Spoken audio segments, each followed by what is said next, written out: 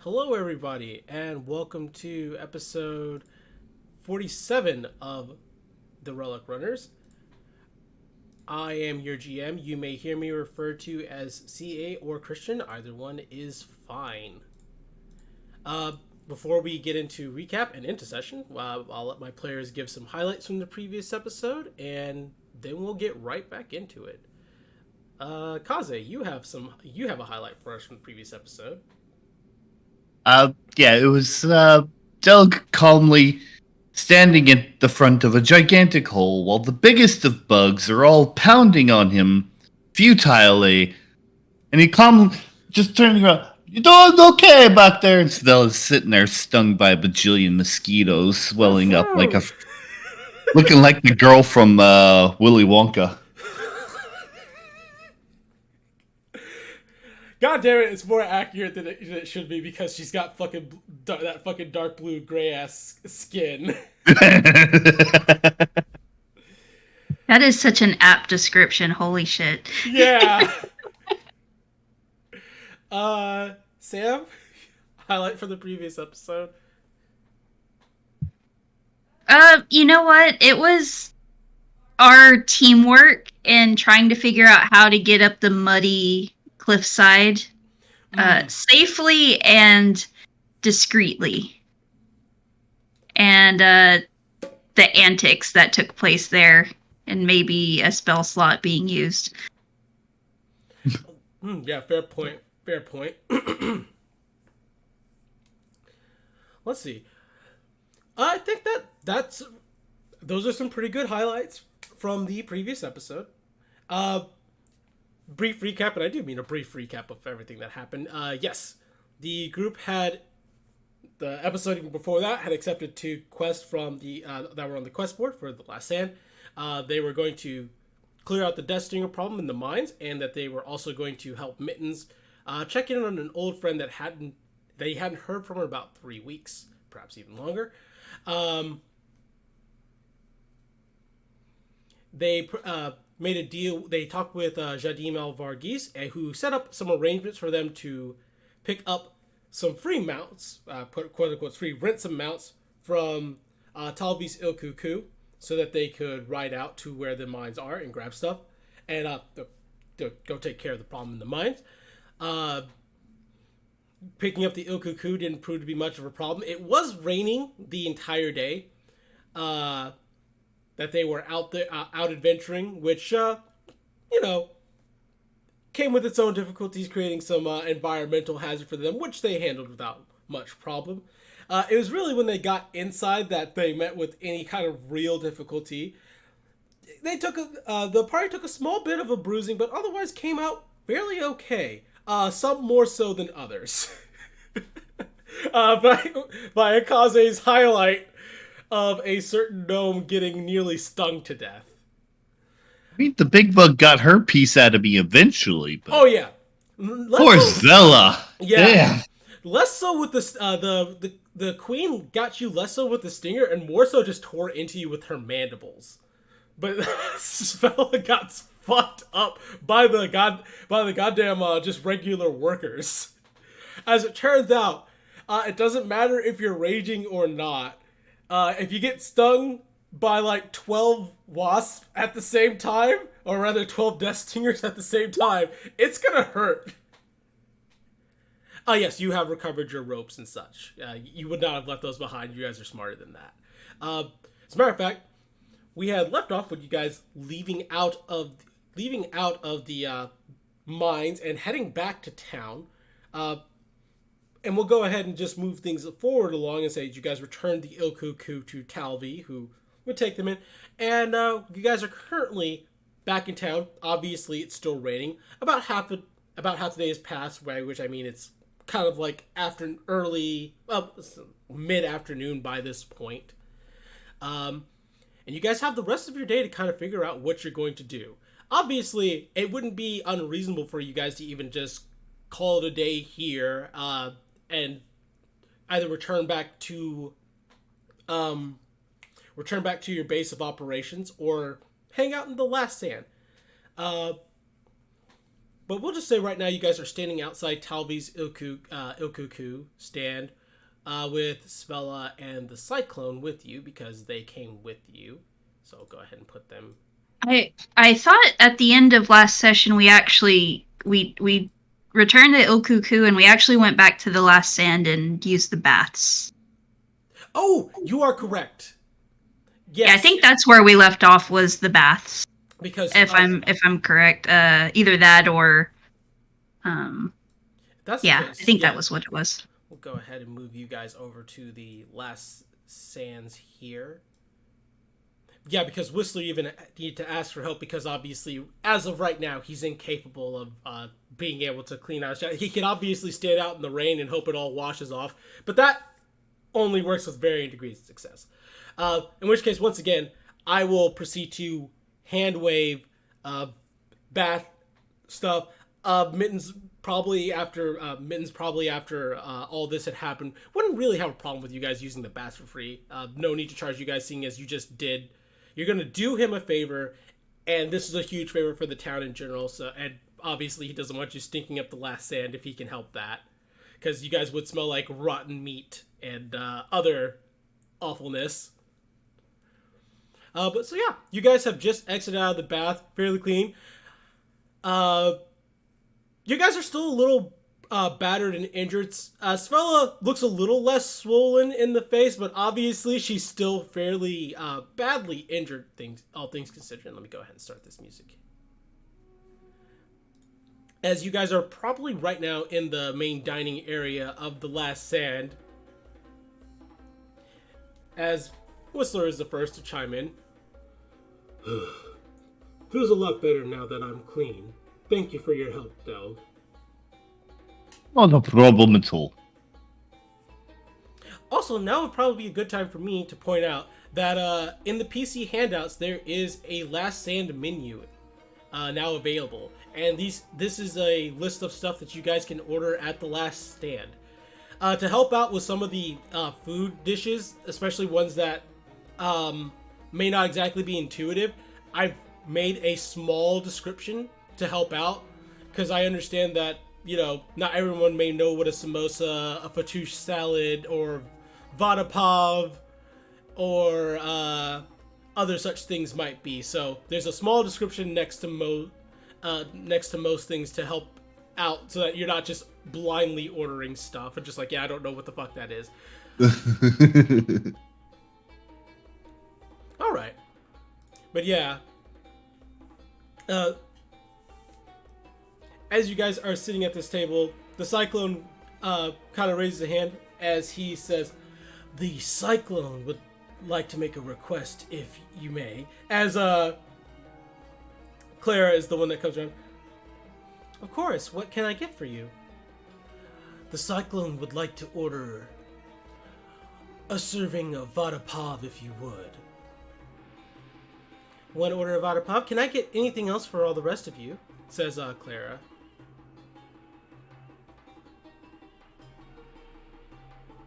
Oh, let's see. Point of your finest, please. 1 pint of beer? For you, Calligraphy or Svella? Svella. Chicken tandoori. Make it a double. Of course. Accidentally muted it when I was trying to unmute.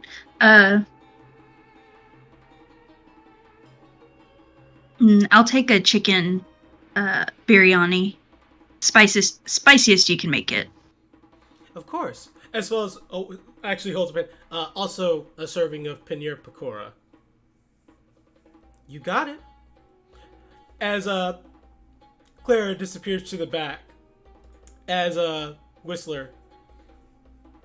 So, given our success here, do we want to go to the Wizard Tower today, or do we want to hold off on that till tomorrow? Svella looks at some of the stingers still embedded in her. I think I'm going to need to have Rumpus help me pull out some of these stingers that are still stuck in my skin. So I might be done for today. Not that I'm not willing to do more punching, but I would enjoy a rest. Yeah, running out there to check on things shouldn't require too much punching, I should hope. Well, Whistler, I don't trust that. What? Every single time I expect something to be simple, it always becomes complex. That's my only concern. Also, with This is so simple, I was even considering letting Cyclone here run off and do it by himself. as the Cyclone nods, the Cyclone thinks that it would in fact be that simple. Outside of needing to travel for an extended period of time, that would be the Cyclone's only concern. Oh, I thought you were the Cyclone, not the Slowpoke. The Cyclone doesn't like the rain. Oh, right. It's fucking raining right now. Oh. The Cyclone's hoping the weather will clear up by tomorrow.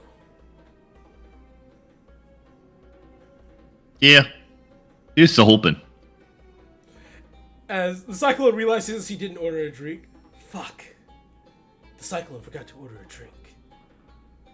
This could be Oh. Yeah, you'll just have to tell her when she gets here. Hopefully they can... Is there anything good on this menu?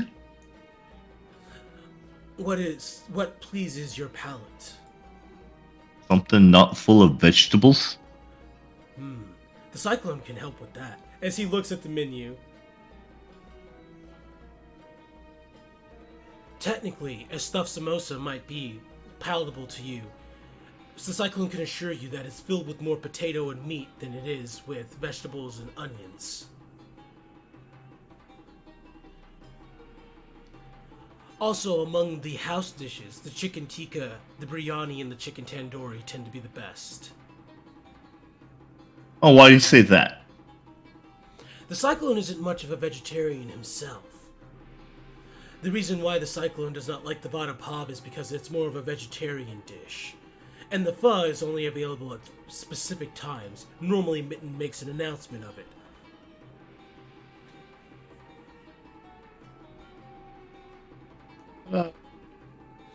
In terms of the alcohol, though, the beer is obviously just a straight choice that the Cyclone would not be disinclined to recommend. I personally prefer a glass of toddy, but that is the Cyclone's preference. It might be too sweet for the Dwarven palate. Well, sweet ain't never a problem. It's whether or not you actually put any spice into anything. The Cyclone can assure you that the toddy has no spice in it, unlike the Finny, which can have some spices in it. Well, at least the Finny sounds flavorful. It is a bit on the fruitier side. I prefer the cashew to the coconut myself. The Cyclone does not quite like coconut, which makes curries a bit of a problem for the Cyclone. Is that why you never make coconut cookies? Says Svella. As the Cyclone pretends like that question didn't just get asked.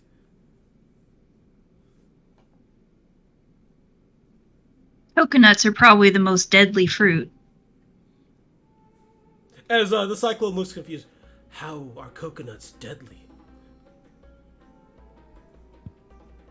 Have you seen what a coconut looks like, fresh off the tree? The Cyclone has not seen fresh coconut, only dried pieces of coconut. Well, that's probably to your benefit. When they fall off the tree, they often can kill a person. The Cyclone will be more careful about which trees he stands under going forward.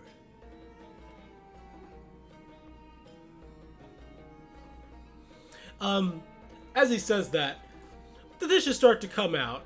As first out is of course the paneer pakora, which is, for all due purposes, I should explain paneer pakora is pretty much just a fried cheese stick.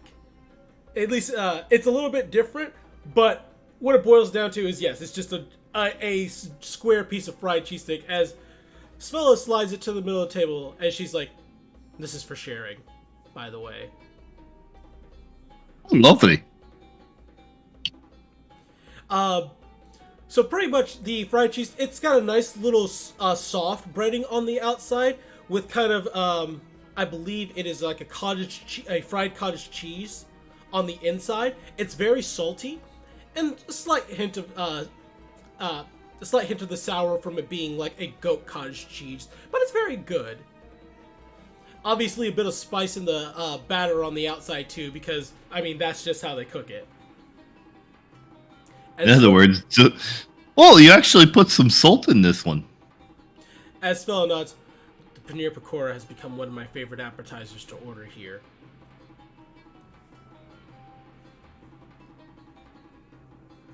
The Cyclone is a slight bit of a fan. As he takes one piece.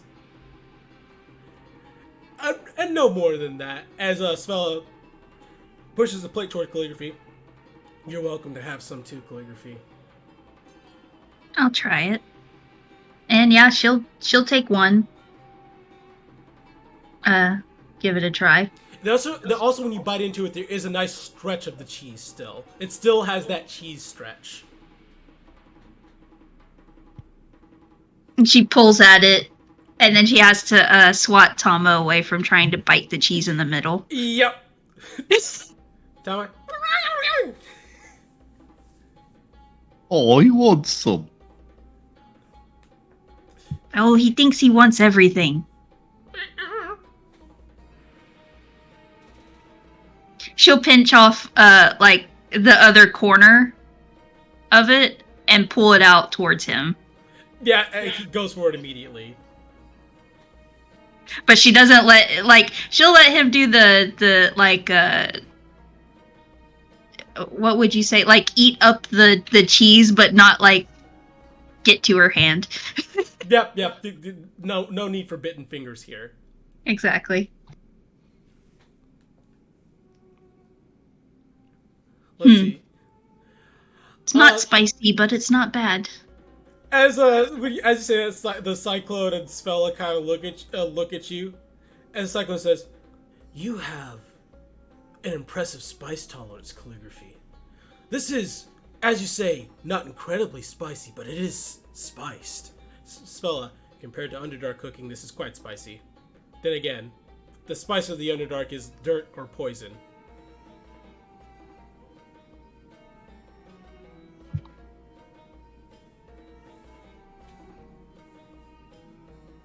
I don't want to know what that tastes like. Dirt doesn't taste good and poison doesn't taste much better. I've got enough poison coursing through my veins that if you want to suck it out to see what it tastes like, you're more than welcome to. You know, dirt tastes kind of like sand. The Cyclone is just like, this is actually quite sad hearing this. Kelly just kind of like grits her teeth because all she could think in her head is the idea of chewing sand. Whistler, chiming in. I don't know too much, but I don't think there's much nutritional value in dirt, sand, or in poison. And maybe it's not good that you had a diet consisting of it. Esmella, it's not as though that was particularly by choice, mind you. You eat what's available. As she says that, Clara comes with the mug of beer for Delg, as well as everyone else's dishes. And she's like, one bowl of biryani, of chicken biryani, as she sets that in front of Calligraphy. 2 servings of chicken tandoori, as she sets two plates of roasted, like it's like 3 pieces of roasted chicken, and with a bowl of rice. And it seems like a spicy chutney has been selected for Svella. Perhaps Svella frequently gets this enough that Claire knew what to bring. If I recall, did the Cyclone get Vada Pav or Fachi? Yeah. Okay, yes, thank you. Yeah, whereas Cyclone looks like he's been served some kind of burger with like a potato fritter in it. As it also seems to be some sort of gravy chutney has already been slathered on top of it. As the Cyclone looks rather excited. All that food and nothing to wash it down with. The Cyclone would like to make a request. Can you bring the Cyclone a glass of... And he actually thinks about this for a minute. And he's like, I would like a glass of toddy if you would. One glass of toddy coming right up. As Scylla says, actually, can you bring me some of that butter tea? As there's a pause from Clara. One pot of butter tea coming up. Since everybody else is making a request, what's this chicken tikka? That sounds. Oh, that's a chicken. That is a chicken kebab. You can add some extra vegetables if you want. It comes with a side of rice and your choice of any one of our chutney blends. We have spicy, savory, or sweet chutney, or you can get a spicy, savory, or sweet curry with it. How when you say spicy, what do you mean by spicy? Enough that your average human could handle it. So perhaps not terribly spicy. I personally do not have the ability to taste, says Claire, gesturing to her construct body. But I've heard humans call it spicy, though somebody like Calligraphy might probably call it very mild. You got something that make Calligraphy try to stand up a little and pay attention? I can talk to Mitten and ask him to make it a bit spicier than normal. That sounds wonderful, if you can. As she disappears into the back.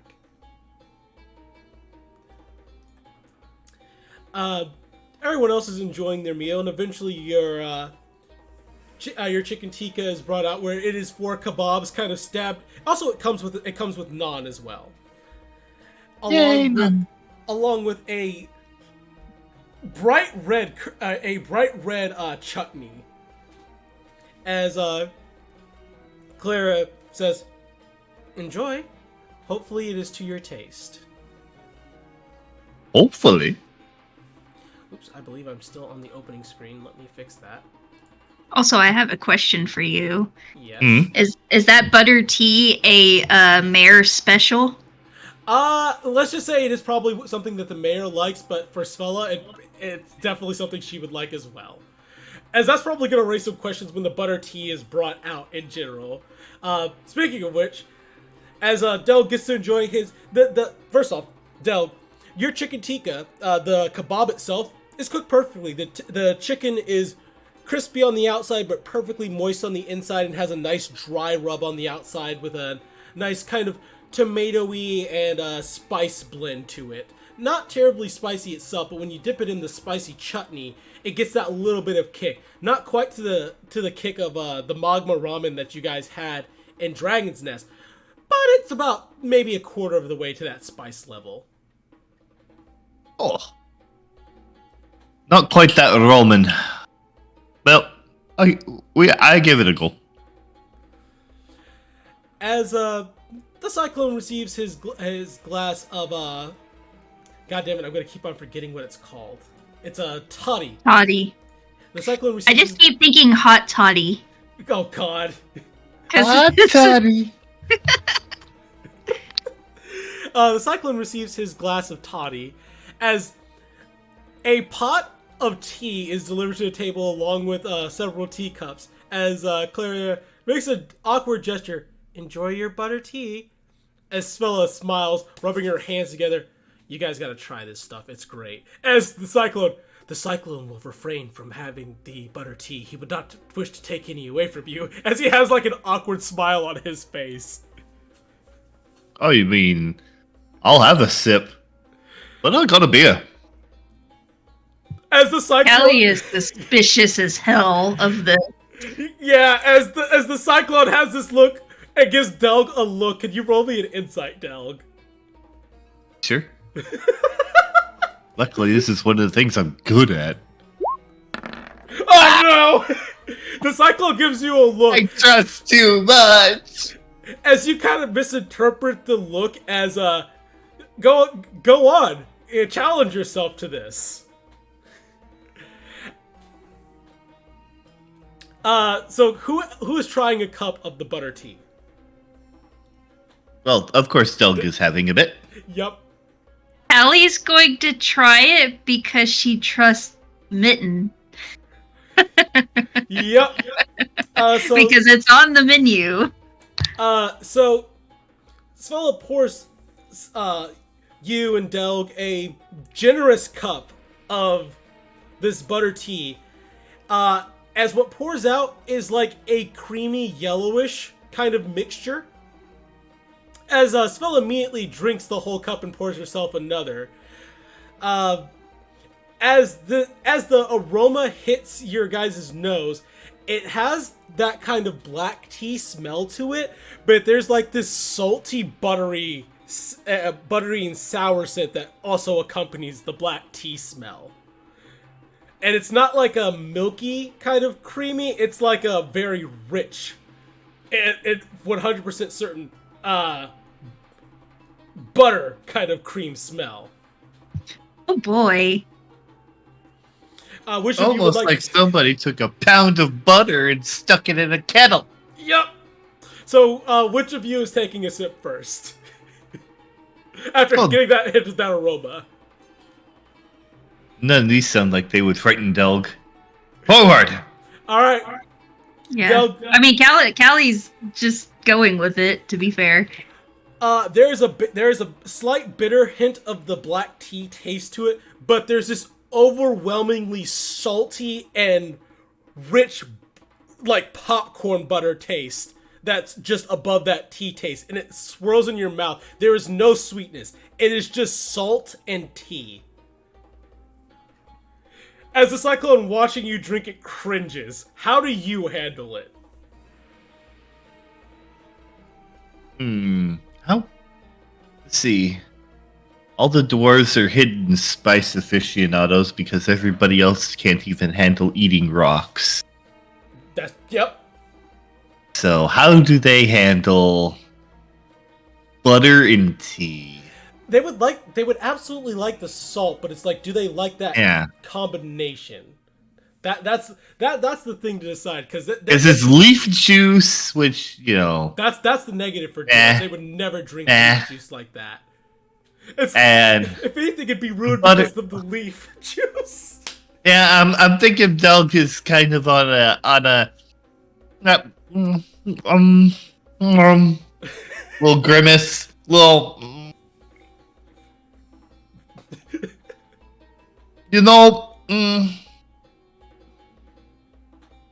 I can see how you'd like it.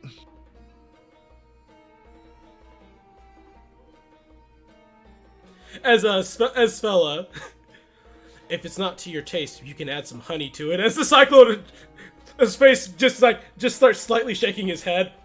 No, it does not make it better. I don't think sweet is gonna help it. Meanwhile, Calligraphy, how did you handle that? So I was thinking about it, and I'm like, okay, you're talking about a girl who grew up in like a farming town. So fresh butter is probably a thing.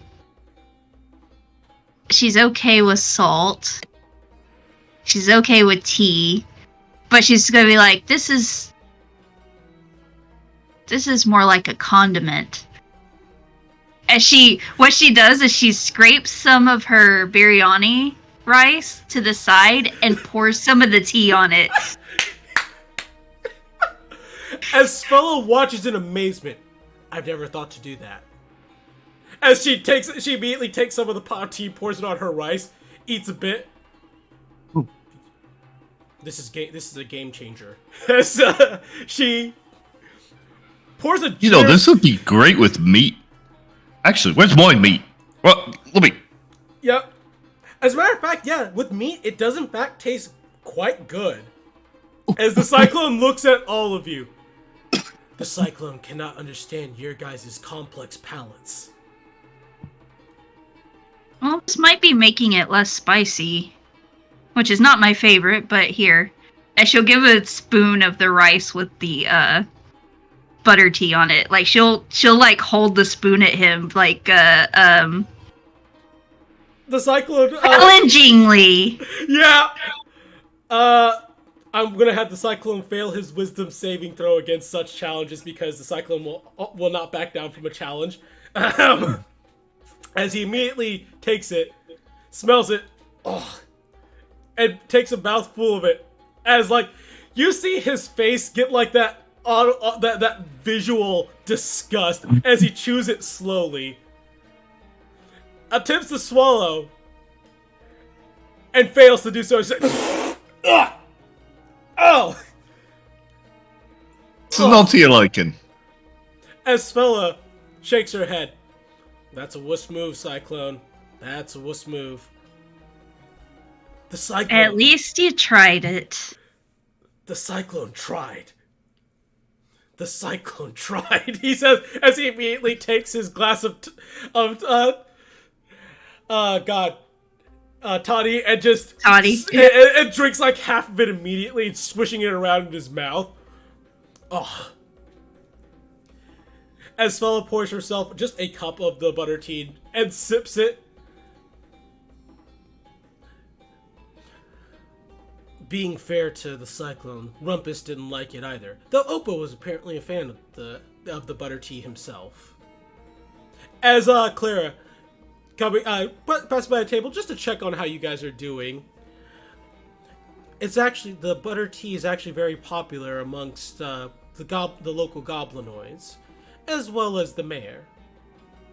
Which is why we haven't been able to take it off our menu. Vonlin would throw a fit if he didn't get his cup of butter tea at the end of the day. That explains a lot. It does, actually. Can I get some ginger tea? Of course. I think some stomachs might need to be settled. Is there anything else I can get you? Another beer, perhaps water or something like that? As Whistler chimes in, do you happen to have a bone available by chance? I will pay whatever you think is reasonable as a price for it. I'm sure we have a bone that we're not using in the back, says Clara. And Thank you much. Ginger tea And an extra beer. And an extra beer. As it's not terribly long, you have to wait before you get that. And Whistler gets his bone and is quite content with such a thing. As a pot of ginger tea is served as well. As the Cyclone very willingly asks if he can have a cup of said ginger tea. Which was already the plan. She was going to slide him some ginger tea. Now, it might be a little spicy for you, but... The Cyclone can handle spice. Also, the Cyclone is a fan of ginger tea. As... I guess it's kind of a very low DC 10 insight.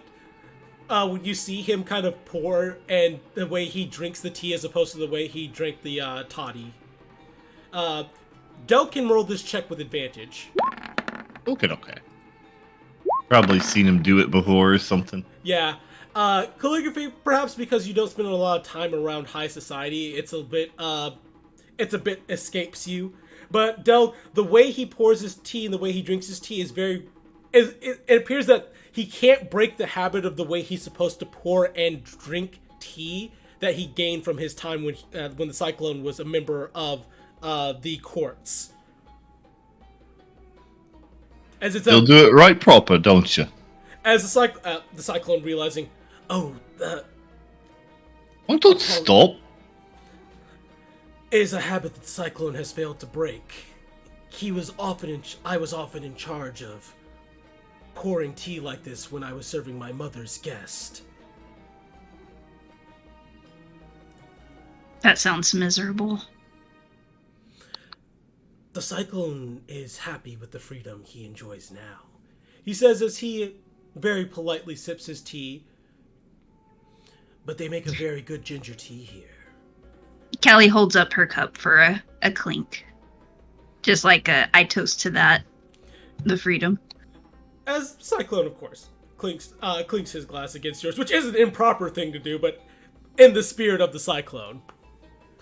And it's improper, but not super improper because it's not water. Exactly. You guys finish up your meal, and I'll just go ahead and say, the entirety of that sounds like it'd probably come up to about 1 gold piece in terms of price. So, If someone wants to subtract 1 gold piece from their inventory to cover the meal, that will be acceptable.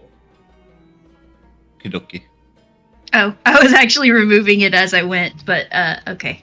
Oh, if you removed it, I was too. Oh, don't worry about it then. You guys are covered. And obviously, the Cyclone and Svella have their own money, as does Whistler.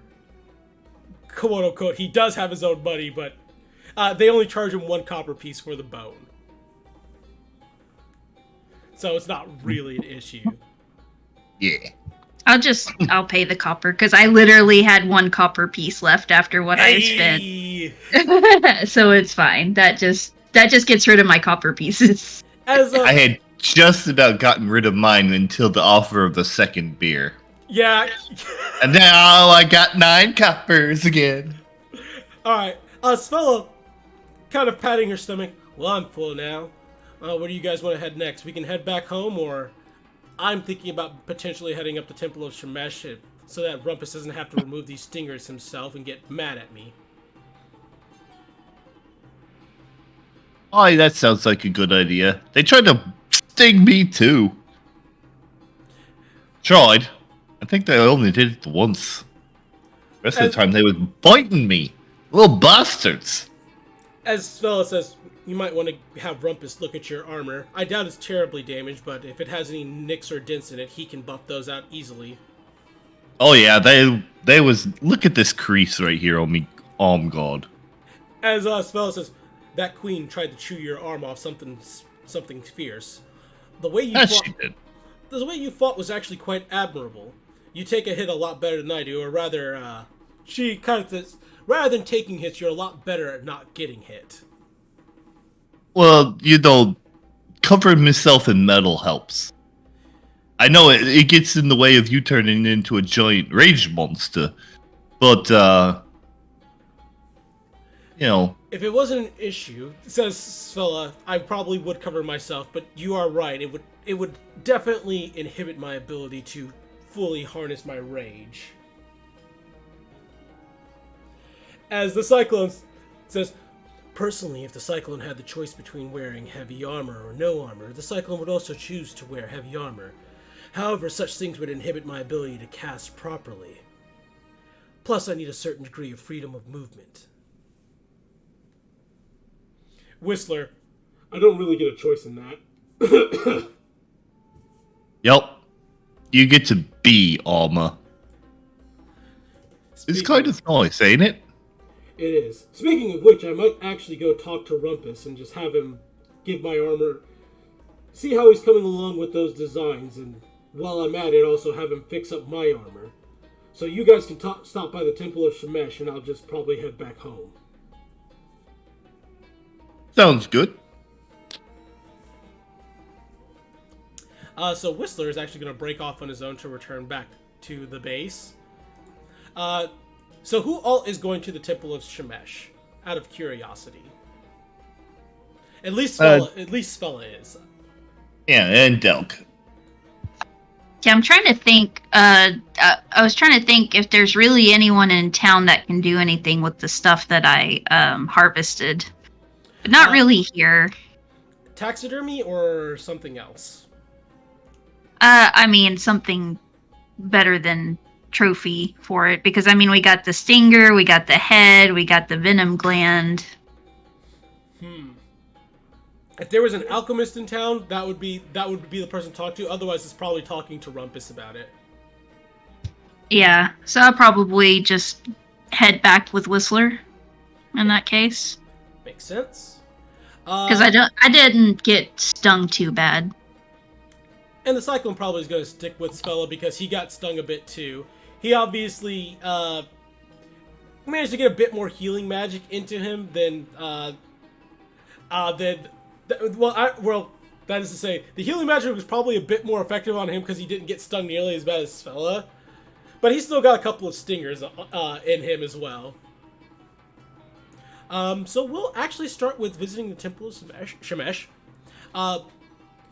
You guys enter, and kind of like how it was the previous day, it's kind of You, Spell, and the Cyclone enter, and kind of like how it was the previous day, it's a bit dim and dour inside of the temple, given that it's raining and it's not a bright and shiny day, which tends to kind of lessen the spirits inside the Temple of Shemesh without the doors open and sun shining in. Vria is actually currently manning the front, though, as she sees the three of you enter, gives a greeting. Good morning. Oh, it's actually afternoon now. It's a pleasant afternoon to you. How can I help you this day? Well, we went and poked a bug nest. Oh, so you went and took Jadim's request to go out and take care of the nesting nest. Hopefully it would help. Hopefully it wasn't a terribly difficult task. Well, actually, it was somewhat difficult, Stella. As Stella walks forward, I have a lot of stingers in my body. I would like some help removing them. And perhaps a bit of healing as well. I am about twice as... I am swollen in a lot of places. She says, kind of bluntly, as Rhea just kind of don't want to respond to that. As the Cyclone says, the Cyclone has a few stingers in him as well, and he trusts the practiced medical arms of the tip of the God damn it, the members of the Church of Shemesh in order to help him out. Likewise, the big one got a hold of me a couple times. Need a little patching. Well, if you want the right medicine, that will not be much of a problem. However, if you want healing, that will probably cost you a little bit. When it comes to removing stingers, though, I would probably simply charge you about 1 copper piece, just to help you out, to help out with the pain. As Fella says, deal. Deal? Deal for me. You guys can decide what you want on your own. The Cyclone, 1 copper piece for removing the stingers is fine. The Cyclone believes he is capable of sleeping off these injuries, though. Aye, same on that. I just like to have a bandage or so. Alright, so properly cleaned and all that. Alright, go ahead and just remove a copper piece and technically restore 5 hit points to yourself. Ooh. She just kind of hands out 5 hit points every day or so. I think that's a fair amount of healing to receive for getting bandaged up and getting the stingers removed. For getting some proper medical care. Which actually puts the Cyclone at full HP. That's all he needed. Yep. So you spend a bit of time at the temple here as some of the other hands that work here kind of come out to help as you guys are kind of set on a small table in a side room where they use some tools and help pull out some of the stingers, get some ointments put on you, and some nice little bit of incense as well as some bandages are wrapped up. And you guys, it doesn't really help much with Svella's swelling, all things considered, but now she's not full of stingers, it's definitely helping with her levels of pain as it feels quite nice. As They'll tell the tale of what had happened to everybody whilst they're patching him. Of course. Whereas Rhea actually seems to be the one taking more interest out of it than anybody else there. And she's like, that's quite the tale, actually. Do you always go on such inspiring adventures, even in a small village like this? Well, there's usually something that needs doing even in a small place. But, yeah, not normally so bad. I suppose that is fair, says Rhea. I'll make sure to share this tale when I meet with the other, the other influential members of this town. We are going to have a meeting tonight. Though I hear that Jadim will likely be absent from such a meeting. Not that that's any fault towards him. Though I'm sure he'll be ecstatic to hear the good news that you've cleared out the mines. Oh, I'm certain. As she thinks about something for a moment. You said that there were dead bodies inside of the Death Stinger nest. Did you happen to retrieve the bodies, or did you leave them there? I do believe we've left them there for the moment. Were they animal carcasses or were they human carcasses? I just need to be humanoid carcasses. I just need to be certain if I need to perhaps send a group of my acolytes here in order to go and make sure that no undead rise in the area. And Delk needs to hit a... Does he remember? Okay. She does. It was maybe one or two humanoid corpses, but everything else was animal. It was a mixture, a couple of humanoids, mostly animal. But, yeah, there was people in there. A couple of undead perhaps will not be much of a problem. So maybe it's not worth sending acolytes over. But we shall see. Perhaps when it is not raining. As she, very, very much, she's at least considering sending out something to make sure that it doesn't become a worse situation, but 2 undead is not necessarily worth sending a retinue of acolytes out, is perhaps what she is the sentiment going out here. Yeah. As Svella hopping off the table where they've been pulling stingers out of her, well, it seems like you removed as many stingers as you could out of my body. So unless you have something else you need to do here, I'm going to return back home to my rumpus. As the cyclone, I believe that these bandages and the remover of the stingers was just what the cyclone needed. He feels almost in tip-top shape after such things. Good to hear. Is there anything else you wish to do in town, Delg, or did you want to return home with us? No, I'm thinking let's go home. I could use a nap by now. Fair enough, says the cyclone. I'm going to move you there, but we obviously have the scene with calligraphy and... Yep.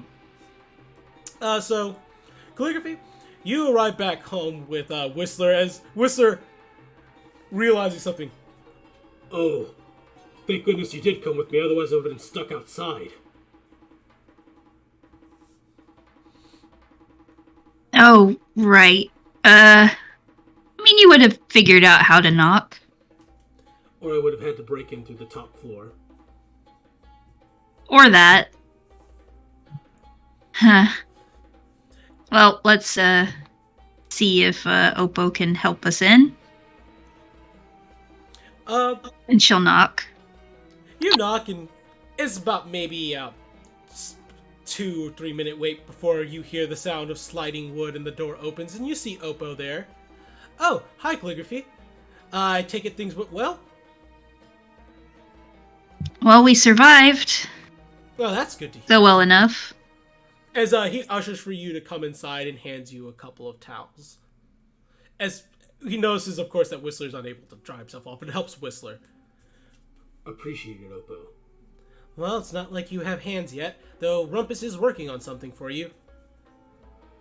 God, I hope he completes that soon. No, that's good.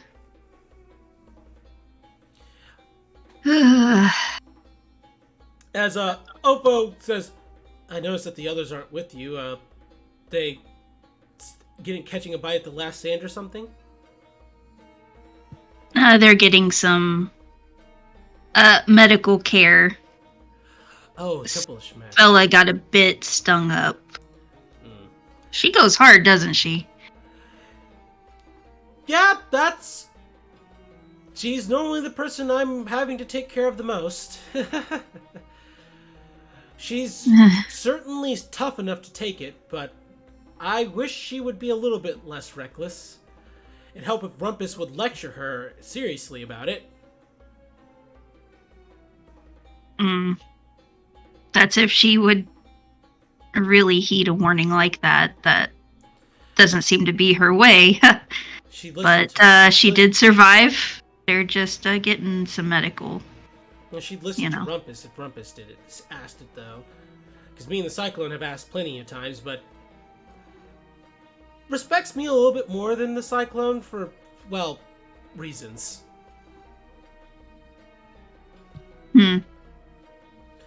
This is not... I'm not talking bad about Svella by any means. It's just I want her to take care of herself like her life matters.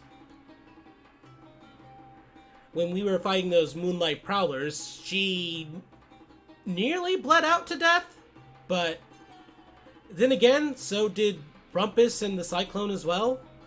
I kind of ended up having to fix that situation, and that was not fun. I imagine not. Good thing you were there.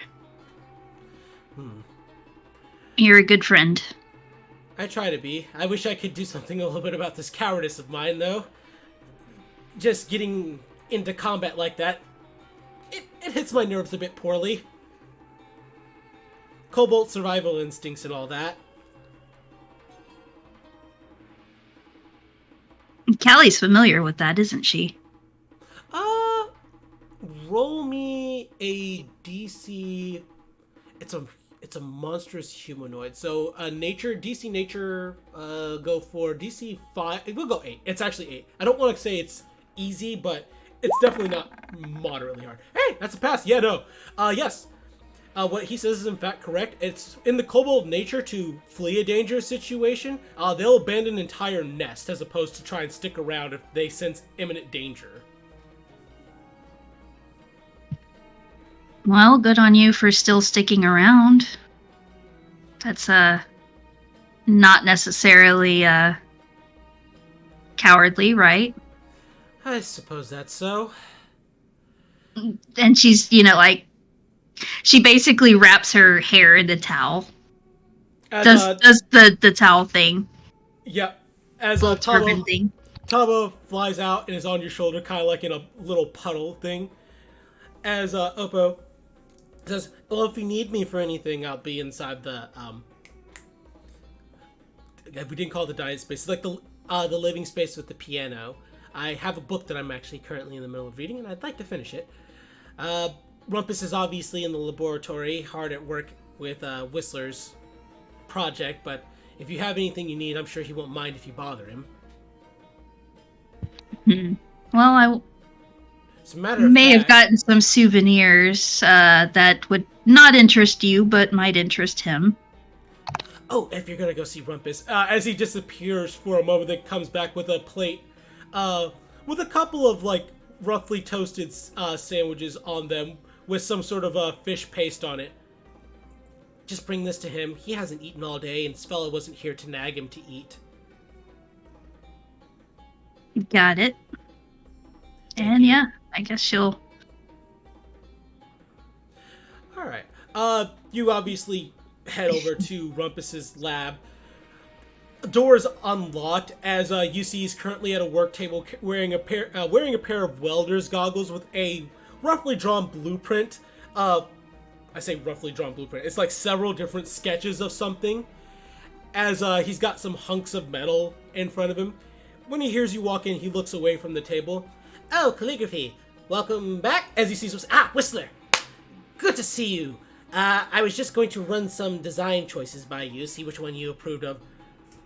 Hello, Rumpus. I don't mind giving those a good look over, but before such things can happen, as he gestures, he looks up towards you holding the plate of sandwiches.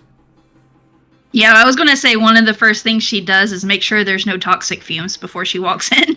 It smells a little noxious in here. This time more like a toxic gas and more like just that metallic and hot scent in the air. She'll leave the door open for the time being, then let it air out so we don't. So, well, Whistler's not worried about suffocating, but she doesn't want to. Yeah.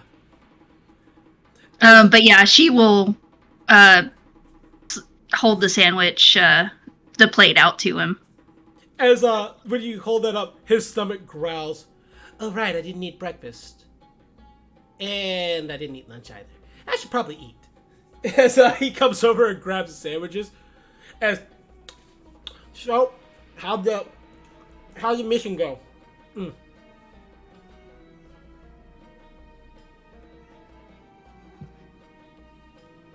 Well, we all survived.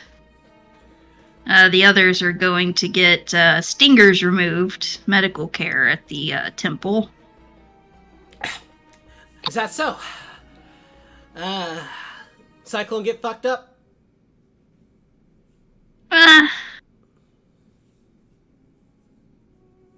No, not compared to what I've seen before, but you might maybe chat with Svella about how hard she goes in battle. That was a little scary. God damn it. So he's like, what about armor? Is Delg need me to look at his armor? As he looks over at Whistler, your armor looks like it could use a bit of a touch-up. As Whistler, as a matter of fact, I was going to ask if you give my armor a slight touch-up. It wasn't terrible, but the wasp, the Death Stingers did get a couple of good hits on me. A couple of dents, a few bites. Yeah, and Del got hit a few times, but armor's not really my forte. She kind of like motions to her was it light to medium armor? Light armor. So, don't really have an eye for that. Well, technically, I'm an armor artificer, and my expertise, as I said before, is in building constructs. But repairing armor is well within the purview of such a thing. As I wear armor myself, and I maintain it. Did you have anything else you needed from me outside of just letting me know how the mission go, bringing me lunch, which I assume that Oppo made, seeing as the Cyclone and Svella are not here. Have to thank him later. Right. Has he finished eating? Oh, there's still one sandwich left, but he's clearly he's already. Don't worry. No, don't worry about it. I was just curious, because she's going to do this regardless. And she's just going to pull out her salvages. Can you just list the salvages one more time in chat for me? Yeah, I'll just copy and paste it real quick. Oops, sorry if that... Which I know... Oh, you're fine. I know that's the Death Stinger Queen Stinger, the Queen's Head, which was perforated by your arrow, and the Death Stinger Queen Venom Gland. Yep. As, he's like, I can actually make some fine items out of this, assuming you're willing to make a small investment of gold. As he picks up the Death Stinger Queen's stinger, he's like, I might be able to make a dagger out of this, if you wanted a poison dagger. Looks at the Queen's head. Jesus. Jeez. Gotta protect me. Glad I didn't go on this mission. As for the Venom Gland, I can probably extract this and give you some vials of Death Stinger venom to work with if you are interested in having some poison. Not sure if that's really your thing. The Cyclone's into poison when he wants it. I see.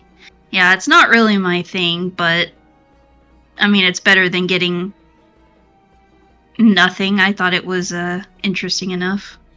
It is interesting. If you had other ideas outside of what I've suggested that you might want to do with this, that's fine as well.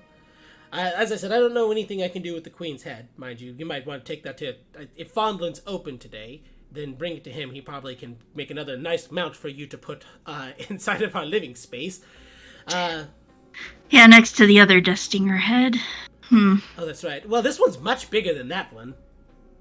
Yeah, I think this one was a queen, based on... Knew it was a queen. You know. I knew it. He says as he raises his head. I knew there was a queen. Sorry. I had an argument with Jadim about that once. Even though he's like, it might be a queen. He's like, oh, it might be a queen. It might not be a queen. It might just be a nest that's on its way to being. And I was like, I'm certain it's a queen. But it was considerably bigger than the others. Mm-hmm. But yes, Stinger. Maybe a venom dagger of some kind. It's hard to imagine me making like anything bigger than a dagger with this. That's fair. Is there anything we can make for Whistler or? If he wants that tail apparatus, I might be able to add essentially make this venom dagger that I could make with this into an attachment to his tail that he can use as Whistler. If his eyes could sparkle, I can have a poisonous stinger. Yes. Do you want one? That is a possibility. Go for it. I want that. Can you make like an apparatus that loads up like venom into it the way that, kind of like what Pip had. What you made for Pip? I could certainly do that. Actually, I still have the designs for the poison canister I made for him, which, using this using this stinger, I could make an apparatus just like that for you inside of your tail. Though I might have to sacrifice other functionalities. Cost and benefits, Whistler. That's the way this kind of works. No, go for it, man. I'm up for more interesting upgrades. That's one of the few benefits of being a construct. I don't get to enjoy food, I don't get to enjoy water, but like these upgrade things, I'm super interested in that. Well then, that sounds like we have an arrangement. I'll run them by you later once I've actually, planned designs. But, Very well. I don't mind that at all. So, Whistler, as long as someone gets use out of it, that's good. Also, And I guess I'll take the head. Yeah, I was gonna say, leave the stinger and the venom gland here. Like, put that venom gland on ice before it starts to rot. But if you don't have anything else for me, I'll go ahead and get right to making some extra designs. Whistler, you can stick around here so I can start making some repairs on your armor and perhaps get your okay on things. I mean, I suppose I don't have anything better to do. Though when night comes around, I do want to talk to Jadim to make sure that we are getting our reward. No, that's fair. Honestly, you can probably just let Calligraphy or Delg or even just the Cyclone go and pick that up by themselves. I took part in it. I would like to receive proper credit. I see. Apologies for such. You understand. Yeah, that's true. But just let me know what the cost is going to be, and we'll take care of that. Don't go taking that from others. If anyone, it probably should be Whistler paying for it. You do have your own money, if I recall. Technically, others are holding on to my money right now, but yes, I do have my own allotment of coin. Which, yes. Once again, thank you, Calligraphy, and in a way, and definitely thank Delg for taking care of my costs when I needed it. It's only fair. Don't worry about it.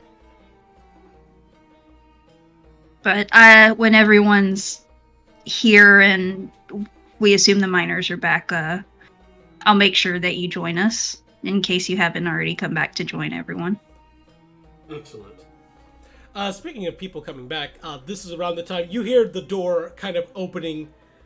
You hear the door open to the front. As you hear some idle chatter, voices you can clearly make out as the Cyclone and Svella and Delg, as they have now entered the home base. As the Cyclone is taking a towel, currently drying out his hair. We need to get something like... oh, wait. I don't believe we have the amenities here to make something like a blow dryer.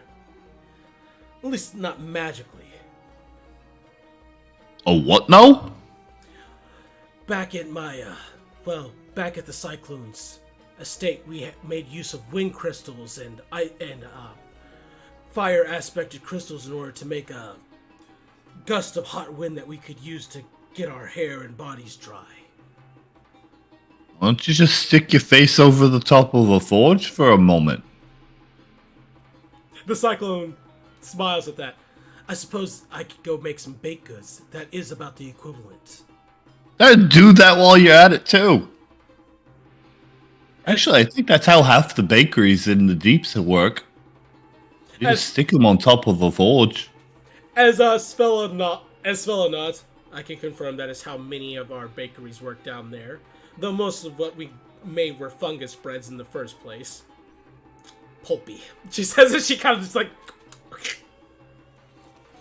See, this is why we always make sure we can go outside. Grain is good. Grain makes beer. And bread. Now that I've had non-fungus based drinks and breads, I understand the appeal to them. I always wondered why my father was so excited to not have to eat those anymore. And then I had them. Blew your mind, didn't it? As she nods her head, would not go back. Perhaps a good fungus wine from time to time is not bad, though. I mean, if it's any good. My father has a special recipe. If as her face gets a little sad. Ah, right. And she scratches her head. Maybe a letter to him at some point. See if he can't send a bottle of his special Nieseldeep brand wine. Far from home, huh? My dad's still in Moralty. I think he'll be fine, but it wasn't easy. Yes, calligraphy, you are in the hall. Oh, you know what? I wonder if how much does he manufacture of that? He could probably set something up with Mitten. As a fellow perks up, it would be an opportunity to talk to him. As the Cyclone raises a hand, I can make sure a sending spell is sent out to him. Make sure it's okay before you send him a letter, since I know that is a concern. As that gets a smile out of Svella. I'd appreciate that, Cyclone.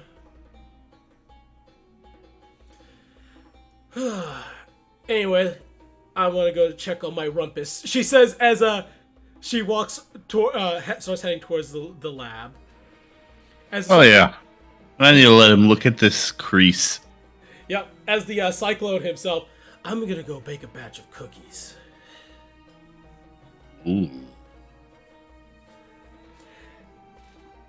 As a matter of fact, since we're all at home right now, I can bring you guys To the thing. Yep. The lab, aka the rumpus room. That actually is a perfectly apt name for it. Speaking of which, I need to make sure Rumpus is in all the right spots. Rumpus should be... Yeah, because he's currently in bed. He should be assisting him, and... Why is Whistler not on this map? Where is Whistler? He's next to Rumpus. Yeah, he was already in the lab. Okay, yep. The Cyclone Kitchen... And Svella obviously headed straight for him. Where's Calligraphy heading at after the break? Well, the problem is she doesn't know if Fonlin is open this time of day because of it raining. Mm-hmm. Which you've already discovered that could be that has been a problem. So, I guess she might go spend some time. Let me see here. Oh, that room requires going outside. Okay, never mind for that. I guess Callie will just go spend some time in the library and read. All right. For a little bit, because the kitchen's not very big, so she can't just like sit on a barrel and annoy the Cyclone while he works. All right. So, Doug, you return to the Rumpus room. But by the way, good name on that one. To both for going with it, and Sam, that good job coming up with that shit. Very nice. Yeah. So you enter the Rumpus room. As you see Whistler's currently sitting on the floor. As you see that he was in the middle of Rumpus was in the middle of drawing something. As Svella, with the door open, runs inside and like tackle hugs him. As he's like, my bones. I missed you. She says she puts him down. I missed you too. Why is your face swollen? What happened? Oh wait, Calligraphy told me. You need to be more careful when you're out there by yourself, you know? As well as like, I know, I'm sorry. Del, how are you doing? A fair sight better than her, but I was taking care of the big one. But Lord, there were so many small ones. As he's giving you a look up and down, I see a couple of nicks in your armor, hoping to get me to hammer those out. Yeah, well, need a little help getting these things put back right. You got clothes on underneath that armor, right? Of course. I'm just gonna have to ask you to strip for me really quickly, and I'll get your armor back to you as soon as it's fixed up. Alrighty. I'd ask Whistler to do the same, as he kind of chuckles to himself. Ha ha, very funny. I can't take off my armor. Speaking of, how's his design coming? Well, I actually just had a little powwow with Calligraphy, giving some of the bounty that you brought back in the form of the Death Stinger Queen, and I'm working on some designs that he may get one of those poison canister apparatuses like what I installed for Pip, using the Death Stinger Queen as a kind of facsimile to for him to have as Whistler. He's going to create a poisonous stinger for me. I'm kind of for this. Oh, no poison fangs? As Whistler. Is poison fangs more reasonable or possible? Actually, it might be easier for me to do that. Though it might just be a singular fang and essentially installing the poison canister in a chain compartment inside your head, assuming you'll allow me to get that. I trust you to be able to do that without killing me. Maybe put it in your bottom jaw to minimize that risk. As Rumpus. Good suggestion, Delg. Well, it was what I thought, We still need to talk about, as he turns to Whistle, we still need to talk about if we're going to make your design more, lean more into your combat focus or lean more into your versatility that you currently have. I'm still mulling that over, says Whistler. Clearly still in a bit of confliction himself about that. As Svella, kind of happy centerpiece. Have you eaten lunch yet? She says, looking at Rumpus. Oh yes, Calligraphy brought me some fish sandwiches, which I found quite lovely. I assume Oppo made them for me, which I still have to go thank him at some point whenever I have a moment free, which probably won't be until I'm done. As Svella, yeah, you tend to get pretty invested in your work once you're in it. I'll leave you be to it. I'm gonna go into the practice room. I think you should probably lay down in the bed and let your swelling go down. I think I have some cold packs in here that I'm not using to keep the Death Stinger gland cold. You can put on your wounds so that you can reduce that swelling down. And she smiles. Thank you, sweetie. Of course. Well, but Delg, if you would strip for me, as he reaches into a small. Already done.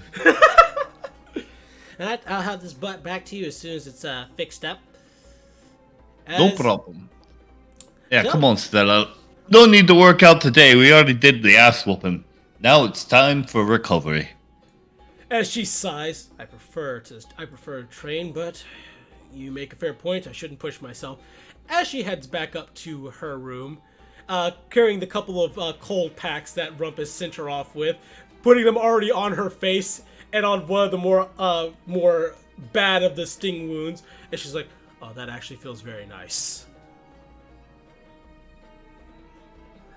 So before nighttime falls, you technically have about 4 hours of free time to yourself. What do you want to do with that 4 hours of free time? This is aimed at both Calligraphy and Delg.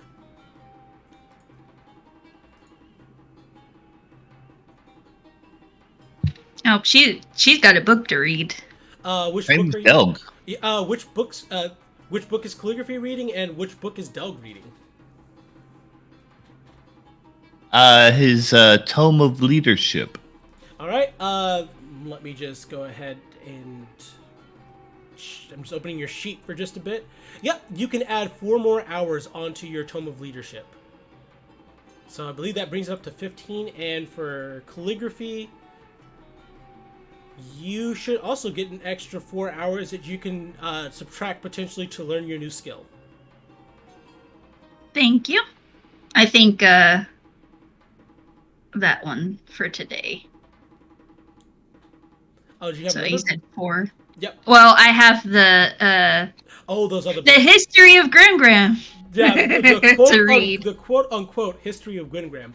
I figure probably subtracting from that skill, learning that new skill is probably a bit more priority in its own way. Making your Yeah, own for right now. I think for right now I'll do that. All right. So, you guys get about 4 hours of nice, quiet time to yourself. At one point, the Cyclone comes around with a tray of double chocolate chip cookies. They are chocolate cookies with chocolate chips in them. As everyone gets 3 of those cookies to themselves. Save for, of course, Whistler. Obviously, you can't eat those cookies. They are sweet, chewy, and like the chocolate just like oozes when you take a bite out of it. As the Cyclone does at least give you guys a warning, just don't touch any books in the library where you have chocolate on your hands, please. And that's about the worst of a warning you guys get. But other than that, 4 hours fly by without much difficulty, and you guys have a nice, quiet space where you guys get some reading done. Yep, Mage Hand. Tama does steal one of your cookies. That's the least surprising thing. As nighttime technically does come by, and there are like some windows, not in the library, but in various places around your base, where you see the large ship that houses the miners come in for the night, which kind of is your guys' signal that we could probably go collect our reward from Jadim.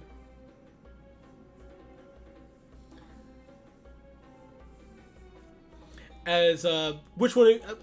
Well, I will say that probably Svella makes the most sense since she is wanting to collect her reward probably sooner rather than later. Opens the door to the library. I just saw the ship for the miners come into port. If you guys are willing to go pick up your reward. Oh, yep. Time to go get paid. Sounds good. Also, yeah, I mean, Svella's the one who's most inclined to get walkies right now. Yep. She's been stuck in her room all day, not really reading, but getting iced down since she doesn't like reading. She's the anti-read. Well, so is Delg, but you know. This is important enough to he. This is important, and there's value in education. I just don't remember none of it.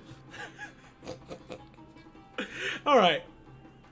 Eventually, you guys make your way downstairs, collecting Whistler, whose armor is looking quite good after repair. As at that time, Rumpus is actually finished with Delg's armor as well. As Rumpus is like, I just finished the repairs on your armor, Delg. As he hands it back to you, and even helps you get it back on. Oh, lovely. Yeah, nice simple fix. As a matter of fact, it feels a bit more comfortable. He's like, I made a few adjustments to it, more to... there you go. That's what you're talking. I noticed that it was a bit big on you, so I made the pauldrons a bit smaller and opened up a bit more space in the chest, since I noticed that the chest part was really small in proportion to what it should be for a dwarf of your caliber and size. How did you do that without splitting it somewhere? He smiles. I have my ways. The answer is magic. He says, yeah, it's just magic. Good thing it's magic armor. As the Cyclone joins you guys, as you guys head over to the last sand, where you see the miners are all pouring into the last sand, as it's quite crowded right now. But you see, as per usual, Jadim is sitting at his spot at the front of the bar, having a nice glass of Finny himself, coconut Finny at that. I mean, knowing it's raining, the miners are probably kind of beat down, but do they look a little less beat down than the previous day? They actually look a lot less miserable than normal. Awesome. I just wanted to be able to, I wanted to read the room first. Oh, no problem. I normally probably would have asked for an insight, but honestly, it's pretty obvious. As Jadim sees you guys enter and actually gestures for you guys to come up to where he's at. Well, of course. Good evening, Jadim. He gives a nod. He's like, I don't know whether or not you guys were successful or not, but if I had to take the guess from the fact that we didn't have any Death Stinger attacks the entire day, I'm going to take a guess you guys succeeded. Oh, not a single one. I expected a couple of the stragglers to run into you. Probably the rain kept a bit more of the stragglers away, but he takes a glass. Outside of that, it's a pretty good day. Obviously hate the rain still, but that's the worst we had to deal with today, honestly. Not that bad. Miners seem to enjoy not having to deal with Death Stingers too. Ugh, he says he stretches. That's good. From what we could tell, there was in fact a queen. Ah, And damn it. That means I owe Rumpus 3 gold. Oh, that's what he was excited about. He told you about our bet. Well, not that there was money involved, but I may have shown him my souvenirs that I took from her. I do. She kind of scans the room like, is it a bad place to pull the head out? Just open up bag, show up head, then close it. Yeah. What's in the bag? What's in the bag? What's in the bag? Yeah, she'll try to discreetly show him the head. Or at least what of it she could pull out discreetly. Ugh. Since it is large. Oh my god, that's one ugly son of a bitch. As he Also, look at the size of it. Yeah, that's definitely queen-sized. As he looks at the hole in the middle of the head, looks like your handiwork. Looks at calligraphy, particularly because he knows that she's the archer in the group. She nods. Yeah, I'm going to see if I can take it to Fonlund tomorrow. I'm sure he'd be more than happy to stuff this thing.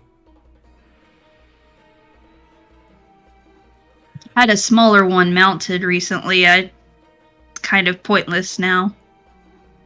I mean, if you're selling it, I'll buy the smaller. As a matter of fact, I'm even willing to buy the queen's head if you don't want that.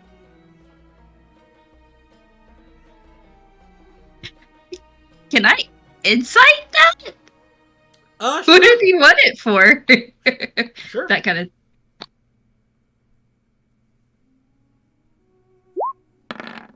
Ooh.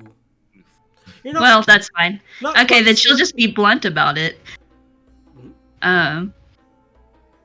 Really? It's pretty gruesome. The other one scares Oppo. He smiles as he kind of scratches the back of his head. He's like, well, with his trunk. Well, I'm not quite the same level of noble that my father is. I learned to be more general with the people, but I'm not above collecting trophies for a trophy room. And it might be inspiring for the miners even if every once in a while when they come to visit my place, they get to see the queen's head to know, kind of bragging what we avoided and took care of. That actually makes sense. I'm not Not opposed to that. unreasonable at all. I understand if you may not want to part with the queen's head, but even just the smaller Death Stinger's head, if you're willing to sell that, I'd buy that. Though I'd offer more money for the queen's head than for a worker's head. No, I guess. Well, probably this the isn't least- the only trophy I got. We have some stuff that Whistler may be able to use later that I can, we can say mentally call a trophy. I'm not opposed to selling it to you. Nor I. He's like, yeah, for the queen's head, I'd be willing to pay 5 gold. If you had if you have a sentinel's head, probably 3. I can't see myself paying more than a singular gold for a worker's head, though. We had plenty of workers that we dealt with. Let's see. Callie is actually aware that the other one's a sentinel, isn't she? Yes. Yeah.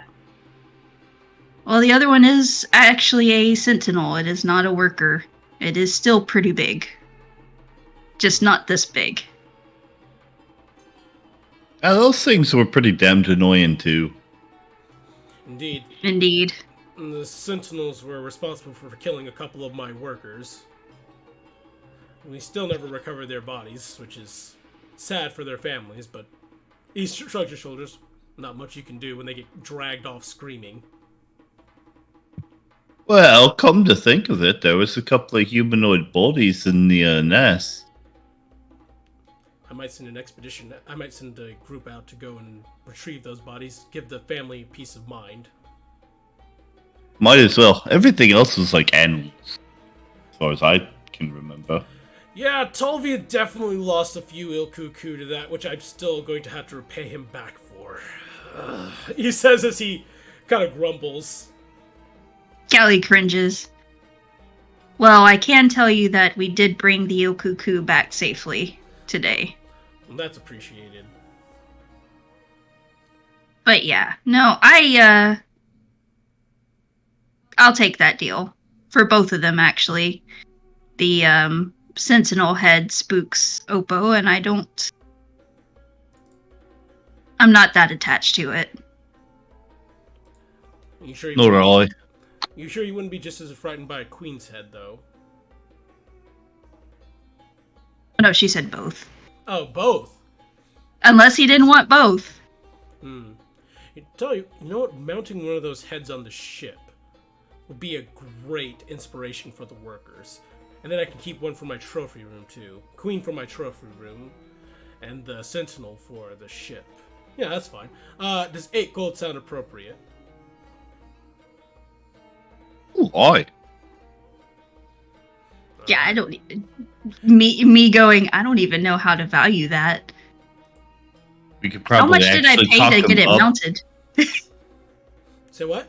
Sorry. 2 at once. Sorry. No, it's fine. Oh, go ahead. I was just trying to remember how much I paid recently to get the Sentinel mounted. It was about a gold. Oh, okay. Then that's fine. I just wanted to make sure I got my money back pretty much in that case. Yeah, you'll make your money back. Yeah, thankfully Callie understands that money is more important than certain trophies. As you pull the head out of the bag and hand it to him as he kind of puts it in his lap for the time being. Eventually pulling out a bag of his own, he's like, first reaching into coin purse at his side and sliding you 8 gold. You may add 8 gold to your inventory. Potentially, if you want to share that with everyone, because technically everyone contributed to that, except for the Hive Sentinel head, that's also acceptable. It is, however, just 8 gold. So... Yeah, just dump it in the bag, you know.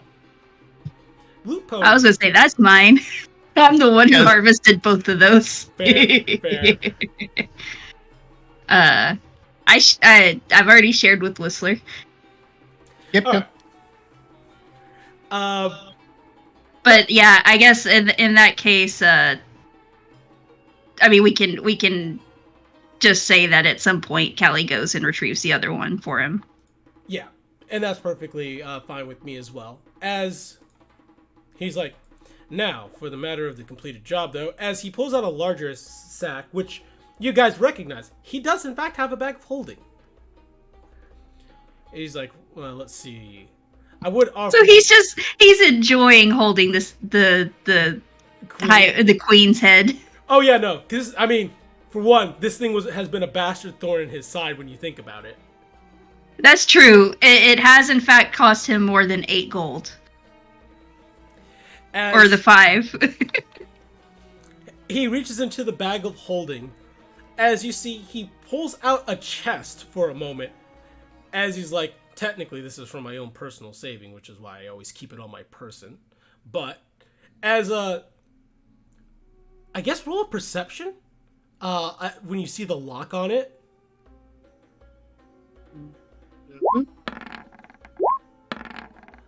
That is a pass on both accounts.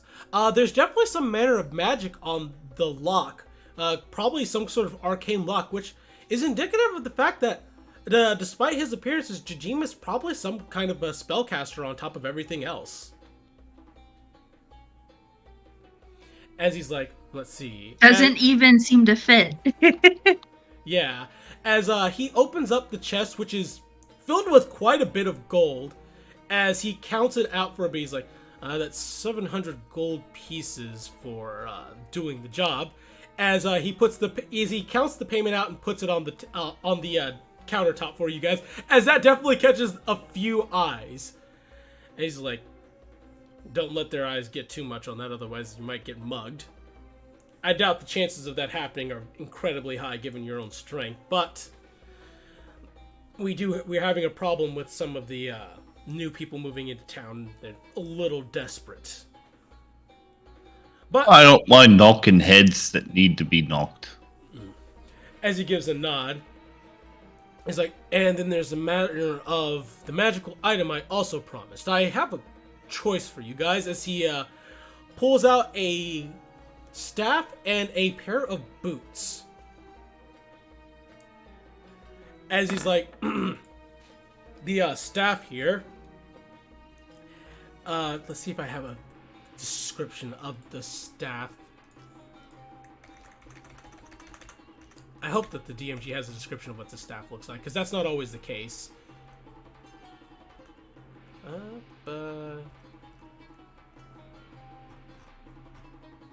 Nope.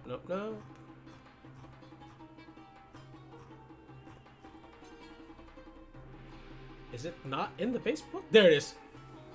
Oh, they do not have a description for it. Boo. Oh god, they don't have a description, but they have like an image of what it looks like, and it looks horrifying. Just so we're aware, the way the description of how the image that they use for the staff in the book, it's like a bunch of tiki sitting on top of each other. I think I'm gonna reflavor the staff to be like a long wooden white staff with like the snake oh god, I know what this is called because it was on one of my fucking medical exams things. It's got like the snake wrapped around the staff thing at the top of it. Oh, Caduceus? Yes. That there you go. And that's at the top of that staff. Whereas the boots look to be a comfortable pair of boots that have like some elvish design to them. Look very lightweight. It's like, so I'm pretty much giving you guys a choice between these items, which I don't have any use for anymore. But as I said in my poster that I put up, I think an adventure could get a lot of use out of it. This item right here, as he holds it up, this is a staff of healing. A very useful item. I believe it gets more use from people who are bards or clerics or druids, but it comes with a amount of charges in it. Right now, I haven't used it in so long, it's probably full to the brim on its charges, but you can expend charges of it to cast the Cure Wounds spell. Up to the 4th level, you can use multiple charges of it to cast the Lesser Restoration spell, or 5 charges of it can even be used to cast the Mass Cure Wounds spell. Ooh, it's a doozy. It's a pretty nice item. Especially if you are running into the issue where you're spending a lot of money on healing potions, this can help mitigate that, assuming that you have a bard, cleric, or a druid amongst you, or perhaps a shaman of some kind might even get some decent use out of this. He's like, the other thing that I'm offering you are... Go up to the item, so that way I'm not misquoting what the item does. Come on. There we go. Up 1. These are boots of elven kind. I got these, oh god, I think my father passed these down to me from a friend of his that he knows that lives in the Northlands. I have never really got much use out of them, but while you're wearing these boots, you don't make any sounds, and you get advantage on, out of character, you get it, and it makes it easier for you to stealth around. Out of character, the benefit is you have advantage on dexterity stealth checks that rely on moving silently while you're wearing these boots, and they don't require attunement. So wait, it does give advantage to stealth. Mm-hmm. Does that negate disadvantage? It sure does. So when Doug asks the question and presents the practical test of he wears the boots, he jumps up and down, he doesn't clatter quite as loud, does he? That is correct. Oh, okay, I'm a too horrible. Oh, here, have your boots. Calligraphy, come here. Come here. God, I love the boots, but I love the staff a bit more, actually. As obviously, because the NPCs are there to weigh in as well. The Cyclone could make use of that staff if you brought it to him. I believe even Oppo would be able to use that staff if you were to give it to him. I mean, because Stella could use that thing, like, now. It would save the Cyclone quite a few spell slots in order for him to not have to use a lot of healing on Stella. No offense meant to you, Stella. None taken. Rumpus gave me a second chewing out once he came to my room to check on me about being reckless, so I'm going to need to play a bit more conservatively going forward, she says, rolling her eyes. I personally think the staff is actually a really good investment, and it seems like it would be more valuable than the boots, if I'm being completely honest. That being said, though, I find the boots being incredibly useful if we intend to make stealth a more viable option in the future, given that, no offense to you, Doe, you're not exactly the quietest individual. I'm not, but Not even a little bit. honestly, you're the only person who has ever made me really capable of sneaking about to any degree. And then if we had those, I'd actually be kind of good at it now that these things wouldn't be clanking. I'm not saying I wouldn't love the boots, boys.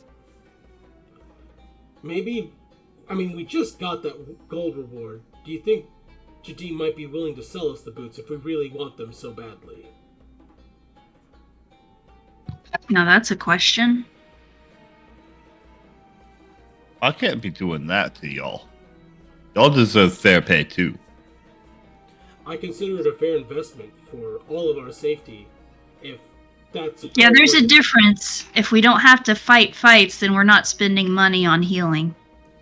As Svella kind of crosses her arms, and yeah, this is some Svella stubbornness. I would prefer to get paid, honestly. Sorry, Doe.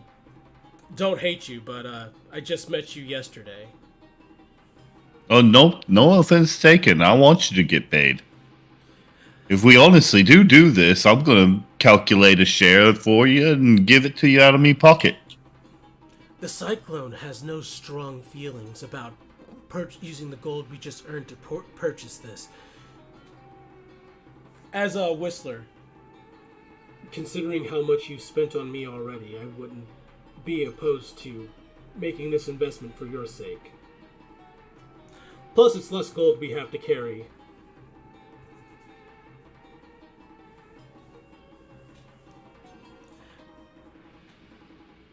As the Cyclone turns to Jadim, if we didn't take the boots, would you be willing to sell them to us? As Jadim shakes his head no. I hate to put a dour on the mood, seeing as you guys were having that conversation, but if you don't take the boots, I'd prefer to keep them in the possibility I have further jobs in the future to offer them as an incentive to adventurers to take the job. Seeing as gold off and alone is not enough to motivate adventurers. Damn, says the Cyclone.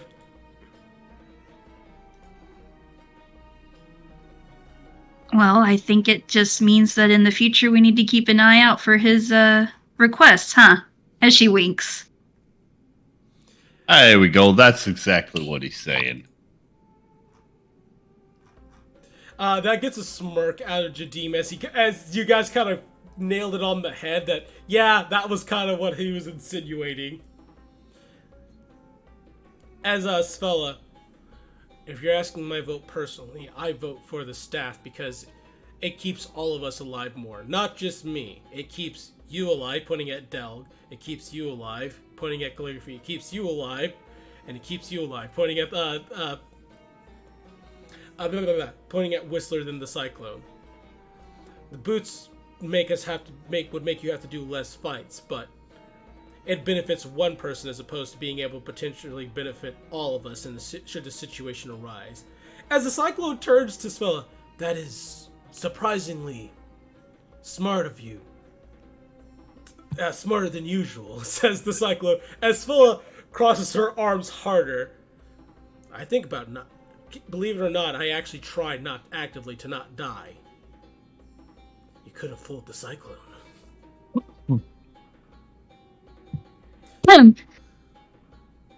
That being said, I think that's enough votes for the staff at this point.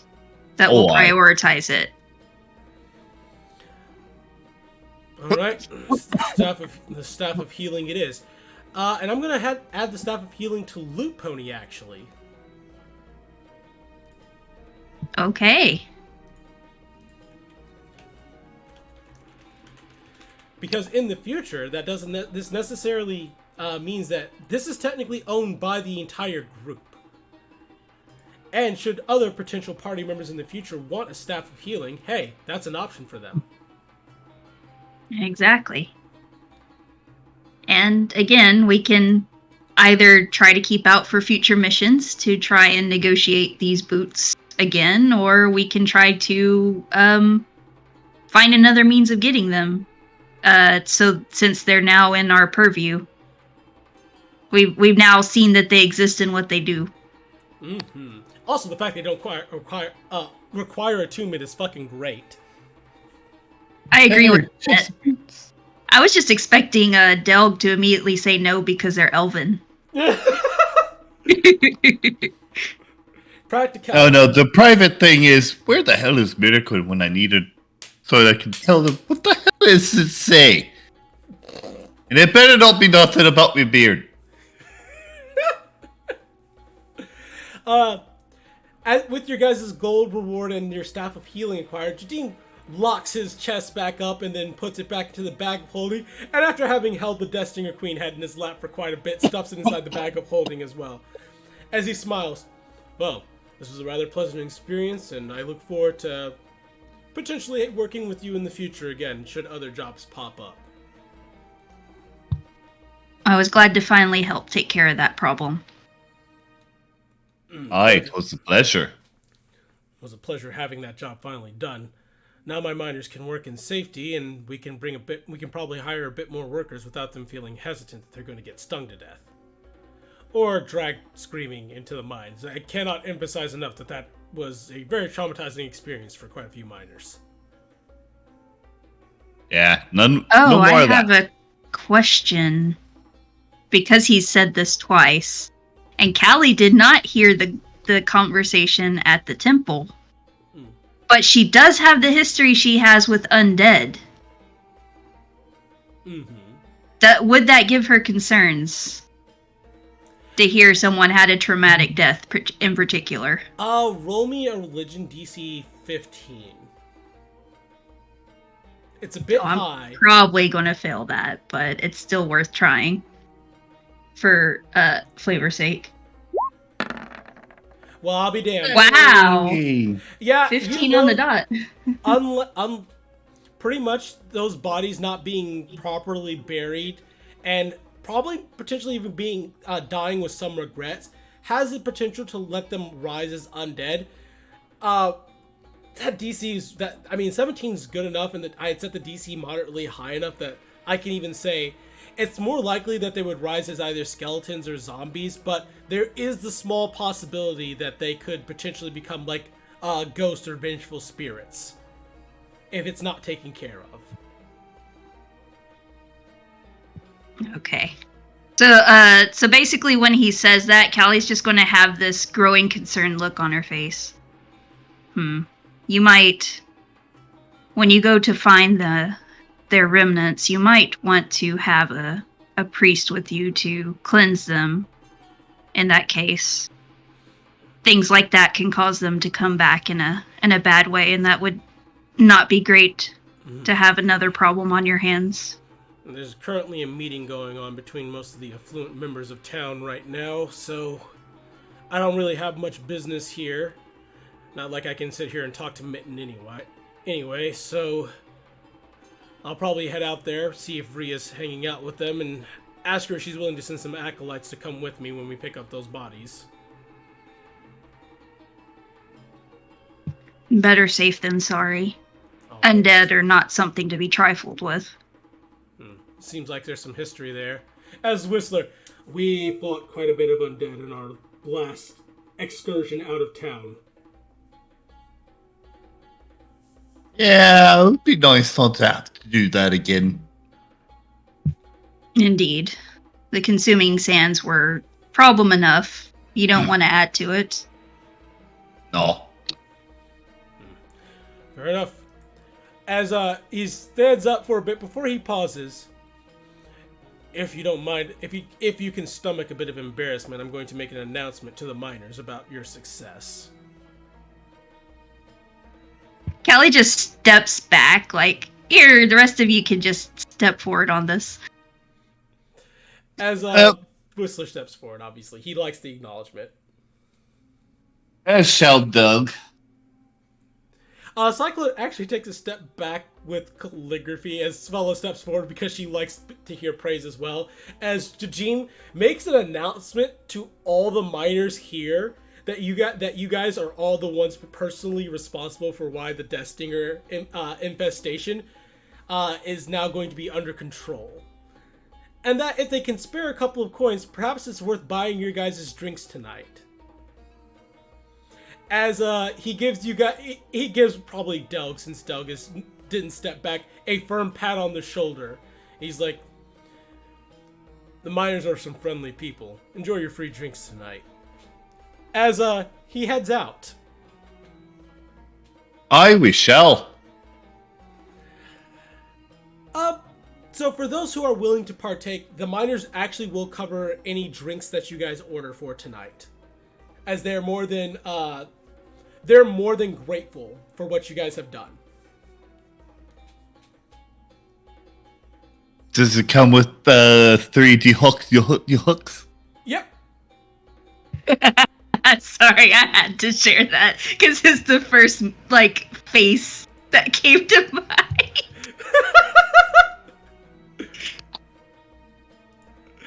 Oh, jeez. Just like, oh boy. But yeah. All right.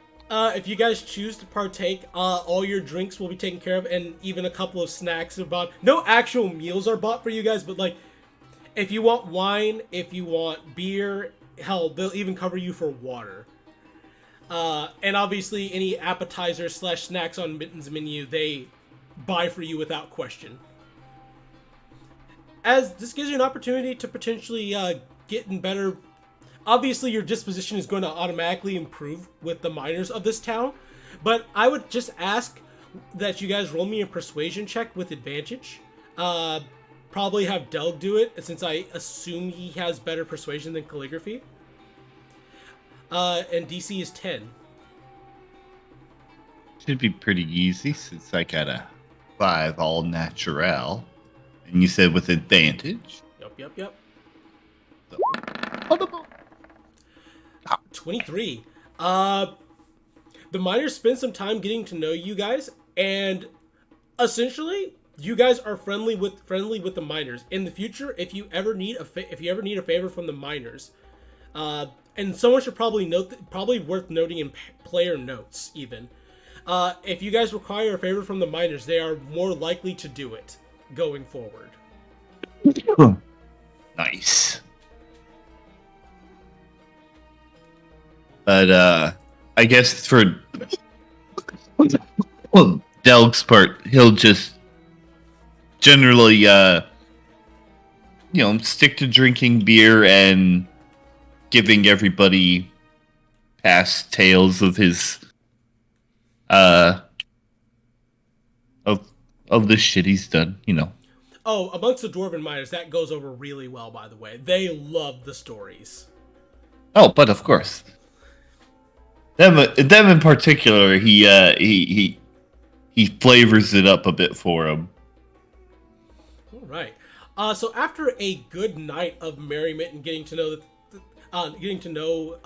the miners better, which, by the way, for the sake of calligraphy, for your sake, none of them treat you poorly or misfavorably, even despite the fact that you're a tiefling. In fact, most of them are fairly happy just that you help them out, because being miners and kind of like the low workers of society, they're used to being mistreated like shit themselves. So they kind of just treat you like you're one of them. Whether or not that's a good or bad thing, obviously, with the with people when people are comfortable with you, they feel comfortable doing certain things they may not be comfortable doing with other people. It's up to you, but yeah, goes over quite well. That's such an odd phrasing, but okay. Also a note: she is basically only going to accept tea. Still, fair. But yeah, after a night spent and some nice rewards for everything that you guys have accomplished, you guys return back home, and you may give yourselves a long rest. So, one thing I thought of was probably her friendliest interaction would have been poking at spice levels with people. Oh, because that's easy for her. Absolutely. There is one thing I need to roll on. I need to roll on my Aduna random encounter table, because a day has passed and you guys have been through town, and now you're going through town at night. That being said, it's raining, so we'll see if it goes poorly. Okay, yeah.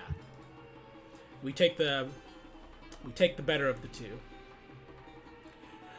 So yeah, on your way back home, nothing of interest really happens, and you guys are allowed a long rest. Obviously, spell slots and HP or any resources that you recover on a long rest are fully restored, and in the case of Spell, that means she gets all of her HP back, and she gets all of her rages back. Let me move her up here, and I believe she gets 4 rages a day currently. Yeah, and I have a question, sorry. No, go ahead. With the gold we received, was it already put in Loot Pony? It was not put in Loot Pony yet. Okay, and because I was also going to ask how we were splitting it, because that's technically 5 ways. Yeah. I believe so, yes. Let me pull up my calculator really quick to see how much you guys get. Which I think, whatever. I assume our part is all going to go into Loot Pony. So technically in Loot Pony, for you, Whistler, and Delg, it's 400. It's 420. Nice. God damn it. Blaze it. Yeah, blaze it. Except don't. All right, Shine. Do it. Muting. God dang it. All right, I'll add, so 420, I'll add that to the Loot Pony. So, plus 39. Spell is back at full HP. Did that not update? No, it didn't.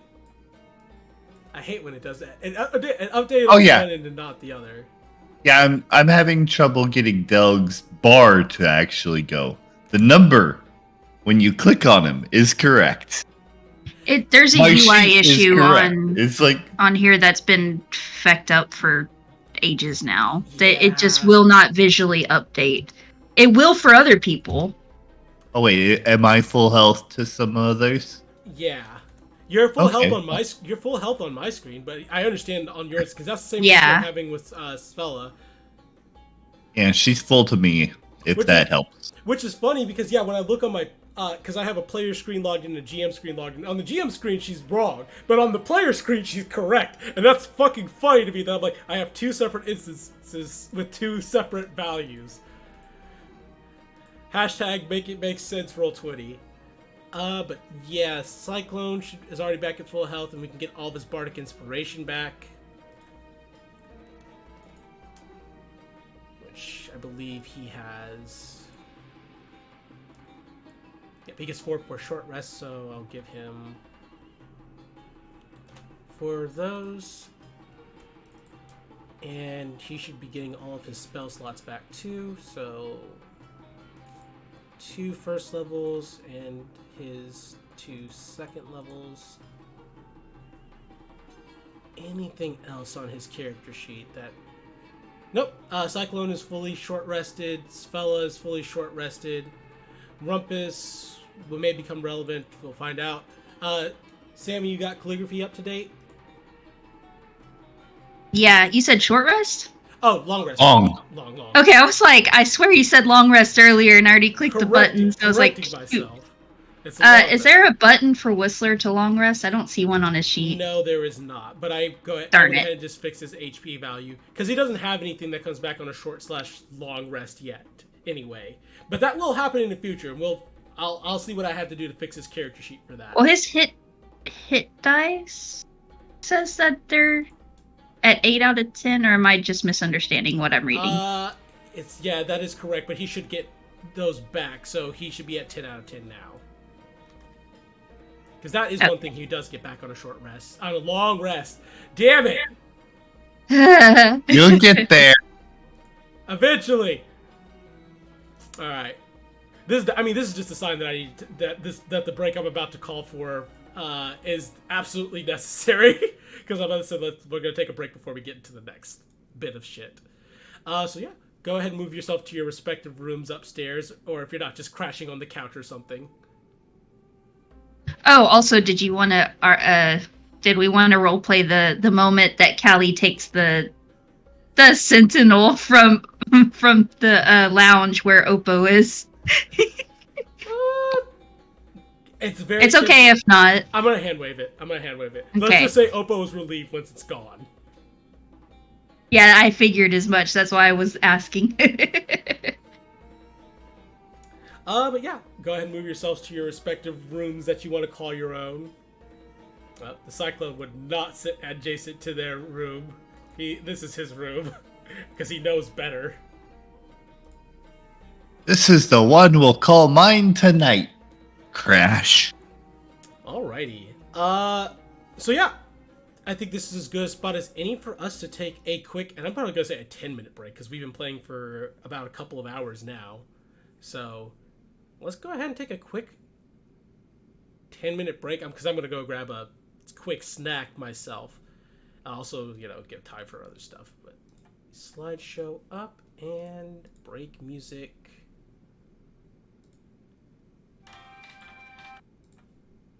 on. All right, and we are be right back.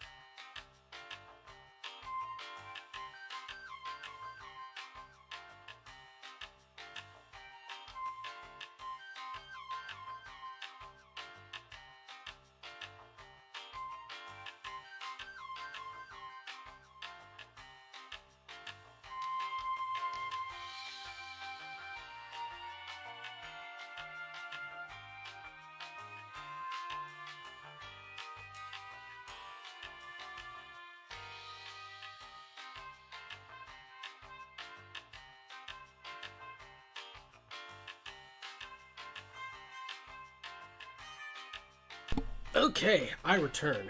Sorry for the wait. No Had myself- problem. I had myself a spicy cheddar kielbasa. Oh, what now? Uh, essentially a spiced sausage filled with cheese. It was very good. Okay.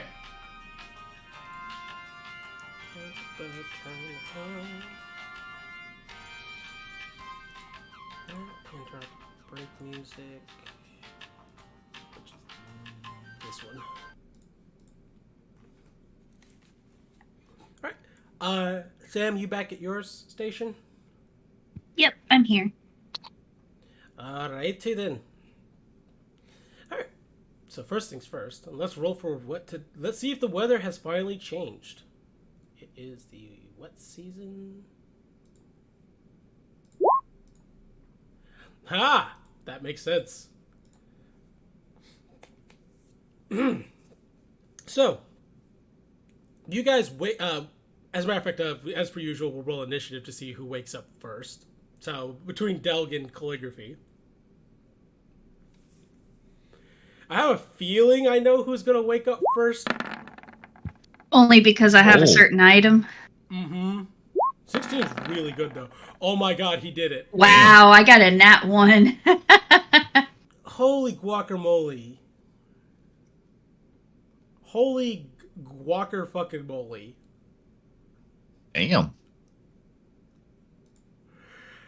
So anyway, Delg, you're the first person to wake up. And the first thing you notice is the mysterious absence of the sound of falling rain. Oh, did he finally fucking give over? As he will go out of his door and...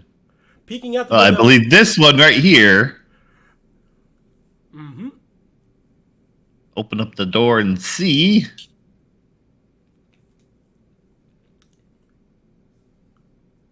Sam. Oh wait, no. No, not What? her door. Yeah, never mind. Her door? Yeah, you open up the room, step outside. Yeah, there's like a small layer of moisture on stuff because it was clearly rain throughout the night. But you look up to the clouds, and you can see the morning sun rising, and you feel that wonderful heat that you become familiar with in the Eastlands. But it's no longer raining. Oh. Well, still going to be miserable humid for a while, but at least it's not pissing down no more. And you close the door back up and wander on downstairs for a bit of breakfast. All right. Obviously, there are there are more than a few amenities for breakfast. Like you could, as long as it's reasonable, you could just make yourself a simple breakfast. Oh yeah. There are eggs, probably milk stored somewhere, bread, both regular bread like you would get in central / loaves of bread / Eastland style bread, which is like naans and bakir and things as such. Let's see what else. Oh yeah, there's probably slices of dried meat as well as other things. Obviously, there's a butchery in town too, where probably you could easily go get meat if you're not feeling anything that's here.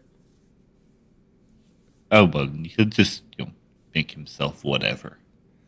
Makes sense. Makes sense. I won't ask for a check for that. Meanwhile, while you are making yourself a nice quick breakfast, Calligraphy, you wake up now. All right. Just kind of slow stretch. Let the, from the previous day's woes rolled off. I guess she will head outside. Not outside, sorry. I guess she'll head downstairs. All right. You head downstairs. Obviously, same thing you notice as Doug without the... Oh, let me get this music going again. Almost forgot to put that back on. without seeing it, mind you, you can at least hear that there's no rain coming down. So potentially, it's not raining. As you head downstairs, I'll assume Doug, you're probably cooking like a couple of fried eggs, some bacon. Little porridge. Yeah. So you smell this. You smell a couple of things cooking, coming from the kitchen area. Humans like this bland ass shit, right? Yeah, exactly.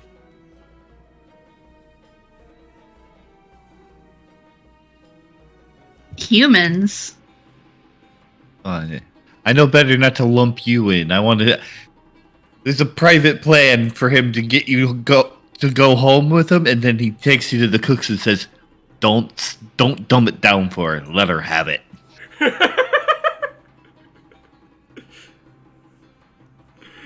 Just like all the dwarven cuisine,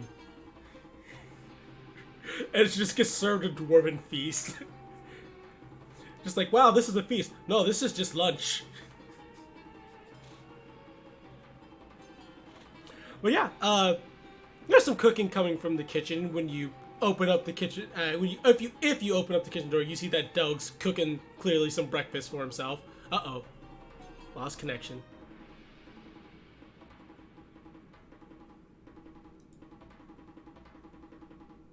Oh, I lost internet entirely. Damn you, AT&T.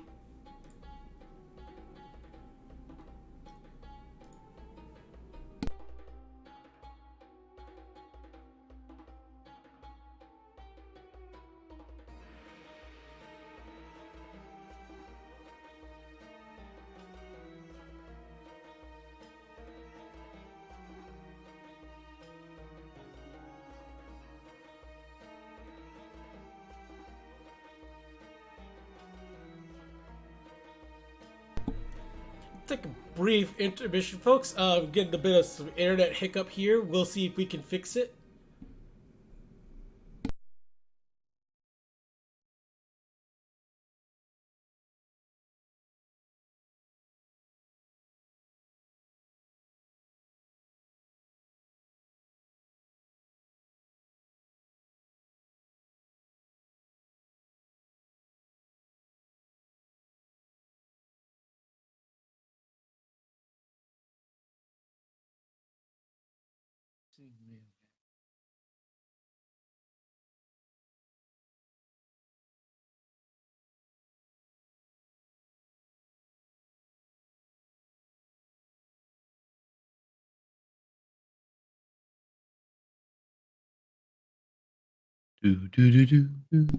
Okay, I think we're actually. Hey, There we go. yeah, you are.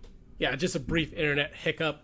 You know how it is. Can't go a single session without an internet hiccup. Yeah, I figured it was something like that. Okay, so yeah, calligraphy. We're still waiting for her to get back up. Oh, yeah, she dropped. Let me go. I'll let her know the internet's back up. I think she knows. She's waiting for hers to get back. Check and see how it's. Excellent.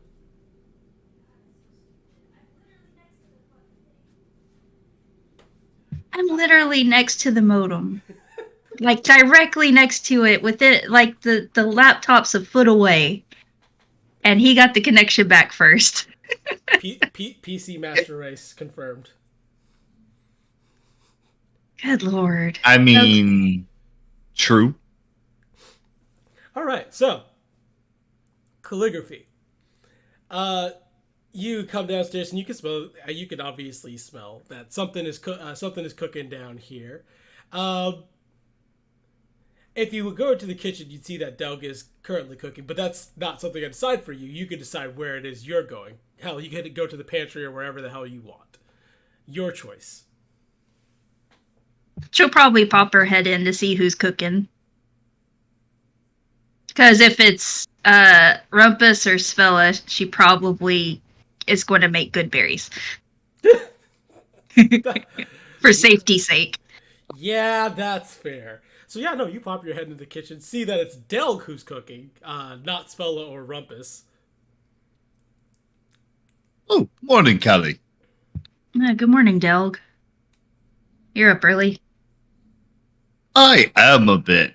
Did you want me to make you some too? She kind of eyeballs. Yeah, an egg sounds nice. And some of Egg. that porridge I think you got there. Ah, yeah. I figured I'd make a good amount of it, considering most everybody likes to have this with whatever the hell they want extra. It's nice and filling. Yeah. But an egg as well for you. Gotcha. Thank you. Alrighty. So, as you are cooking breakfast and things are kind of going around, eventually everyone slowly starts to wake up, realize that Delg is cooking breakfast. As Oppo does offer to help at the very least, if you accept his help. If not, then he'll just Gladly. Yeah. Okay. There we go. As Because if it starts to be that everybody starts poking their head and he's like, oh, I'm not a fucking chef here now. Yeah, as Oppo does help you out, increasing the portion size a little bit, throwing some butter and salt and pepper in the gruel, and helping you cook up a few more eggs. As he makes a note to you, for future reference, if you ever cook anything for Sfella and it involves meat, just like, especially if it's eggs, 3 eggs, always. Never 2, never 1, always 3. Sounds about right. And she needs her protein, as she says. Aye, me too. As he will take his, heaping lump of what would be considered overly salted as hell eggs.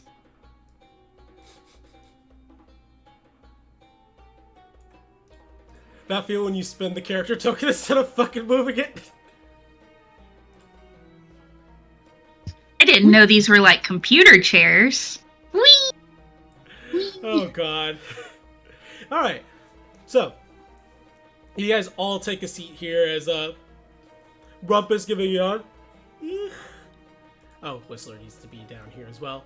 As Whistler's just gonna sit about right here since he doesn't need to take a seat at the table since he's not gonna eat. As Rumpus yawns, well, thank you for making breakfast, Delg, and thank you, Oppo, as well, for helping him out. As he eats some of the gruel. Yep, this is just like what they used to serve in prison, except a lot more flavor. Oh, I let him actually touch it with something. Well, that means it's not just like it. I mean, it's got the same consistency. I don't think this would stick.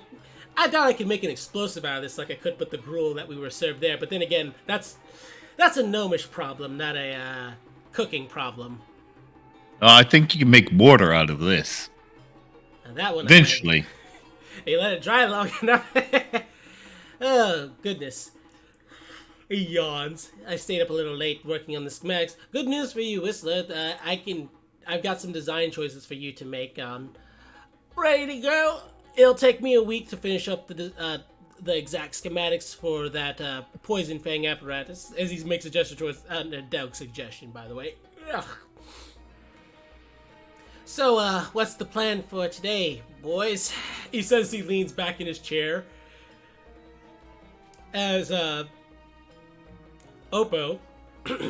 Well, actually, I didn't have any plans for today. Nothing particular. I think you guys picked up another quest, though, that you were needing help with. He says, looking over at Calligraphy and Delg. Aye. Rain's heaved over. Oh, that's actually quite lovely. That means that it won't be a pain in the ass to travel across the desert. Exactly. That's a relief. I didn't even think to go check. Oh, I did as soon as I didn't hear nothing. I personally like this. I do not like getting wet or the possibility of getting rusted. Well, how do you know with the new design upgrades I have planned, rust will be less of an issue, but that's it. Time! I don't have time to do that today. And I need to pick up some materials from the shipping yards. When I have time and a little bit of extra... Well, I have coin to work with. Thank you, Svella. He says as he gives her a peck on the cheek. Thank you. She says as she kind of looks down a little bit embarrassed. Callie still looks at him dubiously. Again, don't pilfer from people in this town. We're trying to help this town, not make it. I am Grumpy. legally purchasing parts this time, thank you. Legally. I keep it that way. We don't need to be known as troublemakers. That's true. And I much prefer that they look at us and go, ooh, money. So, what exactly is this other job that you guys agreed to take up? It's actually pretty easy. Go check up on a wizard. Mitten has a friend who hasn't been in town in a while. Apparently, he used to help the miners find the pockets, and hasn't come to help them with that either, so seems they're getting a little worried and wanted someone to go check, make sure he's alright. Not, not a forced retirement, I guess. Oh, I see. It's just helping Mitten, so I'm kind of willing to help with that. Plus, I have experience with dealing with wizards, seeing as my God, it feels weird calling him like my adoptive father, but when my father passed away, he helped take care of me for a lot. So I kind of have experience dealing with powerful wizards. I'm not sure how powerful this guy might be. He is a lone wizard living out in a tower, so probably a little crazy, says Rumpus, scratching his chin. We did get a letter to help explain why we're there, just to maybe avoid being fireballed. That is rather problematic. Rumpus says, if you guys really want me to, I can come with you. Otherwise, I'm perfectly capable and willing to stay home. And, hold down the fort, as they say. As Oppo chimes in, actually, I'm kind of either way on this one. Seems like you guys might benefit from having a shaman just in case someone does get accidentally fireballed. I can at least, provide a bit of healing on the spot. As the Cyclone echoes that sentiment, Cyclone is willing to help out with this, seeing as it is a favor to Mitten.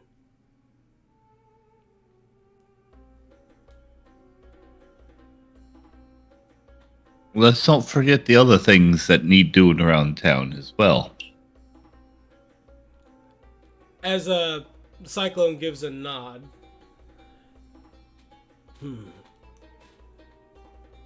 The Cyclone could take a day off. Make sure that things are okay in town. If someone else is willing to also stay here and help the Cyclone hold down the fort. Well, by that I was more meaning the fire newts and the wyvern problem. If it's fire newts, then the Cyclone will absolutely volunteer himself. He has the ability to speak the primordial language.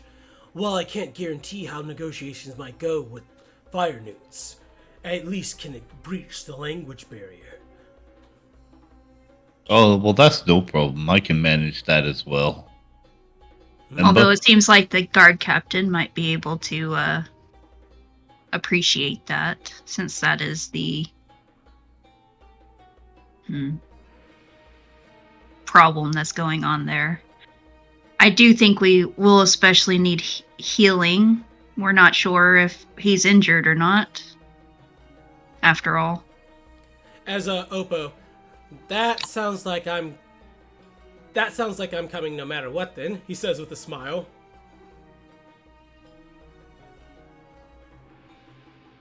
It would be appreciated. As Svella says, it's been a while since you've left the base, Rumpus. She says as she gives him a hard stare. You need walkies. I don't need walkies. I'm fine inside my life. As she stands him up to his feet. You need walkies. Go outside. Touch grass. Touch sand. Ha! Jeez! Fine. You'll get some pocket money out of it. I am interested in money. And if I take this job with you, then I get my share of the cut instead of having to share with Svella. We share everything, says Svella. It is our money, not just mine. She gives him a pat on the back. Well, when he comes along, it's 2 shares, not just the one. That's true, we do have Rufio to come with us. And Rufio is pretty useful when it comes to potentially stuff to hide behind. As he gives Rufio a pat. Is he a little bit faster now? This will... is about 2 days. A walk, I believe. So we have to think about the distance. Probably rent some chocobos again. Chocobos? You think you mean Il Cuckoo? Wow, brain. Thank you, Il Cuckoo. I understand. Sorry. As Rumpus, technically Rufio is only slightly slower than your average Il Cuckoo, if I'm being honest. Maybe they got about 10 feet on him. The speed upgrade I gave him is pretty nice, though. But we'd probably need to rent a cart, a couple of Il Cuckoo to pull us along. I think that's reasonable. What's about the going rate for that?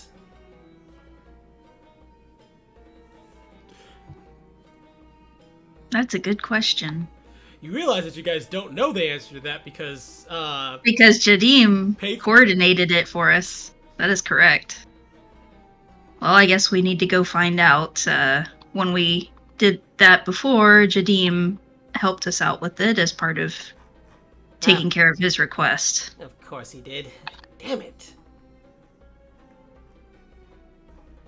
Alright, well, since I'm being forced to go outside, as Svella crossing arm, you need it. And Svella says, I will hold down the fort here. As she turns to Rumpus, gives him a peck on the cheek, I'm also going to steal some ice packs from out of the barrel that you have inside your lab. I'm still a bit swollen, she says as she she takes her leave of breakfast, but not before turning to Del Ganopo. Thank you for breakfast. I appreciated it. Not a problem. As Fala is sitting out, as Cyclone says, right, the Cyclone will go talk to the guard captain to see if he can't help him out. I wish you the best of luck on your adventure, though. Same for you. Be safe. The Cyclone will simply do his best. If things become too hairy, he may come back and retrieve Svella. Make sure you do. Alright, and the Cyclone, I'm going to put him in his room, but we know where the Cyclone is and what he's doing. As Rumpus says, well, guess that leaves us to go do this request. God, it has to be a day's travel. Ugh, that means we also need to make sure we have enough water with us. I'm pretty sure Mitten will give us enough water if we ask.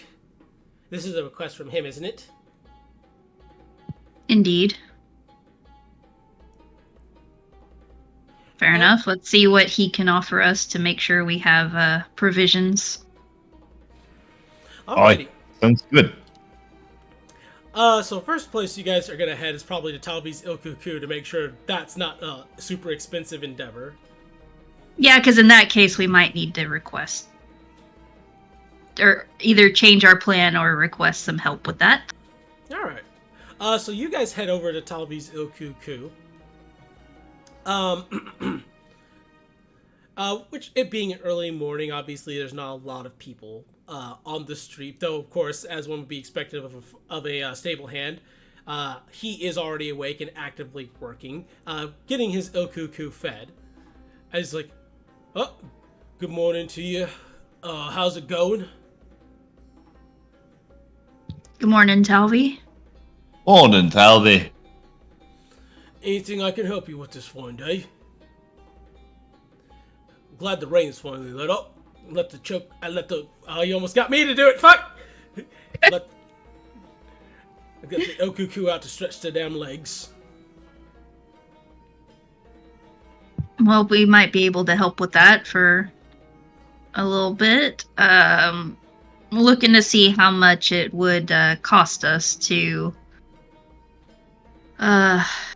get 2 Il Cuckoo and a cart. How many days you need them for? There's actually a discount for depending on how long you take them out for. She kind of looks at Delg. I don't know. They said it would, with Il Cuckoo, probably about... Wait, weren't we told it was about half a day if we took Il Cuckoo? A single day. A single day. So it would still be 2 days total. Yeah. At least. Okay. Well, based on what we've been told as far as the distance, it would be about 2 days. Hopefully not longer. Well, I see. Unfortunately, the discount starts at keeping them for a fortnight, so... Yeah, it's a bit longer than planned. For sure. I mean, going right for that, it's a bit more fair too. Are you looking to rent a cart as well, or are you just going to rent the birds individually? The cart as well. Yeah, as Rumpus, absolutely need a cart. Well, if that's the case, it's going to run you 5 silver pieces per day per bird. So if you're going to rent 2 birds, if you're going to be pulling a cart, it's going to be 1 gold per day, so at the very least we're looking at 2 gold pieces. Also, of course, insurance papers, as stated with last time you guys were out renting QQ, that if any harm comes to them, or if you get one killed, you have to pay for the price for one. Simply just how it be. Price for renting the cart, I'll charge you 1 silver piece for the 2 days. So, total that will be... So that would be... Why don't we put a down payment on 3 days just to be on the safe side? That's fair. If you guys come back sooner rather than later, I'll keep it... I've got a sharp memory, and I'll make sure to let you guys use some birds in a cart for free next time if I end up overcharging you. That sounds fair. If that's the case, I can probably throw in some feed and enough water to at least keep the Okuku hydrated for free as a kind of bargain. That way you're not losing money on this endeavor. Kind of looks at like that seems like a fair deal, just to make sure we're bases covered. Oh yeah, that sounds very good. All right, we'll take that. Obviously, if something makes us take longer, we'll pay the difference when we get back, as needed. Well, I'd be more than happy that you guys just come back in one piece. Heard the news last night that you guys helped clear up that Destinger situation, something, and all the miners are ecstatic about it. Aye. We're hoping to take care of a couple of the little problems around here before much longer. Oh, that's good to hear. Very good to hear. Indeed. I'll get your birds all set up. If you have any other business in town that you want to take care of before too long, I'll take a while to groom them up a bit and get the cart all nice and set up for you. How many people inside the cart, by the way? Technically, it would be 4 people, but you know there's also technically the 2 constructs, which makes 6 total.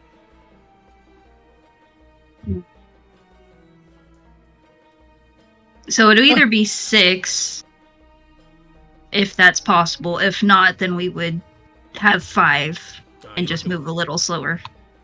You're looking for a much bigger cart than normal, though. That's fine, though. He's like, yeah, I got you, though. I got you covered. Okuku should easily be able to handle that. As you see him picking out 2 of his bigger Ilkuku from his thing as he's getting them all groomed and bridled up. Spring you guys up a little bit of time to go and talk to Mitten about other arrangements. Indeed, because he's providing some water, but that's water for the birds. Yes. Okay. And the upside is knowing that Mitten actually can do the water himself. Yes. All right. So we'll just say you guys head over to the last end. Early morning. There are a couple of miners who are up already, who greet you guys. It does look like there are a few here who are hungover from the festivities yesterday. But other than that, fairly quiet in here, as Clara is the first person to greet you guys. Welcome to the last stand. How can I help you? Do I need to prepare a table for you guys, or will you be requiring something else today? Morning, Clara. I will be needing something else today. We need provisions, about 3 days of water for the lot of us. Yep. So if quite you a don't lot of mind, water. yes. Is there a reason particularly why you need this much?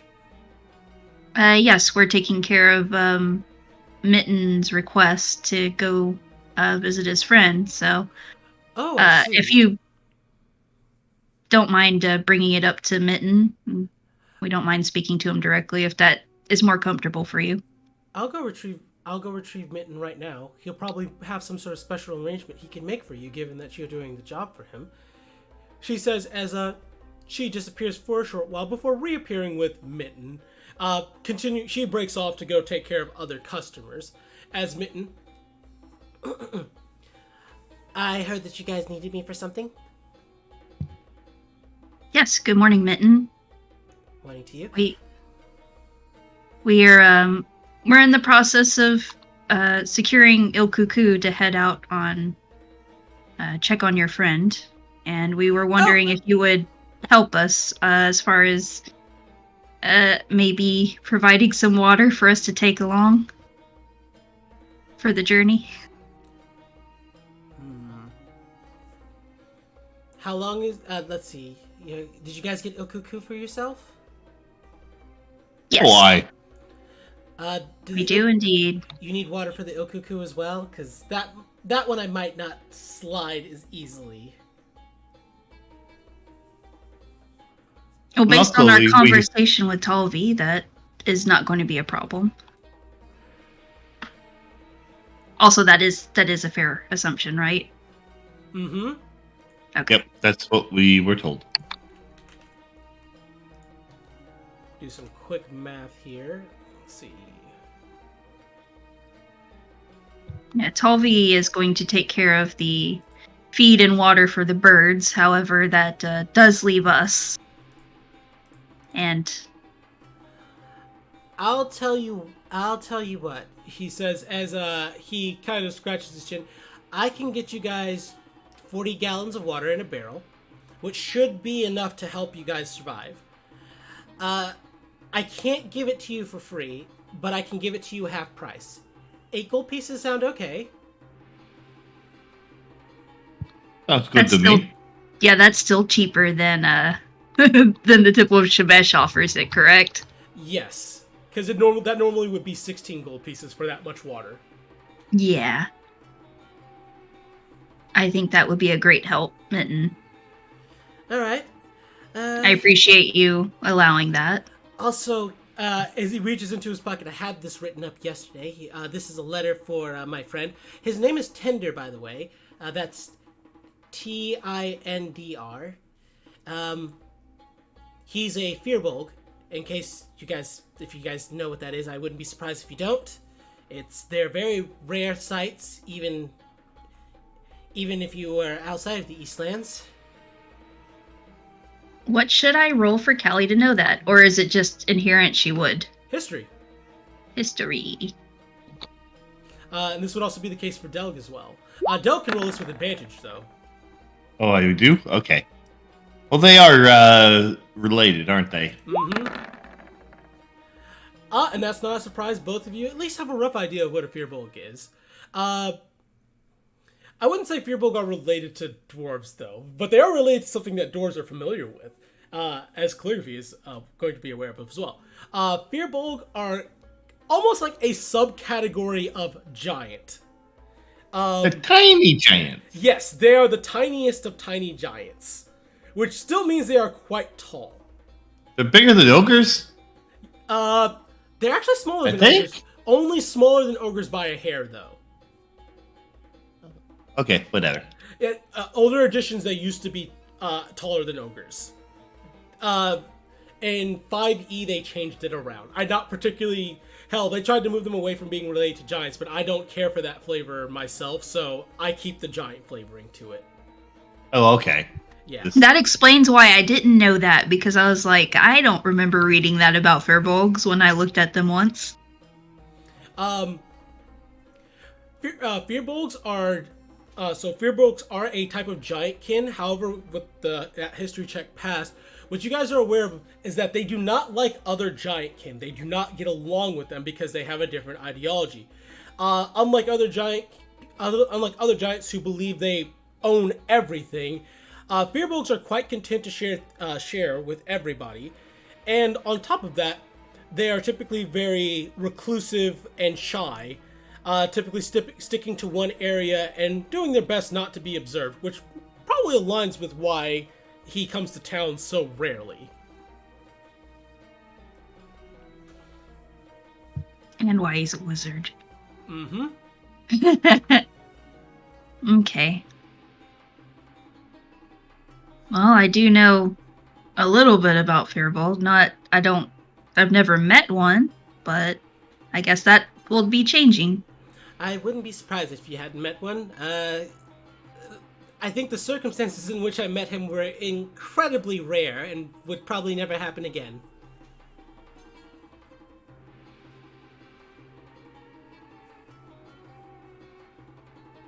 Well, in the meantime, get this barrel out there.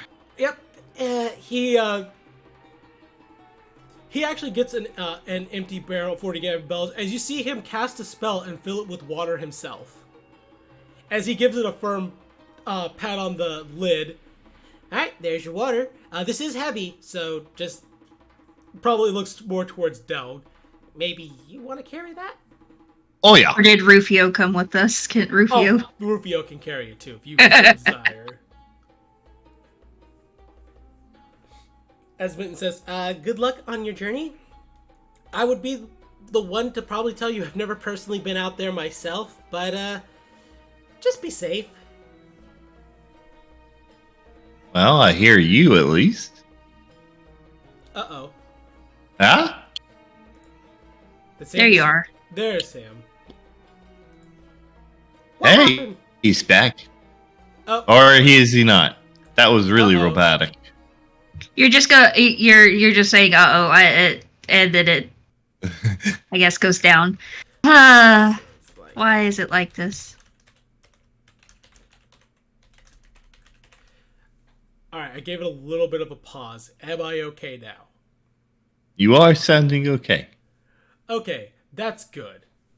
Let me see if I can get closer, adjust my Wi-Fi thing to see maybe if it was just an awkward angle. Uh-oh. Music. That's normally not a good sign. Not a good sign. When the music stops looping, then I know that I had a big hiccup in the internet connection because it stopped looping. I'm like, uh-oh. Oh, dear. Okay. I mean, if I'm back, I'm back, though. So, let's continue to move things along. As Mittens hands you the letter, it's just like, if you tell him that I sent you, or if you can at least get that message to him, he's probably going to ask for proof. All you have to do is hand him this letter. He should know from this letter that it's from me. And hopefully we can avoid any real problems, he says as he hands the letter to either Calligraphy or Del, whichever one of you takes it first. I have barrel. Alright, sounds like he hands it off to Calligraphy. Yep, then I'm taking that. And just doing the got it, pose. Da da da da. Alright. You guys return back out to Talvi's Ilkuku, where you see that a cart has already been prepared with a couple of big and strong Ilkuku already bridled and saddled up to pull the cart. As Talvi says, alright, Ilkuku are all ready to go for you. Oh, they look lovely. I I load up the water. two of my strongest birds. There are two extra barrels of water on the cart already for you guys, as well as a barrel filled with feed. That should last you. God, probably should last you 3 days with them. If it rains, just do your best to make sure they don't get terribly soaked. Don't want them getting sick. Aye. Outside of that, though, he gives a wave. Safe travels. Try to avoid the sand ships that are leaving.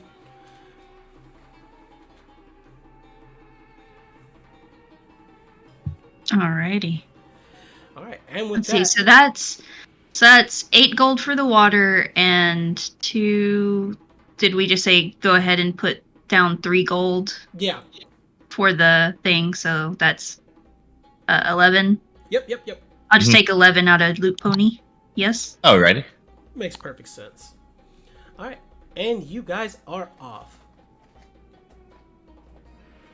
What the fuck is that sound? What sound? Oh, it was Freya climbing on her. I thought someone was popping fireworks.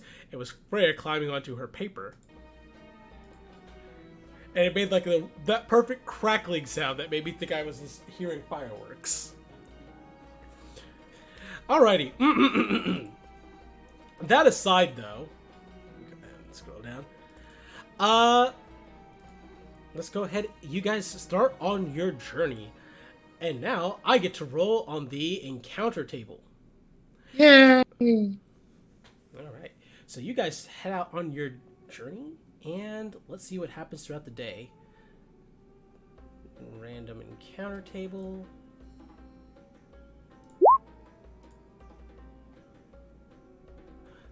You know, somehow that makes sense.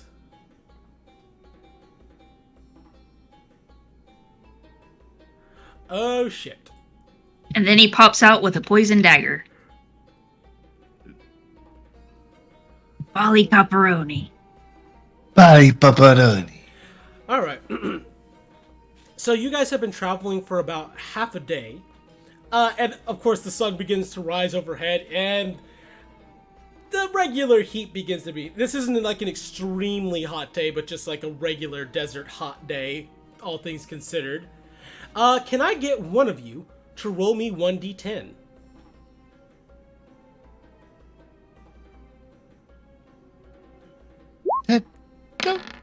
Oh, crap.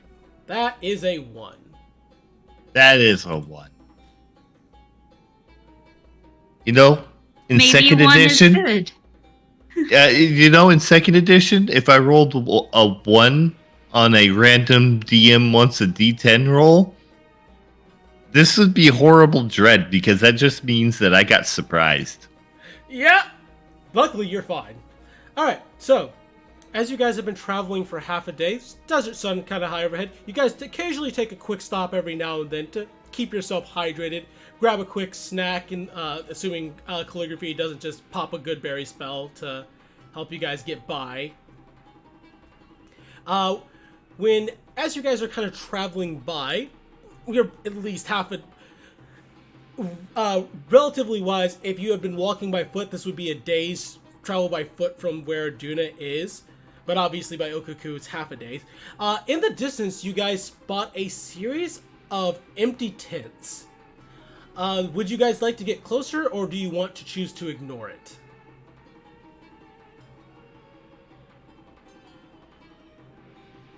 Empty tents, like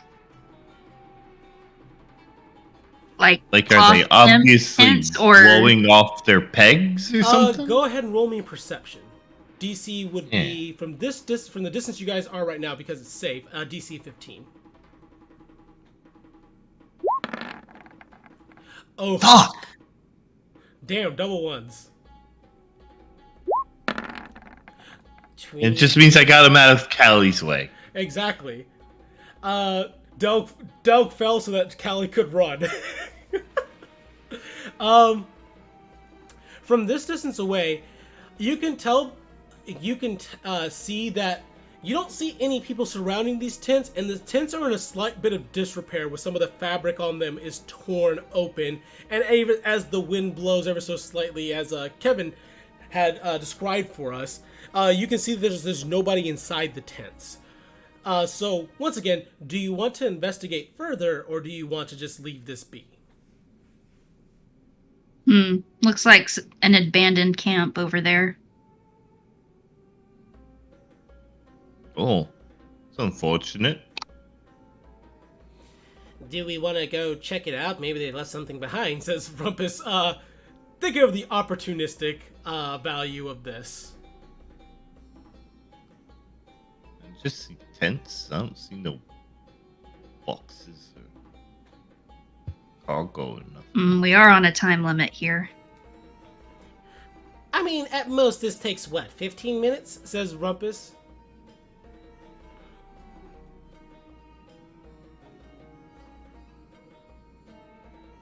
Thus. Sauce.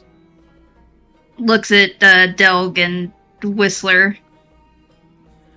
My only concern for if we did stop would be to check and see if there's anybody injured nearby. Other than that, I have no interest in looting what is potentially an abandoned camp.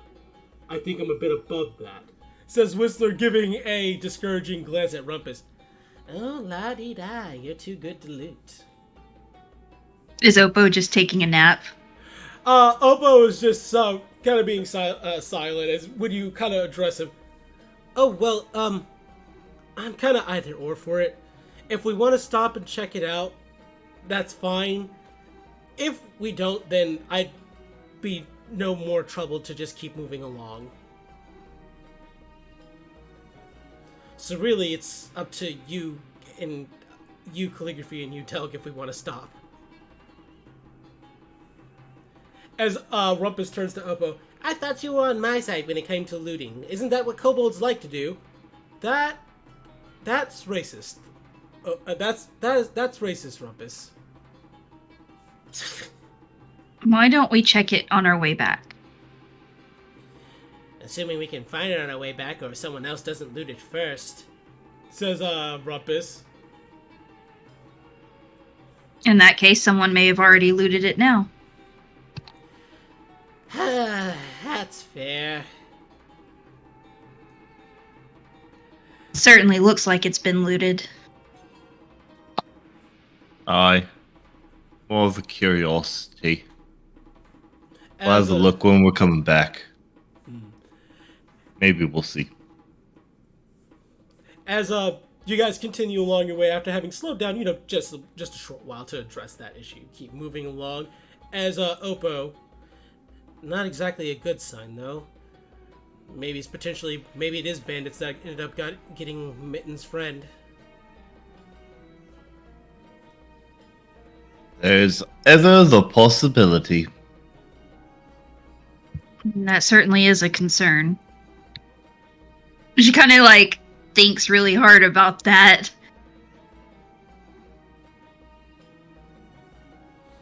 Alrighty. Now you're making me worried that he is there.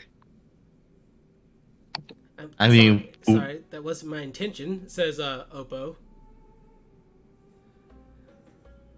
Whistler lets that aside. Are we really gonna stop and check out this camp?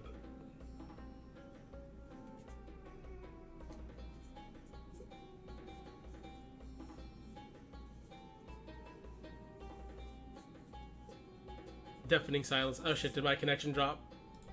Nope, no. just Okay. I was like, God damn it, not again. Sorry. Not again! Not again!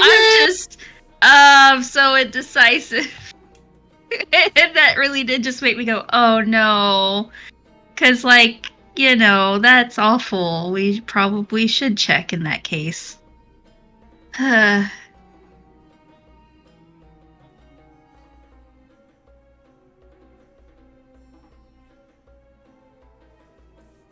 So the way you describe it, it makes it sound like any time-sensitive stuff's already gone. Indeed. Yeah, which is why I'm like, it it doesn't seem like a thing. But now it's like, okay, but if we go all the way out there and can't find him, then Then shit. yeah, then shit. Maybe he was here the whole time. Up to you guys. Not my. This is my favorite part as a GM. My players decide what's gonna happen.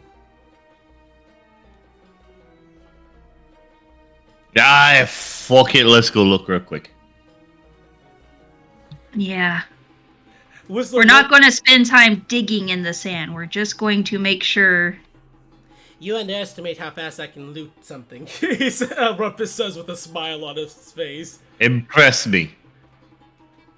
I damn well will, he says with a smile, as he takes his pipe out of his mouth, taps out some tobacco over the side of the cart, and puts it away. As you guys reverse the course ever so slightly to go and get a closer look at this camp. Pulling into this small makeshift camp, there are about 10 or 12 tents here, all in similar states of disrepair. Now that you're a bit closer, I could say roll me a DC 15 investigation. I will have Rumpus roll a investigation of his own. Yes, please. Because I'm going to guess his is going to be higher. Yeah, this is something Rumpus is good at. Good. Yeah, he's very good at this. Should I roll Whistler? Yes, please do roll Whistler. Also he has, I think, advantage if there's anything scent related, if I remember correctly. Give him advantage then. Let me double check it, but I'm pretty sure that was the keen hearing and smell. He has advantage on wisdom perception checks that rely on hearing or smell. Yep. All right. So he does have advantage on this. So let's see. Where is the investigation? And advantage. I should have Umbo. Should roll on this as well. 24 for Whistler. 24 is really good. Keep in mind, Whistler and Rumpus are looking for entirely different things. And that's fair. I think I'd say I'm personally more concerned with what Whistler's looking for than what Rumpus is looking for. That's fair. Probably, yeah. Whereas Rumpus and Rufio kind of disappear, and you see him just like very quickly popping into each tent, clearly searching for anything of value. Oppo every once in a while kind of lifts a tent flap and kind of pokes around what was once a fire. Here he's like, well, so someone was here. Not terribly long ago, given that there's a fire. Calligraphy, Delg, you guys find anything of interest? With your checks, no. Oh, I'll take My nat 1, all I have is sand in my eyes. Yep, sand blue in Calligraphy's eyes. When she was trying to open one of the tents. God, I've been turned into a human again. I can't see for shit. As Whistler is the one who chimes in with his successful investigation check. There are no footprints in the sand here. But, given that fire and the state of disrepair of these tents, couldn't have been more than 3 days since someone has been here. And, from the look of these tents, it appears that the wear and tear of them has nothing to do with something natural. These were done by claws from the looks of it. Though some of these look very intentional, as if they were done with some sort of scimitar.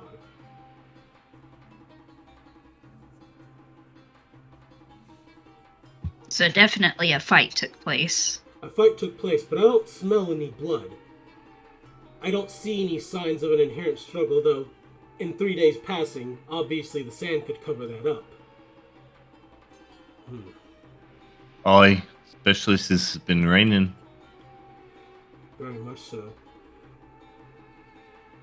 I'm confident enough in my sense of smell that if there was blood anywhere on this sand, anywhere on these tents, even with a couple of days of rainfall, I would have been able to smell it. I feel confident in that. I believe Oppo's assumption that its bandits may not be entirely unfounded after all. Well, that's... Yeah, we better tread carefully then. We set up a watch at nighttime so that we don't get jumped. I doubt that they would be terribly successful given... Well, we're all fairly perceptive here. But I'd rather not risk... And before he finishes that, ha-ha! I found something of value! Says Rumpus. As he comes out of one of the tent with a bottle filled with a reddish liquid covered in caked sand. Told you guys. Would find something of value here. What, something to make the journey a bit better? It's a potion of healing, so it's... Oh, well. Useful more. It's useful, and since no one else is here, I say that we'll get more use out of it than a bunch of empty tents. What'd you guys find? Mostly evidence that we need to keep a careful watch tonight. I mean, I figured that was the plan anyway, but yeah, sure, whatever. He pockets Signs of a bloodless struggle somehow. Huh. Interesting. That actually is interesting. He very clearly pockets the potion of healing with no intent to share that.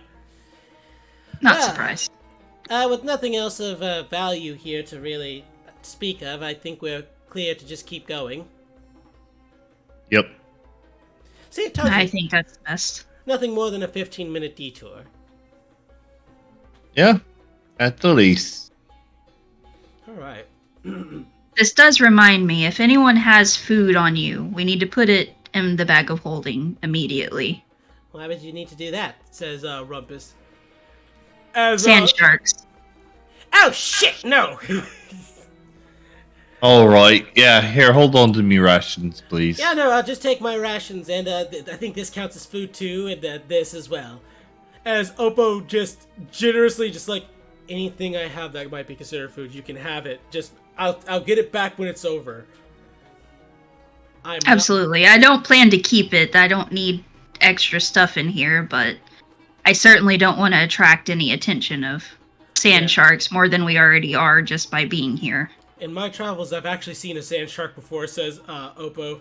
I don't want to I don't want to have to deal anything to do with those psychotic lizard fish. Yep, I'd rather not have to beat another one to death, but, you know. Exactly.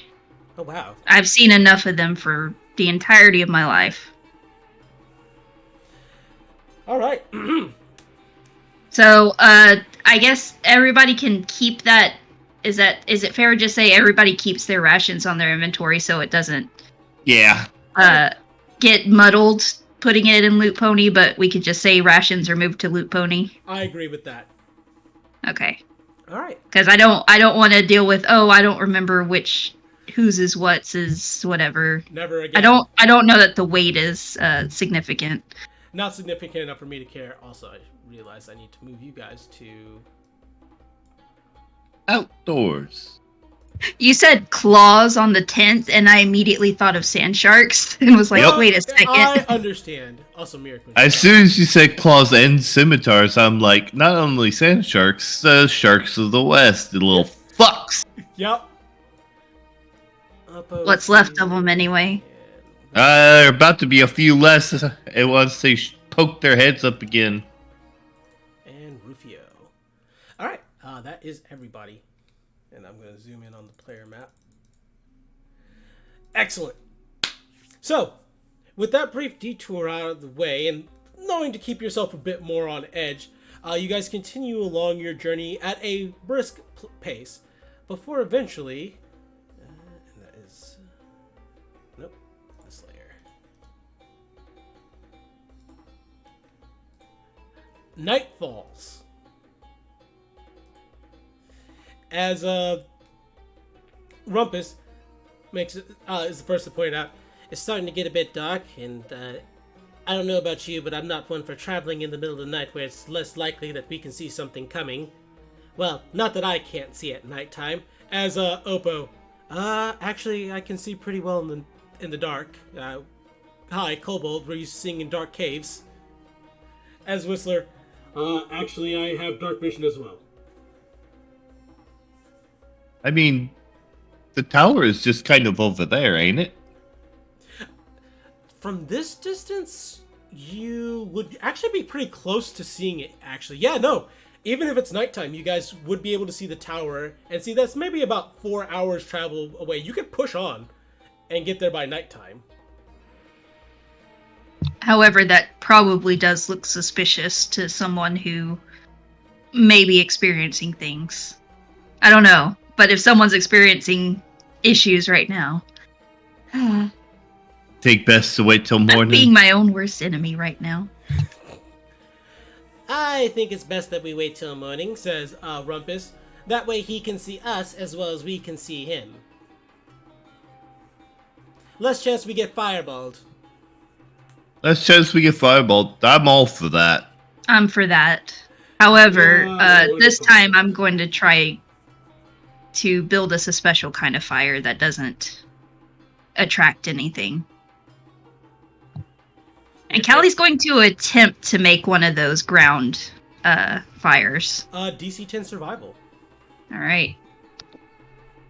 Little trench fire. Mm-hmm. Yeah.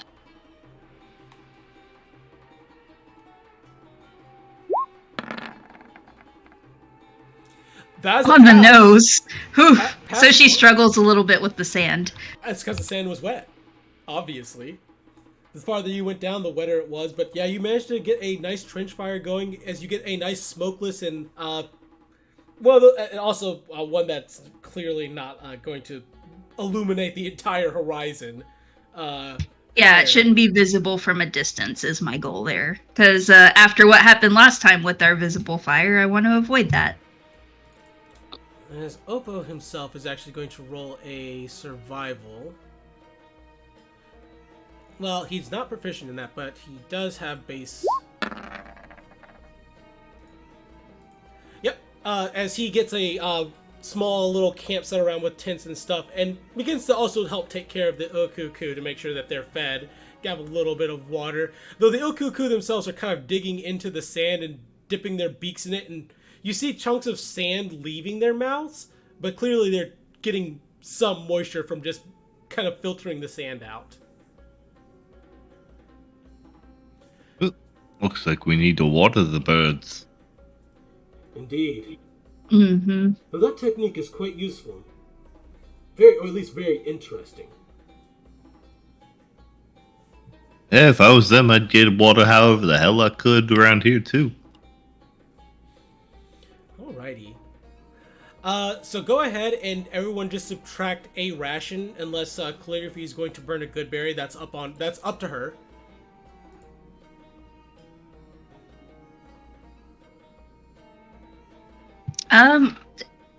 Honestly, it's not a bad idea. Because I actually don't think I have rations anymore. I'm looking if they got all gifted away by a certain someone.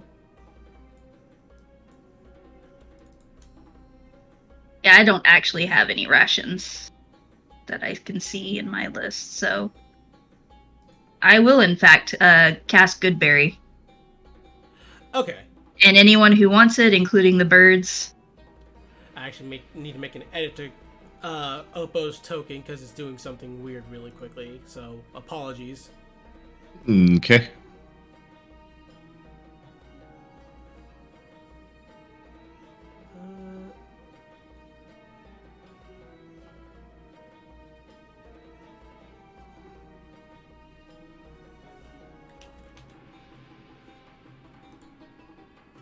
Actually, I need a second to go use the bathroom. No, you got time. Hopefully I can fix whatever is wrong with Oppo's token.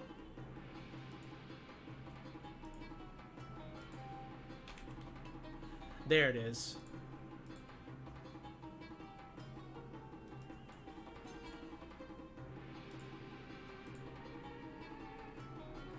That should fix that.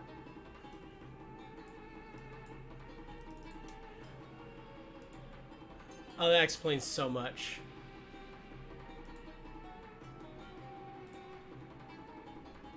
Perfect. All right. I think that it's okay for us to continue blah, blah, blah, blah. Continue with certain things, even with Kevin not here, because we'll just continue when he gets back.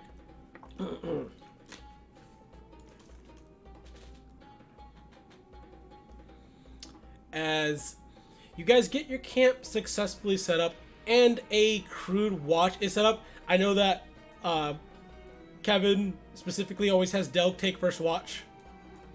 So Delg is first, and you really only need 4 watches, so Whistler will take 1. So it's up to Calligraphy if she wants to take a watch, and then I will have either Rumpus or Oppo take another watch. I'll be completely honest, I don't trust Rumpus to take a watch. Yeah, so you're going to take a watch and you're going to make Oppo take another watch. I think Oppo and I will have the knowing nod of Yeah. we're more likely to survive if we don't let him do a watch, because he'll just go to sleep. Yeah, that has happened in the past, actually, if I recall. I don't know if it was him or someone else, but yes. Nope. I was just rolling your perception for you really quickly, because I figured Doug would always take first watch anyway. First or last? Alright.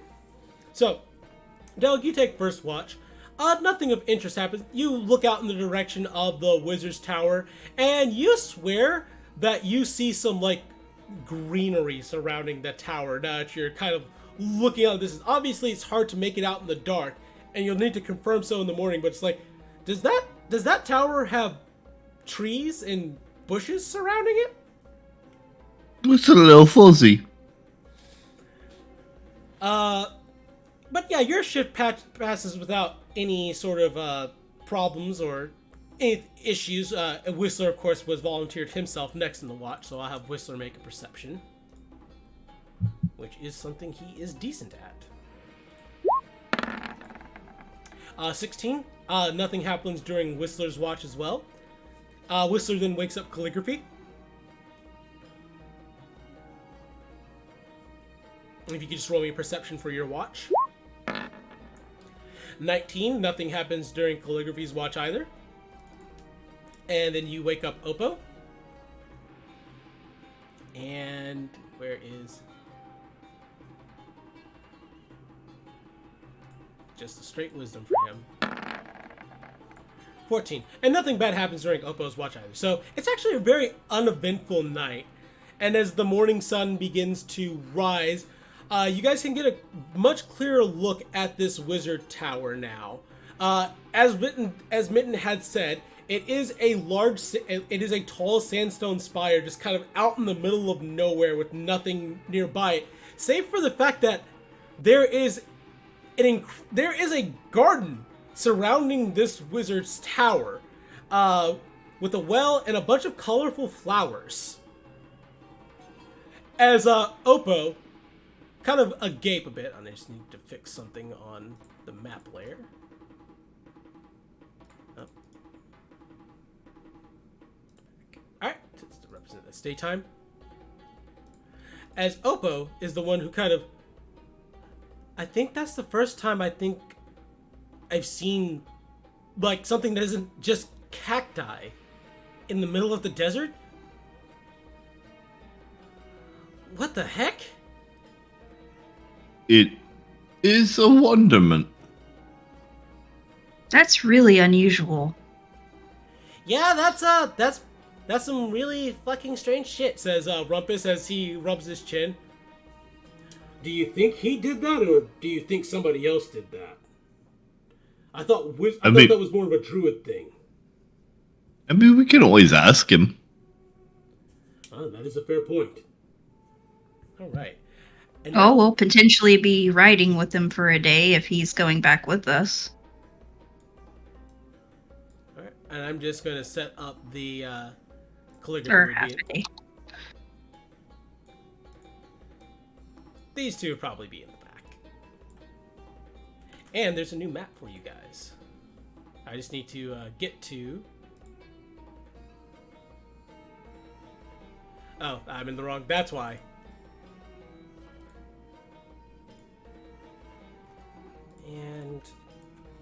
that. And let's go ahead and move you guys here.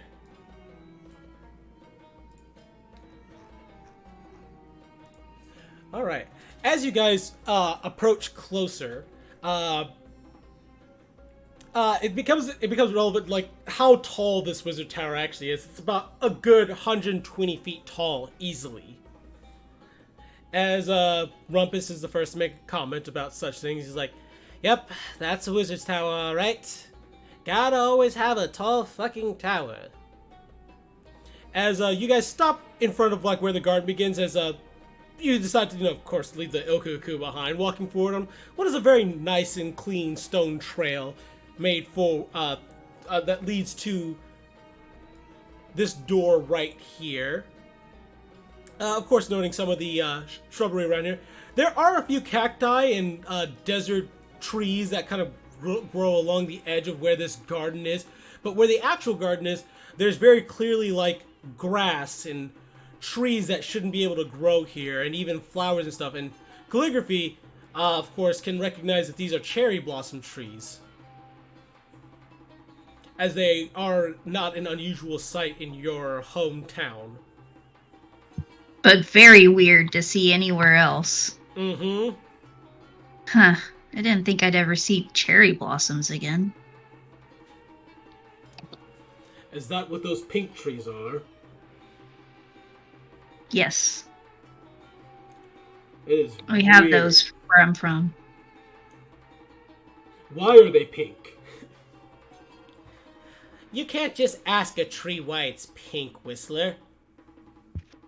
Well, legend is that the bodies of the dead were buried beneath them and their blood soaked into the roots.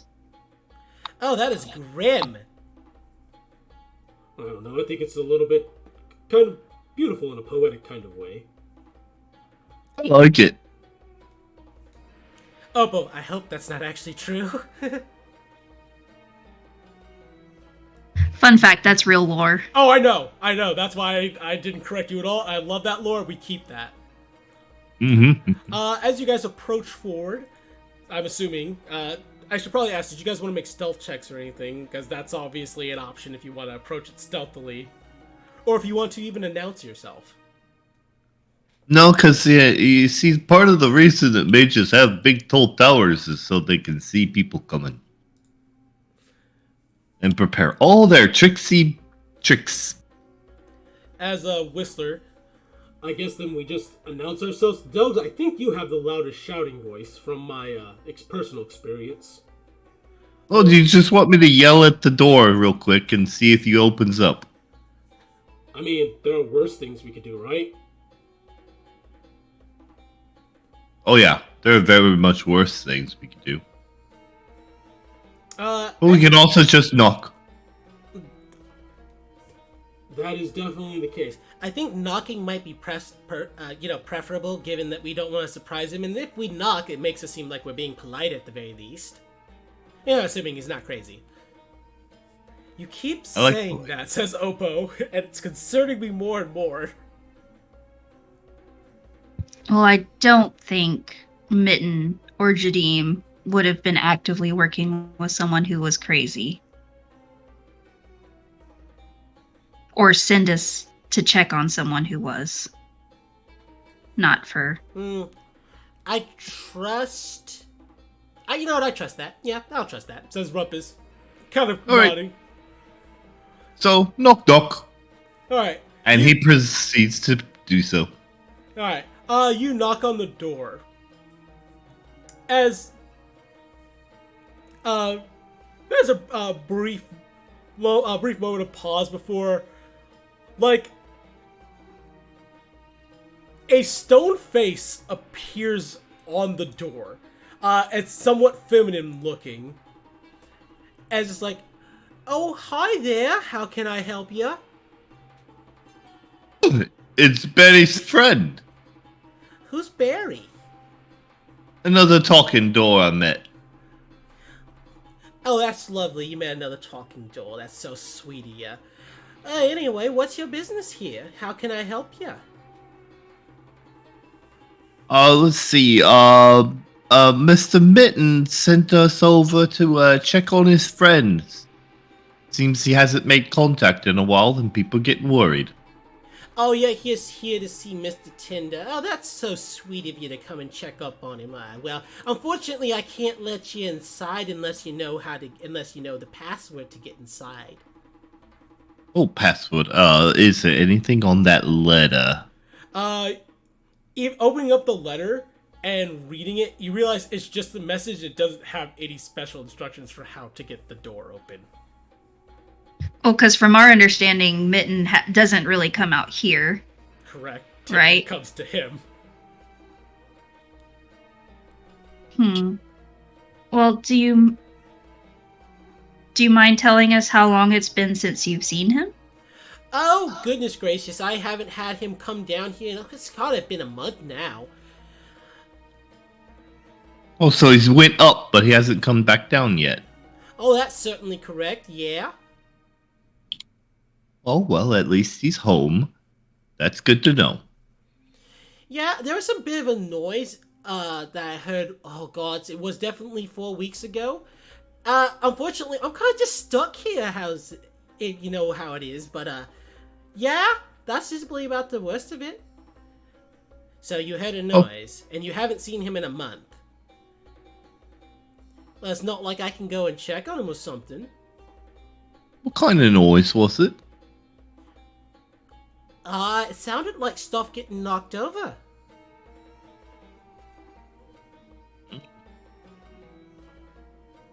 Well, that doesn't sound good. Well, I can tell you, at least from where I was standing, I didn't see nobody come up there, or no one climbing me. Well, at least, not know where I could see, and I can see everything that's in front of me. Oh, but can you see behind you? Oh, heavens no. Oh, dear. I think we need to check the perimeter. Yeah, we need to check the perimeter. And, sweetie, have a thought while we're doing that about maybe opening up so you can see inside too. And we just look.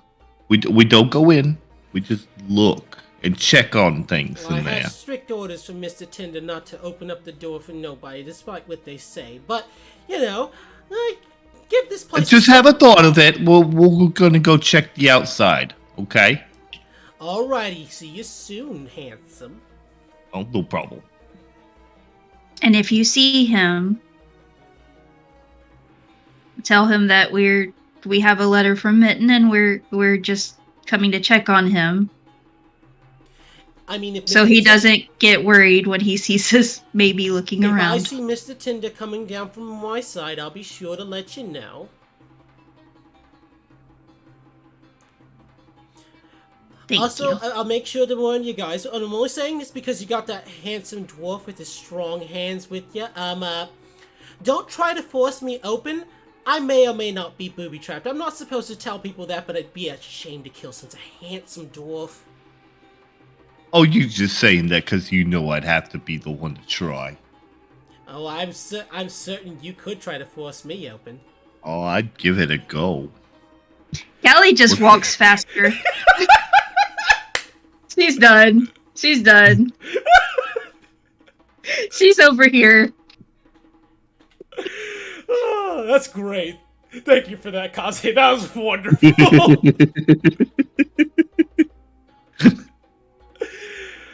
Alright. Alright, now to see if Delg has a case of the giggles while he's searching. Alright, go ahead and roll me an investigation check as you guys are kind of walking in the perimeter of this area. Because at least perception-wise, you can I can just give you guys what you guys get. Wow! Good job, Delg. Looking Gosh, around, my rolls. the Wizard Tower is 120 feet tall, and you notice that there are some windows on the very top floor of this tower. But other than that, there are no other windows.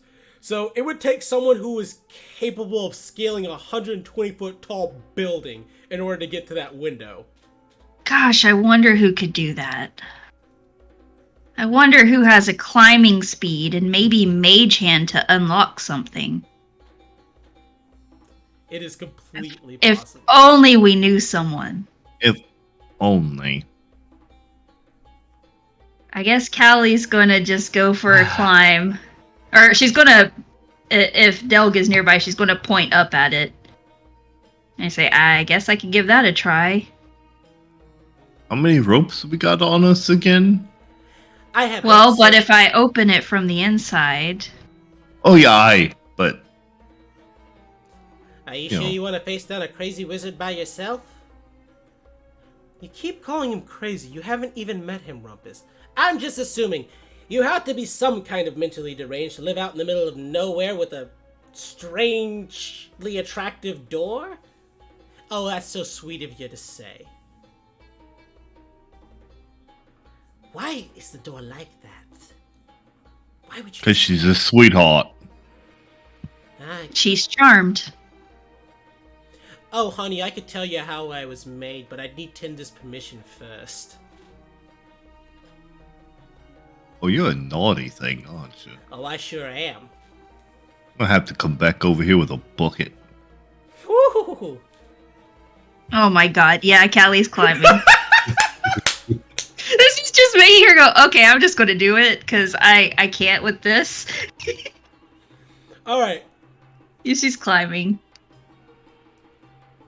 alright. You don't worry, you're gonna disappear for a little bit, and you will reappear. After I reveal something for you. Is it safe to say I can, or wait, I guess I'll wait. Obviously. I was gonna say I could mage hand to unlock something in theory, because I could see through it, right? Oh yeah, absolutely. So you climb to the top of this mage's tower so you can peer through into the window, and where is my fortune reveal tool? There it is.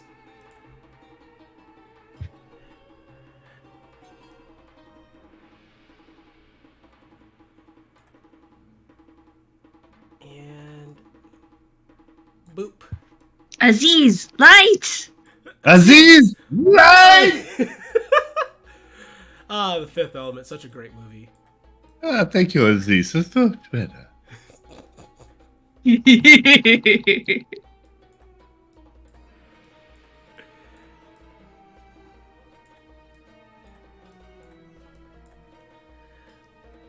That pretty good? Yeah, that give you a good enough thing without me having to try to reveal some barren areas of this map? I think so. Alright, you climb into the window, which is currently where you are at, as, you find a pretty nicely furnished room. Obviously, I would assume you would look inside first. You're not stupid. Absolutely. First of all, I'm going to make sure I'm not just like someone's just looking at me like, "Hello there. This is the 100th floor." Not the 100th floor, but you know. Alright, you peer inside through the window, looking around before you go in first. I would say roll me a perception just to see if you see anybody stealth. There's someone who's like hidden themselves inside. Since that would obviously be a concern. Fair enough. 13. And obviously she's looking to see like if anything's knocked over out of place, like unusual beyond being lived in. Mm-hmm. You don't see anything. Yay. However, looking inside the window, you see a bed that hasn't been made up, and even though I have this chair right side up currently, you can see that the chair here appears to have been knocked over, as well as the carpeting here is a bit scrunched up. And it does look like there was a struggle here.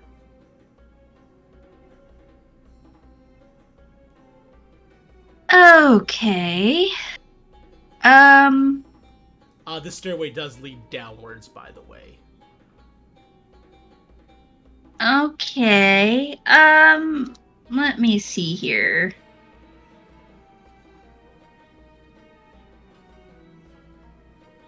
I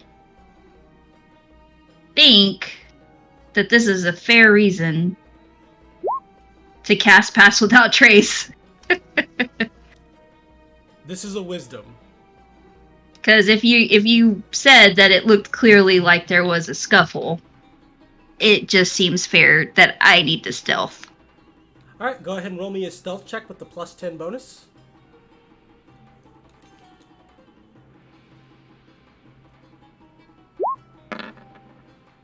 That is a natural fucking 20 to make a That's a 35.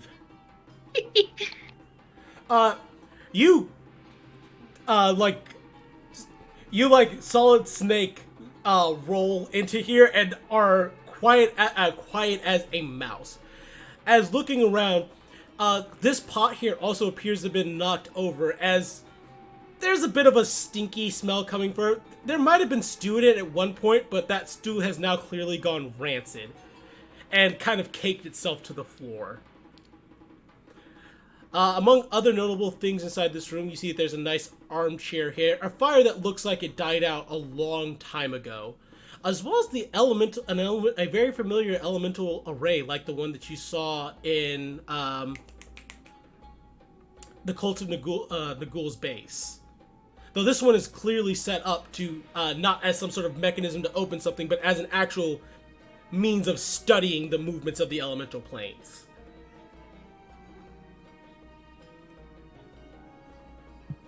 Oh, goody.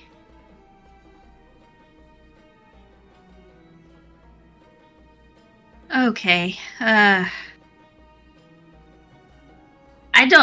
sad thing is I just don't think I can get anyone up here. So I'm going to have to try to get down to let them in. All right. Okay, so it's 120 feet. Can I have a guesstimate on how many floors realistically that has? Because I just realistically have problems visualizing. This room is about, I would say, about 40 feet tall. There's a lot of headspace above.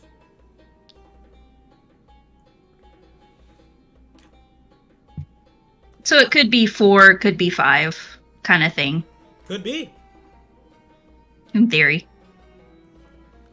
Unless there's some small floors, but that's fine. Okay, I guess I'm going to try to sneak my way down the stairs. Is there like a hatch?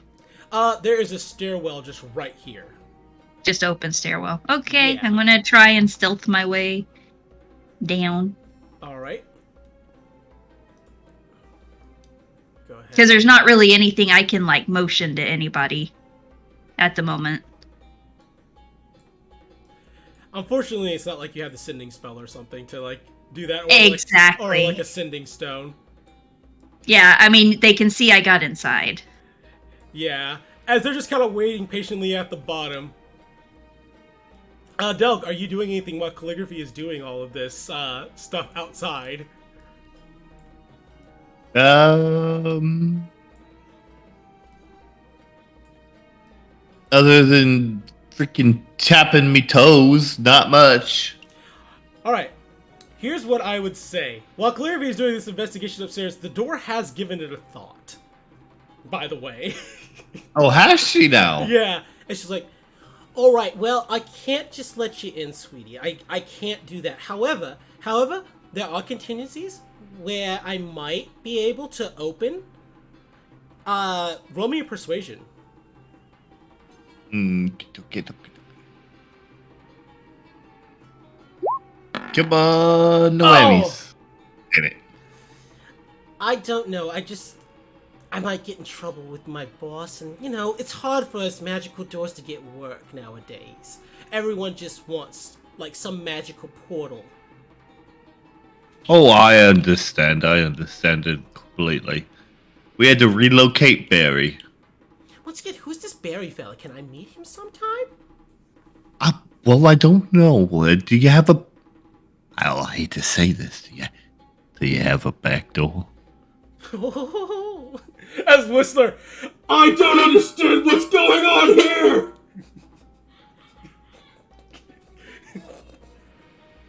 As Rumpus says, you're too young for this. Honestly, this is enjoyable as shit. Unfortunately, your friend up there, she went up there to the window. You know, I may have a back entrance that you might be able to use. Oh. You got A little place he needs to get out from under occasionally, Well, just in it's, case you know, they're it's watching you too much. It's it's just an emergency way for me to open. Oh. It's from when my original creator made me.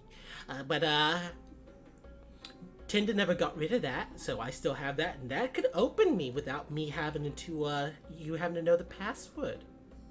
Oh, it's a key.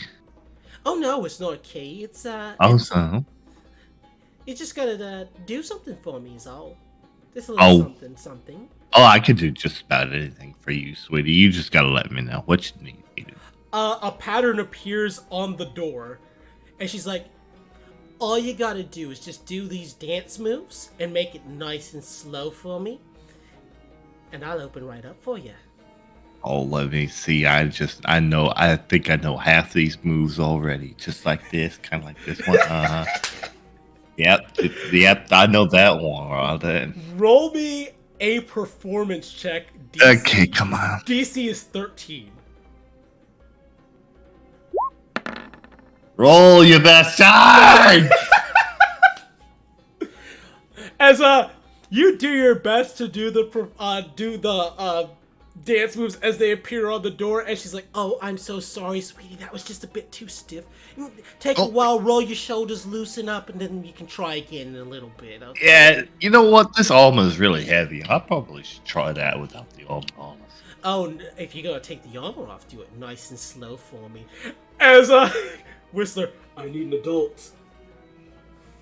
I am an adult.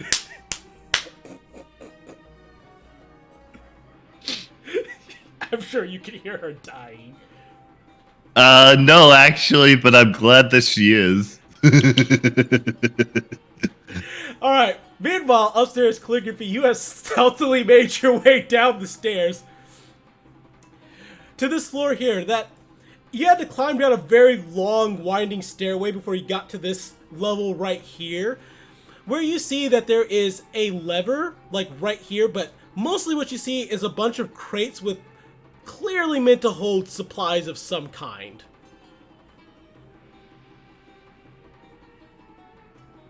Well, I heard wizards need a lot of components, so I guess that tracks. You notice that there is no way down, perhaps no way actively you see down, because this stairwell stops right here on this floor. But perhaps some obvious assumptions can be made. Probably a safety function.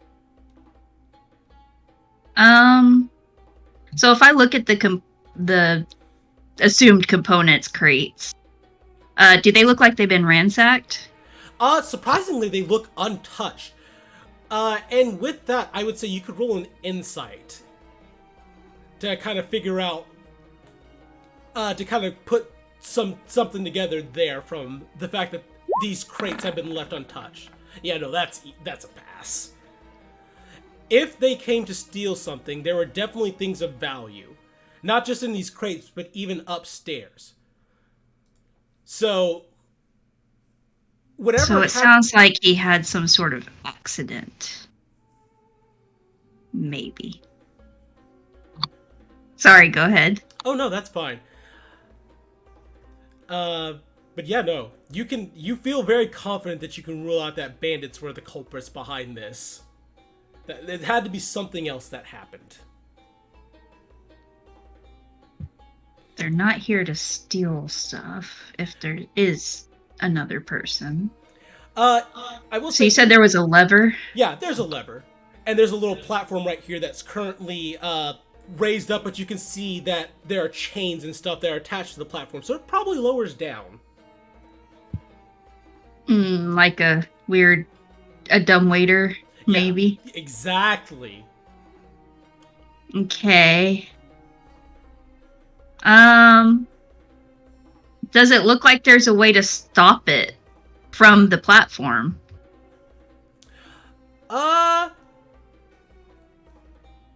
It does look like there are measures to keep it from, like, just instantly falling. Like, it would go down slowly and raise slowly if you cranked the lever. Okay, so I guess the better way to put it is the lever kind of attached? Is it like attached to the platform, or is it on the ground here? It's like there would have to be another lever at the next floor. There would have to be another lever on the next floor. Okay, that's not scary at all. That's a trust exercise. Sure is.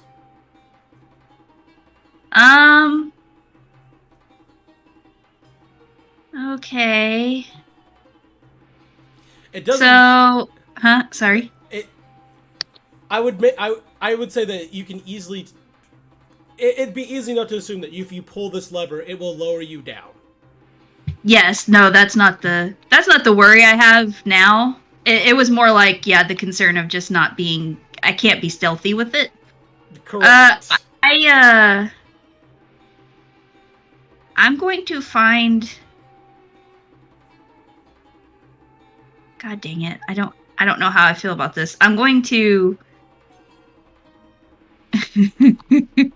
try to decide if I want to do this. It sounds stupid. I kind of want to set off the lever and just let it go down without me. No, that's fine. And I would like to not just be leaning over it. I kind of want to Take a step back. So if, it lowers down and someone's down there, I'm not visible immediately. Okay, that's perfectly reasonable. You pull the lever as it slowly, with the clinking of chains, begins to descend down. Meanwhile, Delg down here at the bottom floor, you hear something like the clinking of chains going behind this door here. Oh. Oh, I'm so sorry, there's a bit of noise. I guess your friend must have found the way down. That'll maybe Tinder's finally coming down for a visit. I can go and look on the other side of the door. If you just give me a moment, she says as the face disappears. And then comes back. Oh no, looks like nobody came down. I wonder who pulled the lever. So very weird. Anyway, I want to see your moves once more if you're willing to give me another shot, big boy. Oh, okay. Give you one more go. I'm just glad I can convince you to keep your armor on, says Rumpus. I mean, it's Door's choice, ain't it?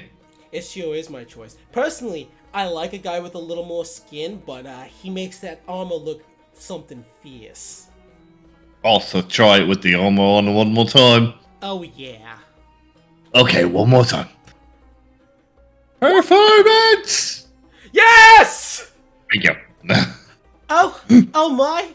Those moves? I think I'm gonna as the door opens. I'm gonna unlock. I'm so sorry, Sam. I know you hate Dying.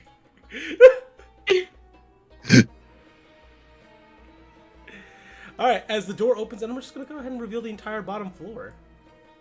As Calligraphy, from where you're standing, you hear the door open.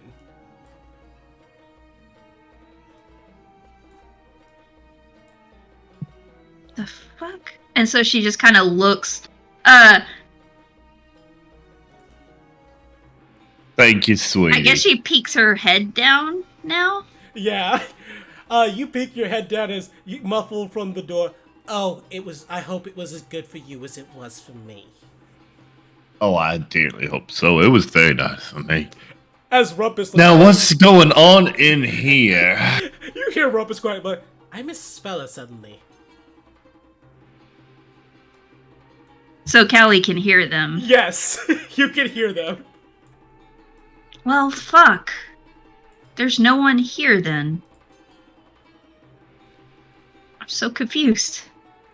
As you can hear Calligraphy from upstairs, unless you're trying to actively be quiet. No. She's probably saying it down to them. Yeah. She's There's no one not up canceling there. her spell, but, Del, by the way, can you roll me a perception check? Sure can. The DC for this perception check is... Scooby boop. Let's make that a DC 20. Woo! Go, baby, go. Fuck! I walk into it. Yeah. Ah! Yep. Let's say you get to about right here. Hey. Rumpus not too far behind you. Whistler, once there's space for it, by your side. Oppo taking up the rear.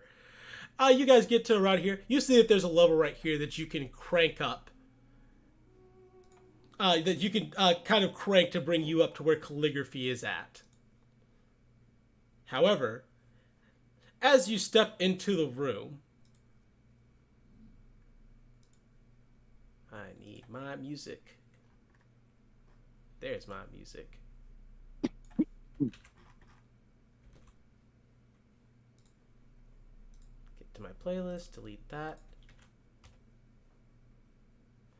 You hear a sudden shifting of earth as coming from out of the stonework and almost from out of the ground, almost like it's melding out, as if it's melding out of the stone. You see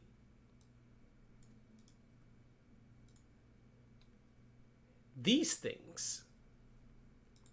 You see two beings made out of earth as they seem to kind of rise out of the stonework and the ground itself, not leaving any visible blemishes or marks as they do so.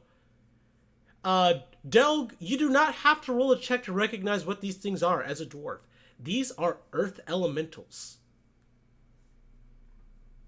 Oops. Out.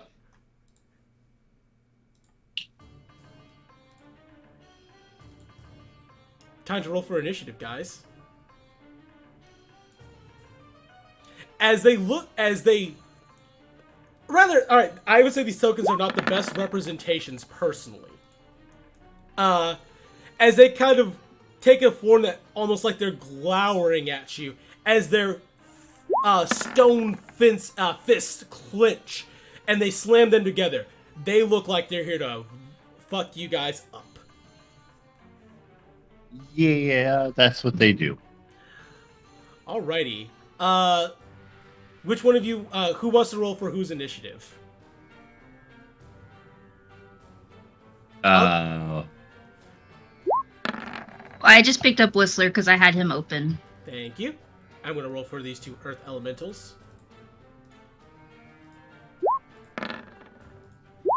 Oh, that's probably the highest they could conceivably have rolled, actually. Jesus.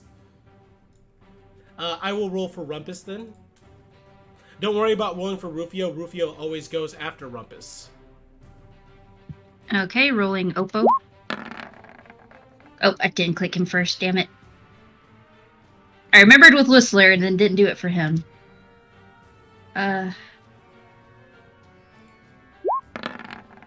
I didn't click on fucking Rumpus when I did that, damn it. It will Rumpus hit, at least. Oh, that's weird. But here's Oppo again. And that should But be he rolled Oh no. Yeah. an 18. Oh, it did it before. Yeah, he rolled an 18. Whistler has a higher initiative, so I'm going to fix that really quickly. But yeah, calligraphy, you looking down from the hole from where you're at, you see two giant stone-like beings suddenly come from out of the very ground itself. You can roll me an Arcana to see if you recognize what these creatures are. Obviously, of course, Delk has already recognized what these are.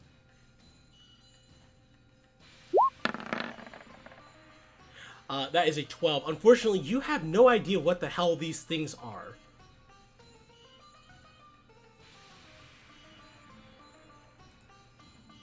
So what does calligraphy do upon seeing these two? Now, technically, from the angle they are at, they would have normally had half cover because of the angle calligraphy has to shoot from in order to hit them. However, because of her sharpshooter feat, it don't fucking matter. Tee. But I do need to move, right, in order to see them. You're on the edge of where the platform is, so I would say you have vision of them.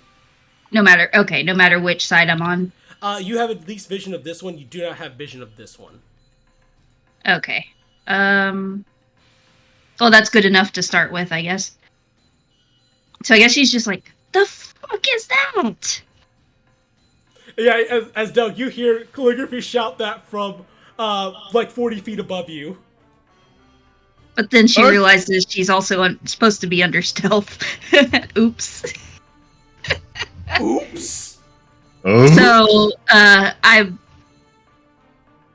going to basically say that obviously she doesn't get stealth. She's not going to try to be stealthy because she just fucked it. I appreciate you staying character consistent.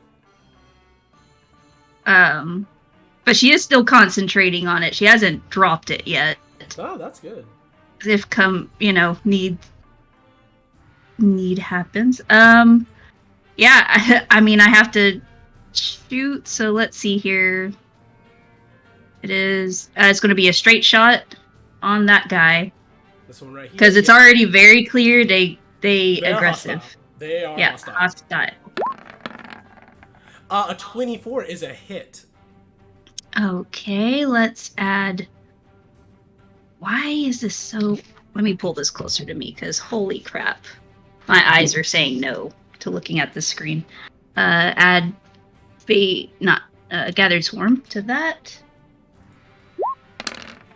That is a total of 17 damage. That is 17, and let me take my arrow down, tick. And let's go again.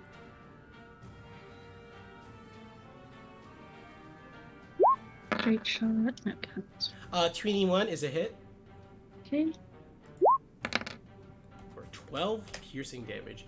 As pulling out your new magical bow, you fire 2 shots down at this thing as bits and pieces of rubble and rock fall from its body as its head slowly turns upwards and it shakes a fist at you. So for my bonus action,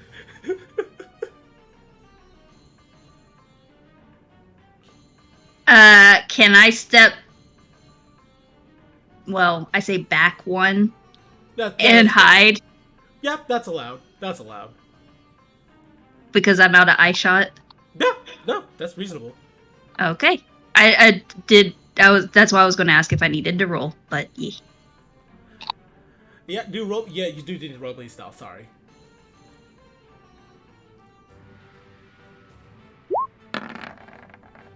Yeah, no.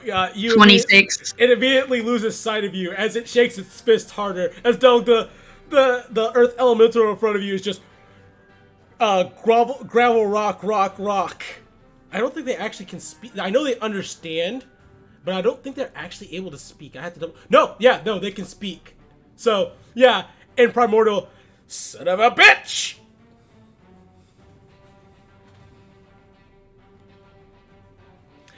It is Whistler's turn. Doug, what are these things? Earth elementals.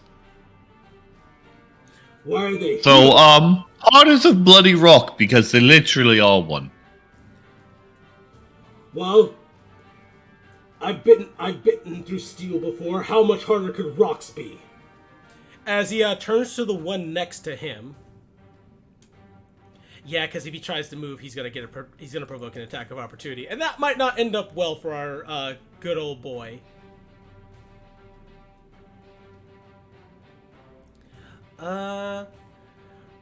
Actually, he can use his cunning action to disengage to get closer to your. Oh, then he won't be able to do his special helpful thing.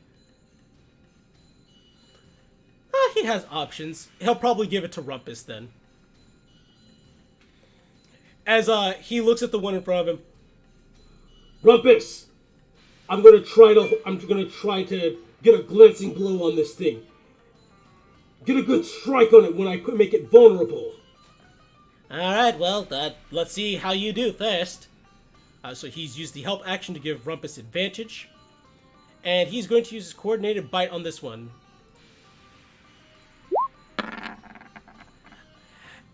As Whistler bites, it does still need to make the strength saving throw.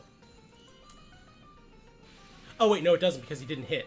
As Whistler tries to bite this thing, he makes no purchase through as it seems completely unaffected by it. Doug, I thought you said they were just made out of rock.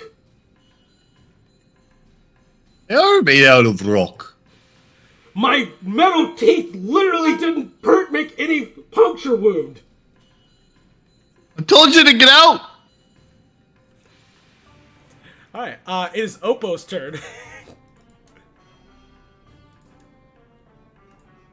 Oppo is... He has a few options. As he turns to Delg. If I... Oh wait, no. He's just going to start off with the good old boy spell. He's going to go ahead and hashtag bless. And the people he is going to bless, up to 3 targets of your choice within range. He's going to choose you, Rumpus, and Whistler to give the bless spell. And I believe I have an icon for that. Yes, I do. Sorry, Sam. You're not in range to be blessed. Otherwise, he would have blessed you too. I'm not bothered by this. I'm very used to not being in the range for spells like that. God damn it. Son of a bitch! Oh, I need to put a concentration thing on Oppo as well. And Rumpus is also blessed as well. As Oppo holds up his holy emblem of Trothar Jagar, as he's like, well, if we're kind of just stuck here fighting these things, they'll probably keep on chasing us even if we leave. As he's like, but at least I can help us out in the time being. As you feel magical blessings upon you, Whistler, and Rumpus. Ah, you're doing that spell. Thanks, Oppo! Meanwhile, it is this Earth Elemental's turn. Now, he has a choice. He can hit the target in front of him, or he can choose to be angry at Calligraphy and try to find her upstairs. I'm going to roll 1d4 on this. On a 4, he will go and pursue Calligraphy. Well, son of a bitch. He also had a 26 for stealth. Yeah, exactly. He knows you're up there, but he doesn't know where you're at. So he'll still have to use an action to find you even if he goes out there. However, what he's trying to do right now is something incredibly stupid. As he attempts to leave Delg's space. Oh, really? Well, we're just gonna have to... I do believe I have to spend a reaction to do that, but it's fine. You sure do. I'm still gonna... Oh, fuck. You may add 1d4 to that roll because you are a hashtag blessed. Oh, yes. Hopefully that somehow is enough to make a hit. With a 4, Oh. with a 4 added to it, that is a 17, and that is in fact a hit. Woo! Oh, yeah. Alright, so go ahead and give me that Hit damage. Really me. That is 9 damage to the Earth Elemental, and it can't fucking move from its spot. Can't move. As it attempts to glide into the earth and fly up the wall to where Calligraphy is at. Delg, you raise your hammer as you just smack it, forcing it to have to stay down here with you. What are you going? As, of course, in retaliation, it turns to you as it raises its fist. And here comes the giant fist! 26. I don't believe that kind of hits. That is 9 bludgeoning damage. Oof. And hit number 2. That's a 22. Oh, that hits too. Ah, damn, just barely, though. Yep. Oh, for 11 bludgeoning damage. As you force this thing to stay down here with you, its face, the little rocks that are its eyebrows, kind of become more angry as it turns towards you and just bop, bop, 2 punches straight to the face. Oh, he's angry. God damn it.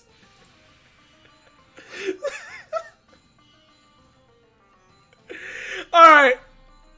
It's the second Earth Elemental's turn. And it has no incentive. It has no incentive to go upstairs because it wasn't shot by calligraphy. But it does have a dog in front of it that tried to bite it. And Whistler's probably about to be in for some pain. Here's one. Here's two. Oh, that natural one.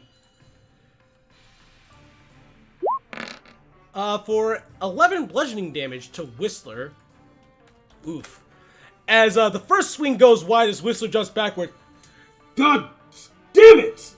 As the second one comes down and hits him right in his back, he's like, shut up! Are we sure these are rocks? Rocks that are alive. Delg, it is your turn, which means technically you get your reaction back. Yay! Because I kind of need that thing. Okay, let's go with a bit of a rallying cry for a bonus action. Oop, wrong thing. That is up to 3 times per day. As a bonus action, you can choose any number of creatures. They gain your fighter level plus your charisma modifier. How much HP is that right now? I believe that's 8 in charisma modifier, so 10. That is 10 temporary HP, and that even goes to calligraphy as well. Yep.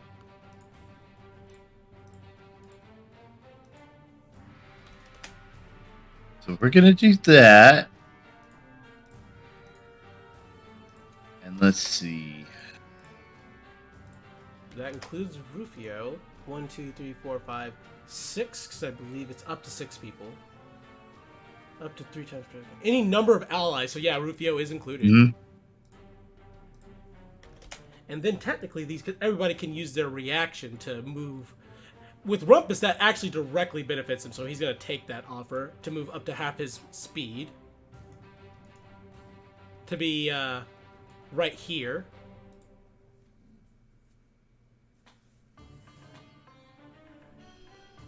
Wants to get closer to that rock? Silly man. Yep. Okay. As Rufio will do the same under orders from Rumpus. Oppo, however, is going to go ahead and back up further to the corner. Well, I guess I need to keep beating on this rock right here in front of me. Yeah, makes sense. So, there's attack number what? Also, calligraphy, you would have been in range to... Oh my God. That's a natural one, unfortunately. That's a failure. Also, calligraphy, you would have been in range to get that temporary HP. I got it. Okay, excellent. I put it on the character sheet, yeah. I am not going to move yet. Yeah, no, makes sense. Alright, unfortunately with the natural one, that's a miss. As I say it's a miss, but really what it is, you swing your hammer and slam it straight to this earth elemental side, as it's just too fucking sturdy, as there's not even a crack, though a bit of pebbles fall down in response. Well, round 2. That is a 17 for another hit. Yay. For 13 bludgeoning damage. Woo-wee! Yeah, no, that's really freaking good. As that earth elemental definitely looks worse for wear. As it's starting to slowly fall apart. As you hear it grumble. Not good. We had orders to kill anybody who came. Where's the wizard? You may potentially be able to use an action next turn to try and get that information. But, for now... Rumpus's turn. Rumpus turns to the Earth Elemental in front of him, who he has advantage to hit. And he's like, well, Whistler, you may not have been able to bring him down, but I'm confident in my ability to do a lasting amount of damage. As his blade is cloaked in booming, thunderous energy. And he is going to do a booming blade. But first off, he also needs to make an attack with the Needler, with advantage. That is a 17 for a hit. And then he also gets to add his sneak attack damage. Because he had advantage on the attack roll. And we're about to discover something about Earth Elementals thanks to Rumpus. As Rumpus hits this thing with his thunder-cloaked blade, it's almost like this thing was designed specifically to not be able to withstand thunder damage, as the thunder damage does a significant chunk of damage to this Earth Elemental. There may be something specific about that type of damage that Earth Elementals do not like. Minus 11, minus 8. After that move, Rumpus kind of takes a back step here because he has the mobile feat. And he's like, Rufio, carve him up! As using his bonus action, Rufio will now make a force-empowered glaive attack against him. And that is a 22 for 8 force damage. As this Earth Elemental has been reduced to almost as much, taking almost as much damage as the one that Delg has been beating on. Damn. And also, if it moves, it takes extra thunder damage. At least until the start of Rumpus's next turn. That is Rumpus's turn, though. Calligraphy, it is back to your turn. Okay. So I'm going to sneak back over here. I'm not going down, but, I'm on the edge of it. Yep, so now you can see both of them. Yeah, and while being able to be sneaky gives me advantage, it doesn't give everyone else advantage. So... Oh! I know what you're about to do! Yes, I finally get to use it again, because they're in a perfect position with no one between them to just hit them. Alright, I'll go have them make their dexterity saving throws. This is not something they are good at. That's a 4. And a 3. So that's a 3 and a 2 respectively. So yeah, they are both fairy fired. Also, it says that they, they glow themselves, so they can't benefit from being invisible. I imagine that would mean they glow when they're in the wall. Yes, you would see them if they start coming up the wall. I'm okay with that. I do like that. So yeah, that is technically my action, sadly. That is a fine action, though. Now everybody has advantage. That does break your stealth, though. Yeah. So you could take a bonus action to re-stealth. Oh, right. I can still re-stealth because of my... Yeah, I'm just going to step back and go ahead and hide. Alright, roll me a stealth check. Yep. You're just trying to beat their passive perceptions at this point. Yes, and you beat the passive perception. You were back hidden again. So, from upstairs... Calligraphy, you run around repositioning yourself as you get the perfect angle where you can hit just the Earth Elementals and not anybody else. As you give the order to Tama, pointing your finger, as they get spot painted with this fairy fire as they suddenly glow up. Do you say anything to everyone downstairs as you do so? Obviously, that won't affect your stealth because you're gonna stealth afterwards, but right. Give you a chance to say something cool. Yeah, I guess it actually would be yelling to them. Mm-hmm. I didn't see him up here. Does this mean a pocket opened up? And then she poof, also kicked their ass and jumps back. Whistler's turn. I have every intention to try. As he turns to the one in front of him, and he is going to attempt to do his coordinated strike as he turns to Rumpus once more. You really fucked him up with that last blow. I'm going to try and give you another opportunity like that. As Whistler is going to attempt to coordinated strike. With advantage. A 21 is a hit on that Earth Elemental. However, Well, it does have to make the strength check. There is that. It's not magical. Yeah. And it passes. Whistler tries to bite through this thing's stone, but he just is not able to do so. God damn it. I'm going to take a guess I can't deal damage to these things without a magical weapon. Rumpus, I'm working on that. God damn it! Alright, that is Whistler's turn, unfortunately. Oppo. Well, don't you worry for the time being, Whistler. I got your back. Let's see. What can he do? Ooh, he can do some nasty things. I need to check his distance. Yep. Oppo is going to step forward into range as you see his hand crackle with necrotic energy. As he looks up at Calligraphy, or at least where he last heard Calligraphy from. Calligraphy, I'll have to thank you for lighting them up like this. As he forms like a claw. As with advantage, he's going to cast Inflict Wounds at 2nd level. And with a 25, that is a hit for 28 damage.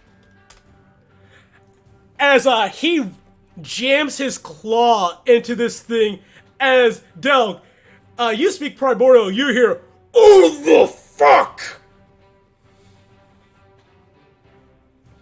As Oppo shakes his clawed hand a little bit. Ah, fuck! I was hoping that'd be enough to kill it. Delg, you got my back? Of course. Good thing you do, because it did not like what Oppo just did. As it's going to make an attack on Oppo, which, well, let's see how that goes for it. Delg, you get a reaction attack at... Yo. A 24 is a hit. For 9 piercing. 9 bludgeoning damage. Alright, it does get that one slam onto Oppo. 20 is unfortunately a hit on Oppo. Oh! My poor boy. He stepped forward to be brave. golly. He needs to make a Constitution saving throw, DC 10 to maintain concentration on Bless. Oh, he is not good at Constitution saving throws. And I don't think he has... Nope, he does not have that feat. Oh, Oppo. Oh, poor Oppo. He passes. He maintains concentration. As he punches Oppo in the face... Ah! Oh! As a trickle of blood runs down from his face. As Delg, you smack this thing in retaliation, as it then turns to you. And rolls a slam on you. 26. Ouch. For 17 bludgeoning damage.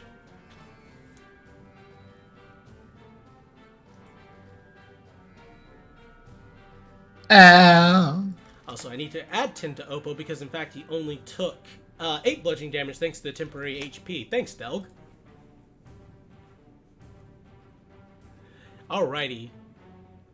It is this one's turn. Unfortunately, the thing that it really wanted to hit, which was Rumpus, after that bullshit Rumpus just pulled, just moved out of range. So it is going to try to chase Rumpus. And let's just say, oh, you shouldn't have done that. As now we roll Rumpus's thunder damage, which I think at this level is 2d8 thunder damage.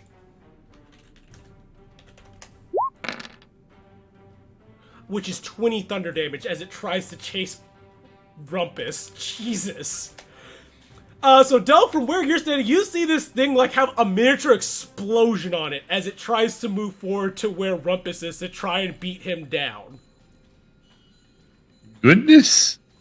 Whistler would try to make an opportunity attack, but he knows it's worthless for him to do so. So he would not waste the reaction to do so. Meanwhile, this thing is going to try to attack Rumpus.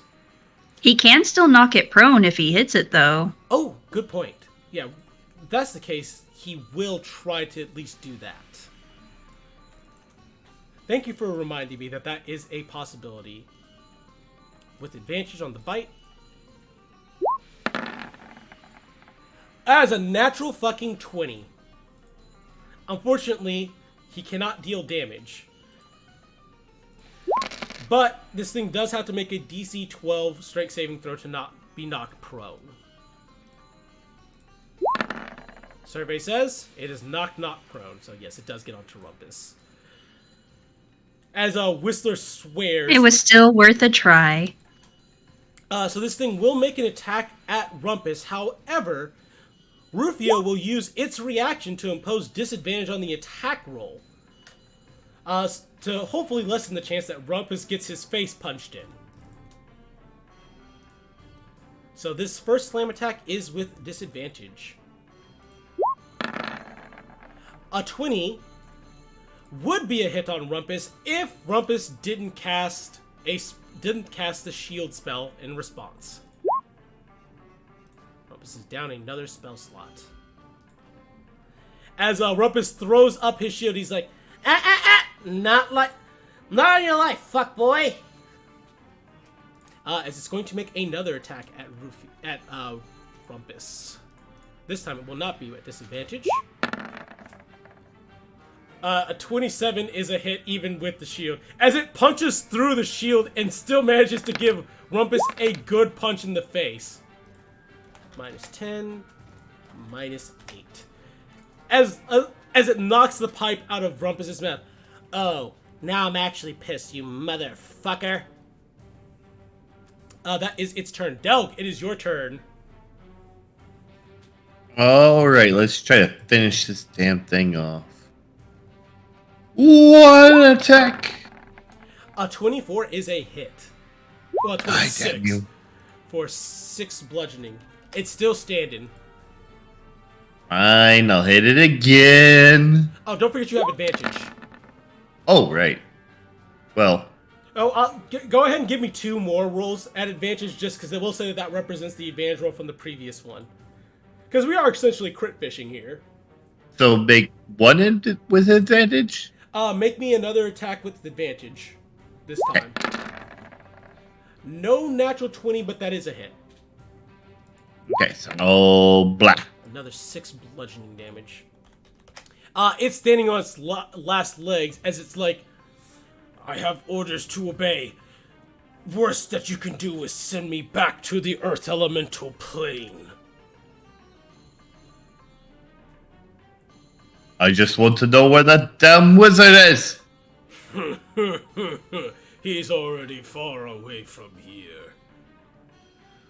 Our masters have taken him for their purposes. It's Rumpus's turn. Rumpus is going to do a thing. Oh, Rumpus speaks Primordial too. How about that? I forgot that about him. Alright. So Rumpus is going to make an attack with advantage with the Needler. And it's going to be a Booming Blade attack, as per usual. That's a crit! So roll 2d8 on the thunder damage. And 46 for the sneak attack damage.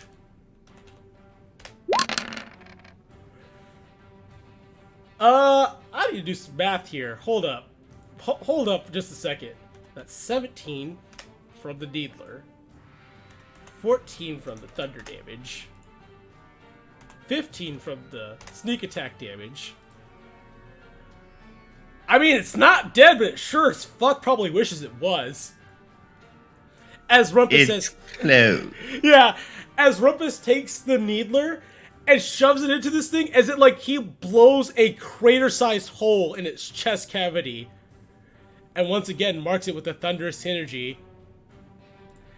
As Rumpus is like, follow me, fat boy! Also, Rufio, fuck him up. As he takes another step backwards. As now Rufio is going to make an attack with the Force-Empowered Glaive with advantage. That is 11 force damage. We'll see what happens if it tries to chase Rumpus. This could be interesting. All right. That is Rumpus's turn. It is back to Calligraphy's turn. Yay! You've heard a lot of thunderous explosions coming from downstairs. Yep, and a lot of grumbling that I can't understand. Rock, gravel. Gravel, rock. Yeah, I guess I'm gonna peek back over and You see one of these things has a massive fucking crater blown in its chest, and you see the other one is like barely holding itself together. cool. Huh. Well, I do see poor Oppo in melee range of something. Yep. So she's going to try and kill that one faster. So she's going to attack this guy. All right. With advantage. Yeah, and imagine that. She has advantage, so you know what that means. It's sharpshooter time. It's Morbin time. Boop. Oh my... Well... I know what's about to happen. I'm not even sure if I should have you bother rolling the fucking damage. But let's see it. It'll hurt. I want to see the number. I want to see the beam. You're making me wonder if I should use my Gathered Swarm, but she's going to, because it makes sense.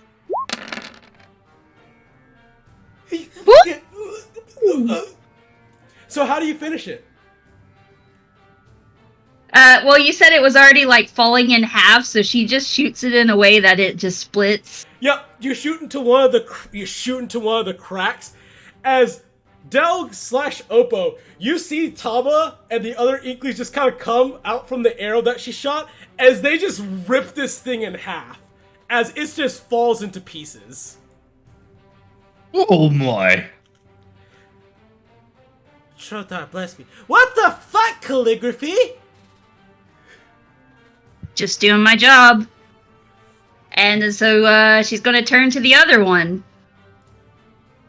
And she still has advantage. Yep. The previous one, technically, she had double advantage. That means nothing, but, you know, it's still fun to say double advantage. Yeah. So we're sharpshooting again. 23 is a hit.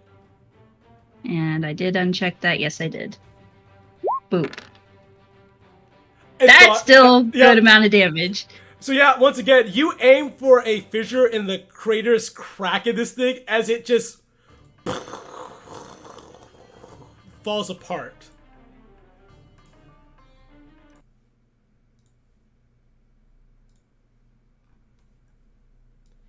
And put back on different. Downside is I can't. I didn't have a way to know they knew anything. What can you do? Yeah, so it's not like I could keep them alive, quote unquote, for It's kind of hard to restrain earth elementals in the first place. Let's be honest. Yeah. And it'd be difficult to get a lot of information out of them. As the door. Oh my god, what's all that racket about?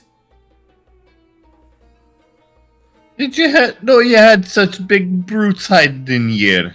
Oh heavens no, otherwise I would have blasted him with the spell that Tinder enchanted on me. Oh goodness gracious me. Is everybody alright? I got punched in the face, says Rumpus. Same. Oh dear. The door closes. Well, don't worry. I'll keep myself closed up nice and tight on you so that way no one can come in and hurt you. Thank you much. Thank you. Not a problem, sweetie. Now, excuse me, Calligraphy. Did you say you didn't see fucking anybody up there? No, there's a sign of a scuffle that clearly happened a long time ago, but there's no one up here, and it doesn't look like anyone looted the place. Oh. God Kamla, take me!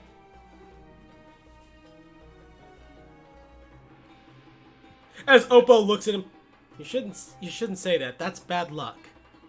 This is already bad luck. Rufio, stay downstairs. Calligraphy, we're coming up. Yep, just click that lever, obviously. Click lever as you guys are brought upstairs. And you can give it a nice good look around. As Oppo says, honestly, pretty secure place, all things considered. I'm surprised anyone was able to get the drop on him. Well, it looks like it happened upstairs. You see his chair's flipped over and his food is flipped and rotten. So it's been a while since he was taken. God, is it even worth investigating upstairs? Oh wait, he might have valuables. Hold up. As Oppo grabs him, are you seriously about to steal from this wizard? I want you to think hard about that, Oppo. I want you to think hard about that, Rumpus. Think really, really hard. Okay, so I'm going to ask the rest of you. Does that seem like a bad idea? Absolutely bad idea. Horrifying. Not a good idea. Well, you guys, the eyes have it, unfortunately. It looks like I'll keep my fingers to myself today. As he clearly slinks his way over to one of the crates here, just kind of slightly opening it. As I'm pretty sure he's not in the crates. Let's go upstairs. Oppo says, tell you what, I'll go investigate upstairs. Ask the door if it's seen anything at all. Anything. Like, from before 4 weeks ago even. It has to know something. It's sentient. We'll have to see. Do you know what it's like talking to a wall? Yes. It's about the same talking to a door. Trust me, I know what it's like talking to a wall. I speak with Spell all the time. He says as he wakes his way upstairs.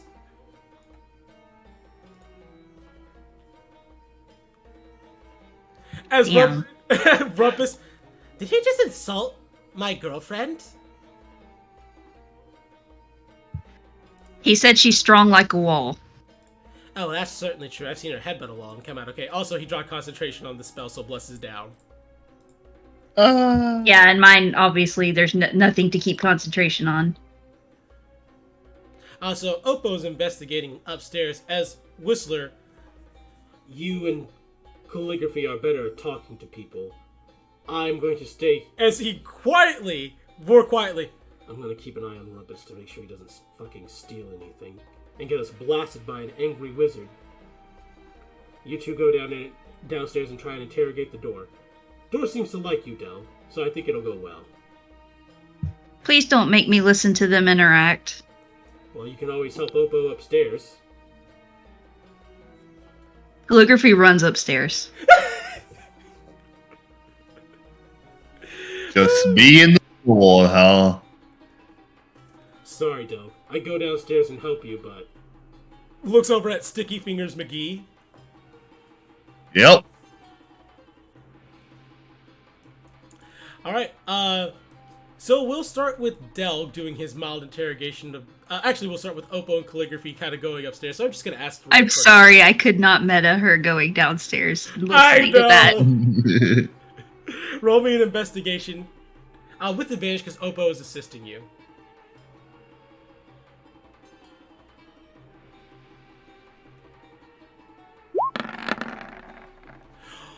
Ooh, that's good. How about a nat 20? That's really fucking good. So, looking around and kind of turning things over a bit now, you do find something that was clearly a chest that might have had something valuable in it. As Oppo says, turns to you, yeah, no, I'm glad we didn't send Rumpus up here. He definitely would have tried to steal something. As you look nearby the chest, which happens to be near the foot of this bed here, as you find something that you overlooked before. A feather.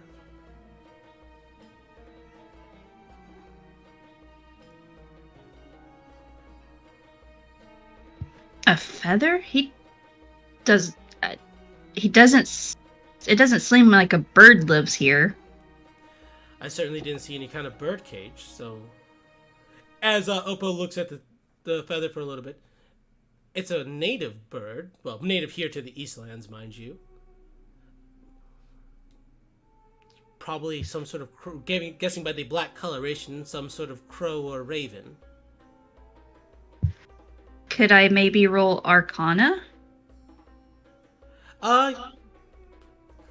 This isn't actually an Arcana thing, Okay. but you could roll a nature if you want to identify what kind of bird feather it is.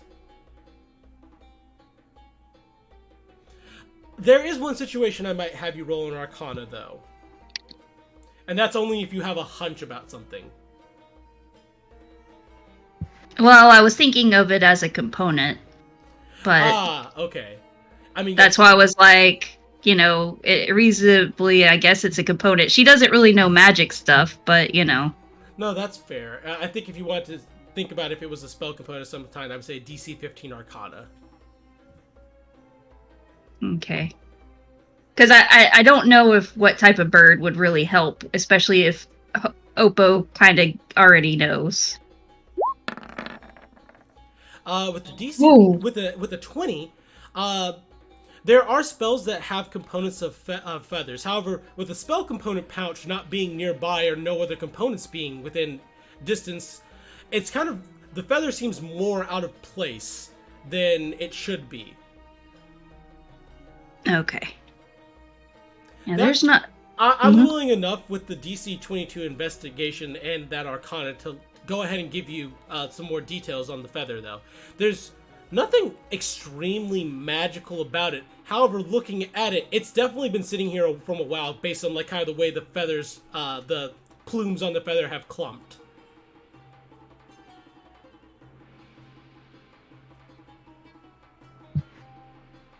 Like, the way you're saying that as if it's been longer than the theoretical month? I would say it matches closer to the time. Okay. Well, since he doesn't seem to be a bird keeper, and this doesn't seem... I don't see a component pouch or whatever a magic user would use. I think maybe there was a bird involved with him disappearing? You think it was a harpy? A harpy? Some kind of giant bird flew in the window and kidnapped him? That seems weird, but stranger things have happened. Yeah, I guess I should ask. Was the window open? Window was open. Oh, I guess I kept thinking I mage hand unlocked it. I didn't even ask that it was open. Well, the window was open. I don't know. It would have to be a... But if he's a wizard... It would have to be a big bird to pick up a furball. With how... He's a wizard capable of casting fireball. There's no way, like, just a harpy would be able to kidnap him, right? Well, most magic requires you to move or say something, so maybe they... Bound and gagged him before he had a chance to cast the spell, maybe. Something would have had to stop him from casting. If you're a stranger, you also couldn't cast a lot of spells too, since somatic components require a full range of motion in order to cast. Maybe we should go bring this information to Delg. Maybe he's discovered something talking to the door. Speaking of which, downstairs down to the dirty door. As Delg, you come back to the door, as Rufio is just watching quietly in the corner. Oh hey there, big, strong, and handsome dwarf. How you doing? Well, hey, I was really hoping that you've heard something, know something, anything from even before the last time you heard that noise. Oh, dearie me. Let's see. Now, when you say you want some information, are you looking for, like, something I thought unusual has happened recently? Because I might have something like that. Not that I'm trying to assume that, you're not something unusual. You're a sight for sore eyes, for instance. Oh, I'm sure I am, but anything at all that you can give me. Oh, well, now that you're asking specifically, I can recall about a couple of weeks before that I heard that sound upstairs, there were some strange people that came to visit Tinder. Very strange looking guys. They were dressed in like weird masks and stuff, and they were wearing some like ugly looking clothes, and they were very out of fashion. Looked like they'd never been to like a nice community center to buy some nice clothes in their entire life. Like they rolled around in the dirt and just smeared it all over their faces. Goodness. And come to think of it, it wasn't the first time that they stopped by. They weren't exactly friendly with Tinder, and Tinder didn't seem to care for them all too much now that I'm thinking about it. Oh, really? How often have they been coming by before? Oh, they used to come by at least about once a month, at least as far back as I can remember. It'd been about 3 months, and every single time they'd come and they'd talk to Tinder, and then Tinder would tell them that he wasn't interested in what they were selling. Interesting. What was the name of these people again?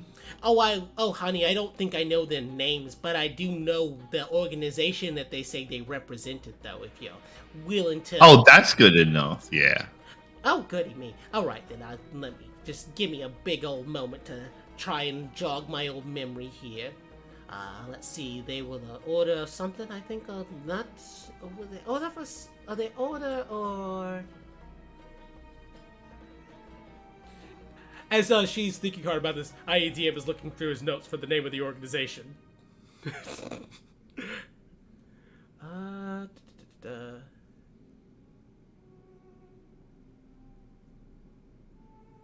Nope.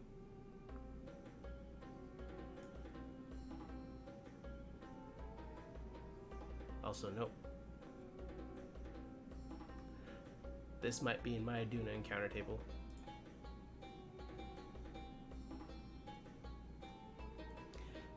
And survey says, yes, it sure was. Oh, now I recall now. They call themselves the Dune Dwellers. The Dome Dwellers. Oh, yeah. Now that I think about it, Tinder's actually mentioned them to me before. They're a group of druids. They hate civilization. That's actually why they're always so dirty. Honestly, they need to give them a shower to make them some nice perfume. Maybe they clean up a little bit nicer. This still ain't my type, mind you. But yeah, the Dune Dwellers. They're hostile, as far as Tinder has told me, which is why he always told me to keep the door closed on them. But, you can't do anything when they're knocking on your door and they won't let you sleep, which is why Tinder would sometimes address them. He occasionally would toss a fireball at them, make them leave. But, that's about the worst I think Tinder would ever do. You don't think they did something to him, do ya? Well, somebody certainly put them big old rock people in there. Oh, come And they here. said that they'd got a hold of them. Oh, dear. I hope Tinder's okay. Was he upstairs? No, ma'am. Nobody's in there. Oh, my poor boy.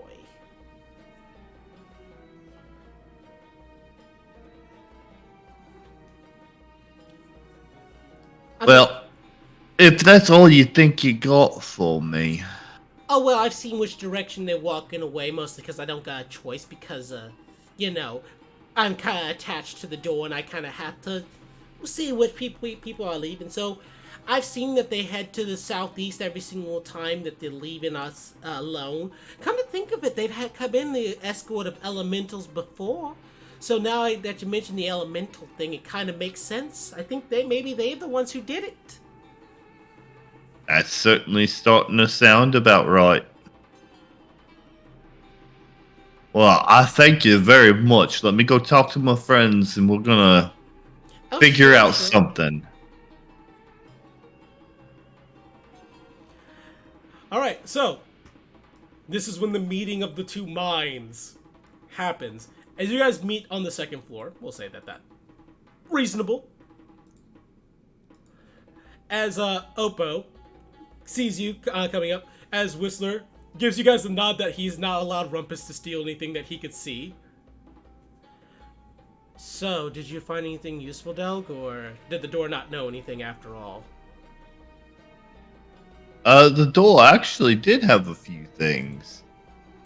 Apparently, the group coming up here with Earth Elementals was the Dune Dwellers, and they went to the southeast.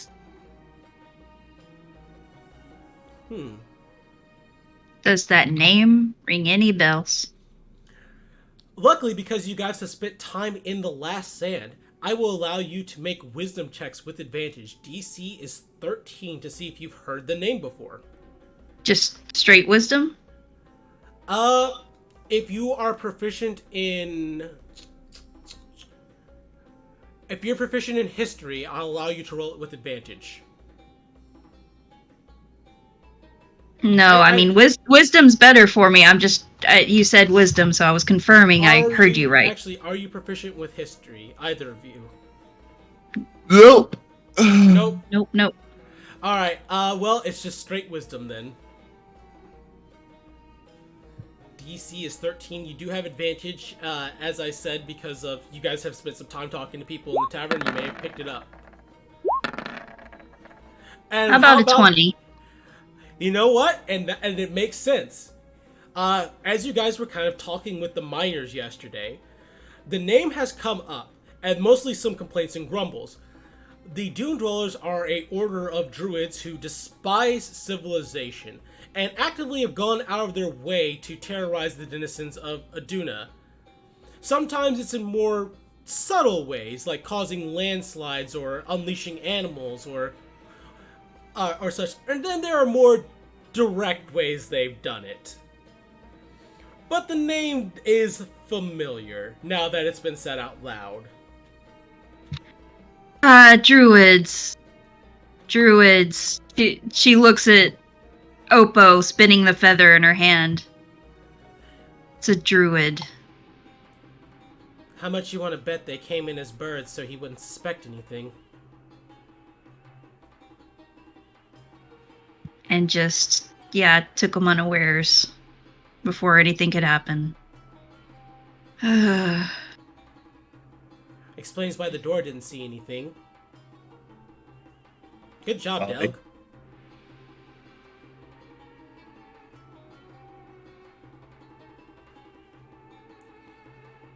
Well, it sounds like we're headed to the southeast then, says Rumpus as he gets off the crate he's been sitting on. As Whistler says, as I said, these things are never that simple. Do we at least want to stop and take a quick rest here, seeing as the door is being generous enough to, let us stay here?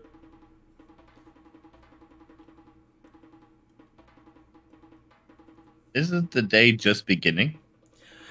It's still early morning.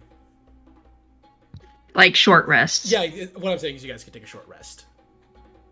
Oh, we can at least do that, I guess. Yes, I love a good short rest, says Rumpus as he stretches. I'd like to try to recover arrows, by the way, so... You can recover half? You can recover half. Yep, a whole 2 arrows, I think. Rumpus will go ahead and spend 2 hit dice to try and... No, wait. He stole that health potion earlier. He's gonna drink that first. He's totally gonna use that. I believe a regular healing potion heals for... 2d4 plus 2. 2d4 plus 2. Before he expends any hit die. Yep, so that's 7 HP back to Rumpus, which makes him 1 under. He's not going to spend any hit die. As Rumpus takes the potion he pilfered from out of that one camp earlier, as he's like, and fortune favors the sticky-fingered, as he downs the potion. As Oppo lets out a sigh. Oh, hopefully it's what you actually claimed it is. Yeah, no, that's a healing potion. I don't feel like I'm dying of a deadly poison. Whistler, knowing that was an option, that was really not safe. I had confidence. Meanwhile, Whistler will expend. He's missing currently 11 HP. He'll probably expend 2 hit die. Yeah, he's gonna expend 2 hit die.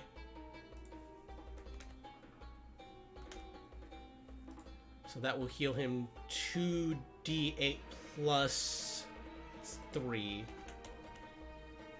And I should roll that.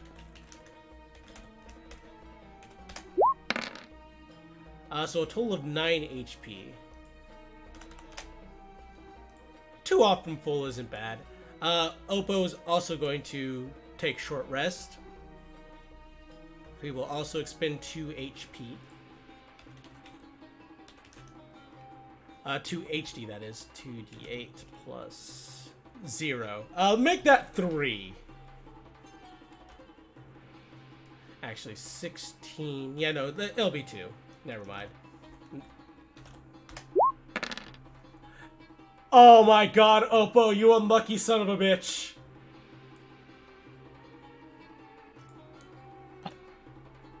That is so funny if it wasn't so sad.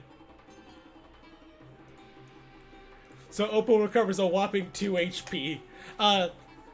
Calligraphy lost no hit points. Del, are you expending any hit die for the short? I'm gonna go with 3. Wait, you can also use second wind beforehand if you didn't already. Oh yes, that's right, because you get it back. Because it'll come back afterwards. Yeah. So let's start off with the second. I'll do that. 15 HP back. Jeebus. Ooh, God.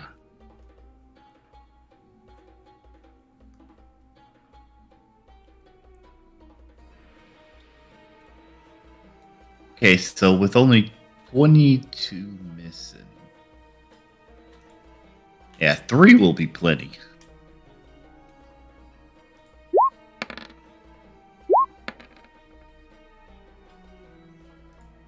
Let's see, you're still attuned to that one amulet too, aren't you? Yep. 10, 19. Oh wait, Whistler. Okay, I just went to max. That's what happened right there. I went to max. And then I realized Whistler should also be at max because it's your Constitution score on each roll of the hit die. Right. So Whistler's actually at full HP. Oppo unfortunately has a con mod of 0. So. God damn it, Oppo. Don't help him any. Yeah. Let's see. I'm trying to find the name of that item that you have. It's the parapet of wound closure. Yeah. When you wear this, you stabilize. Okay, double the number of hit points. Whenever you are dying, if in addition, whenever you roll a hit die, double the hit points restored. So you would have gotten 14 from the first one and 22 from the second. I think I'll go ahead and be nice and just say you didn't roll one of those other hit die, because I think you would have gotten the full just from a 14 and a 22. Oh yeah.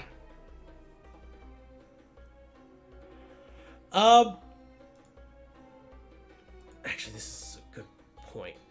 So you guys stopped to take a short rest here, and with the knowledge that the Dune Dwellers have likely kidnapped the wizard Tinder and are holding him somewhere to the southeast, I think that is actually where we're gonna call session for today, and we'll pick up back up on this journey. We'll pick up back on this journey next in 2 weeks.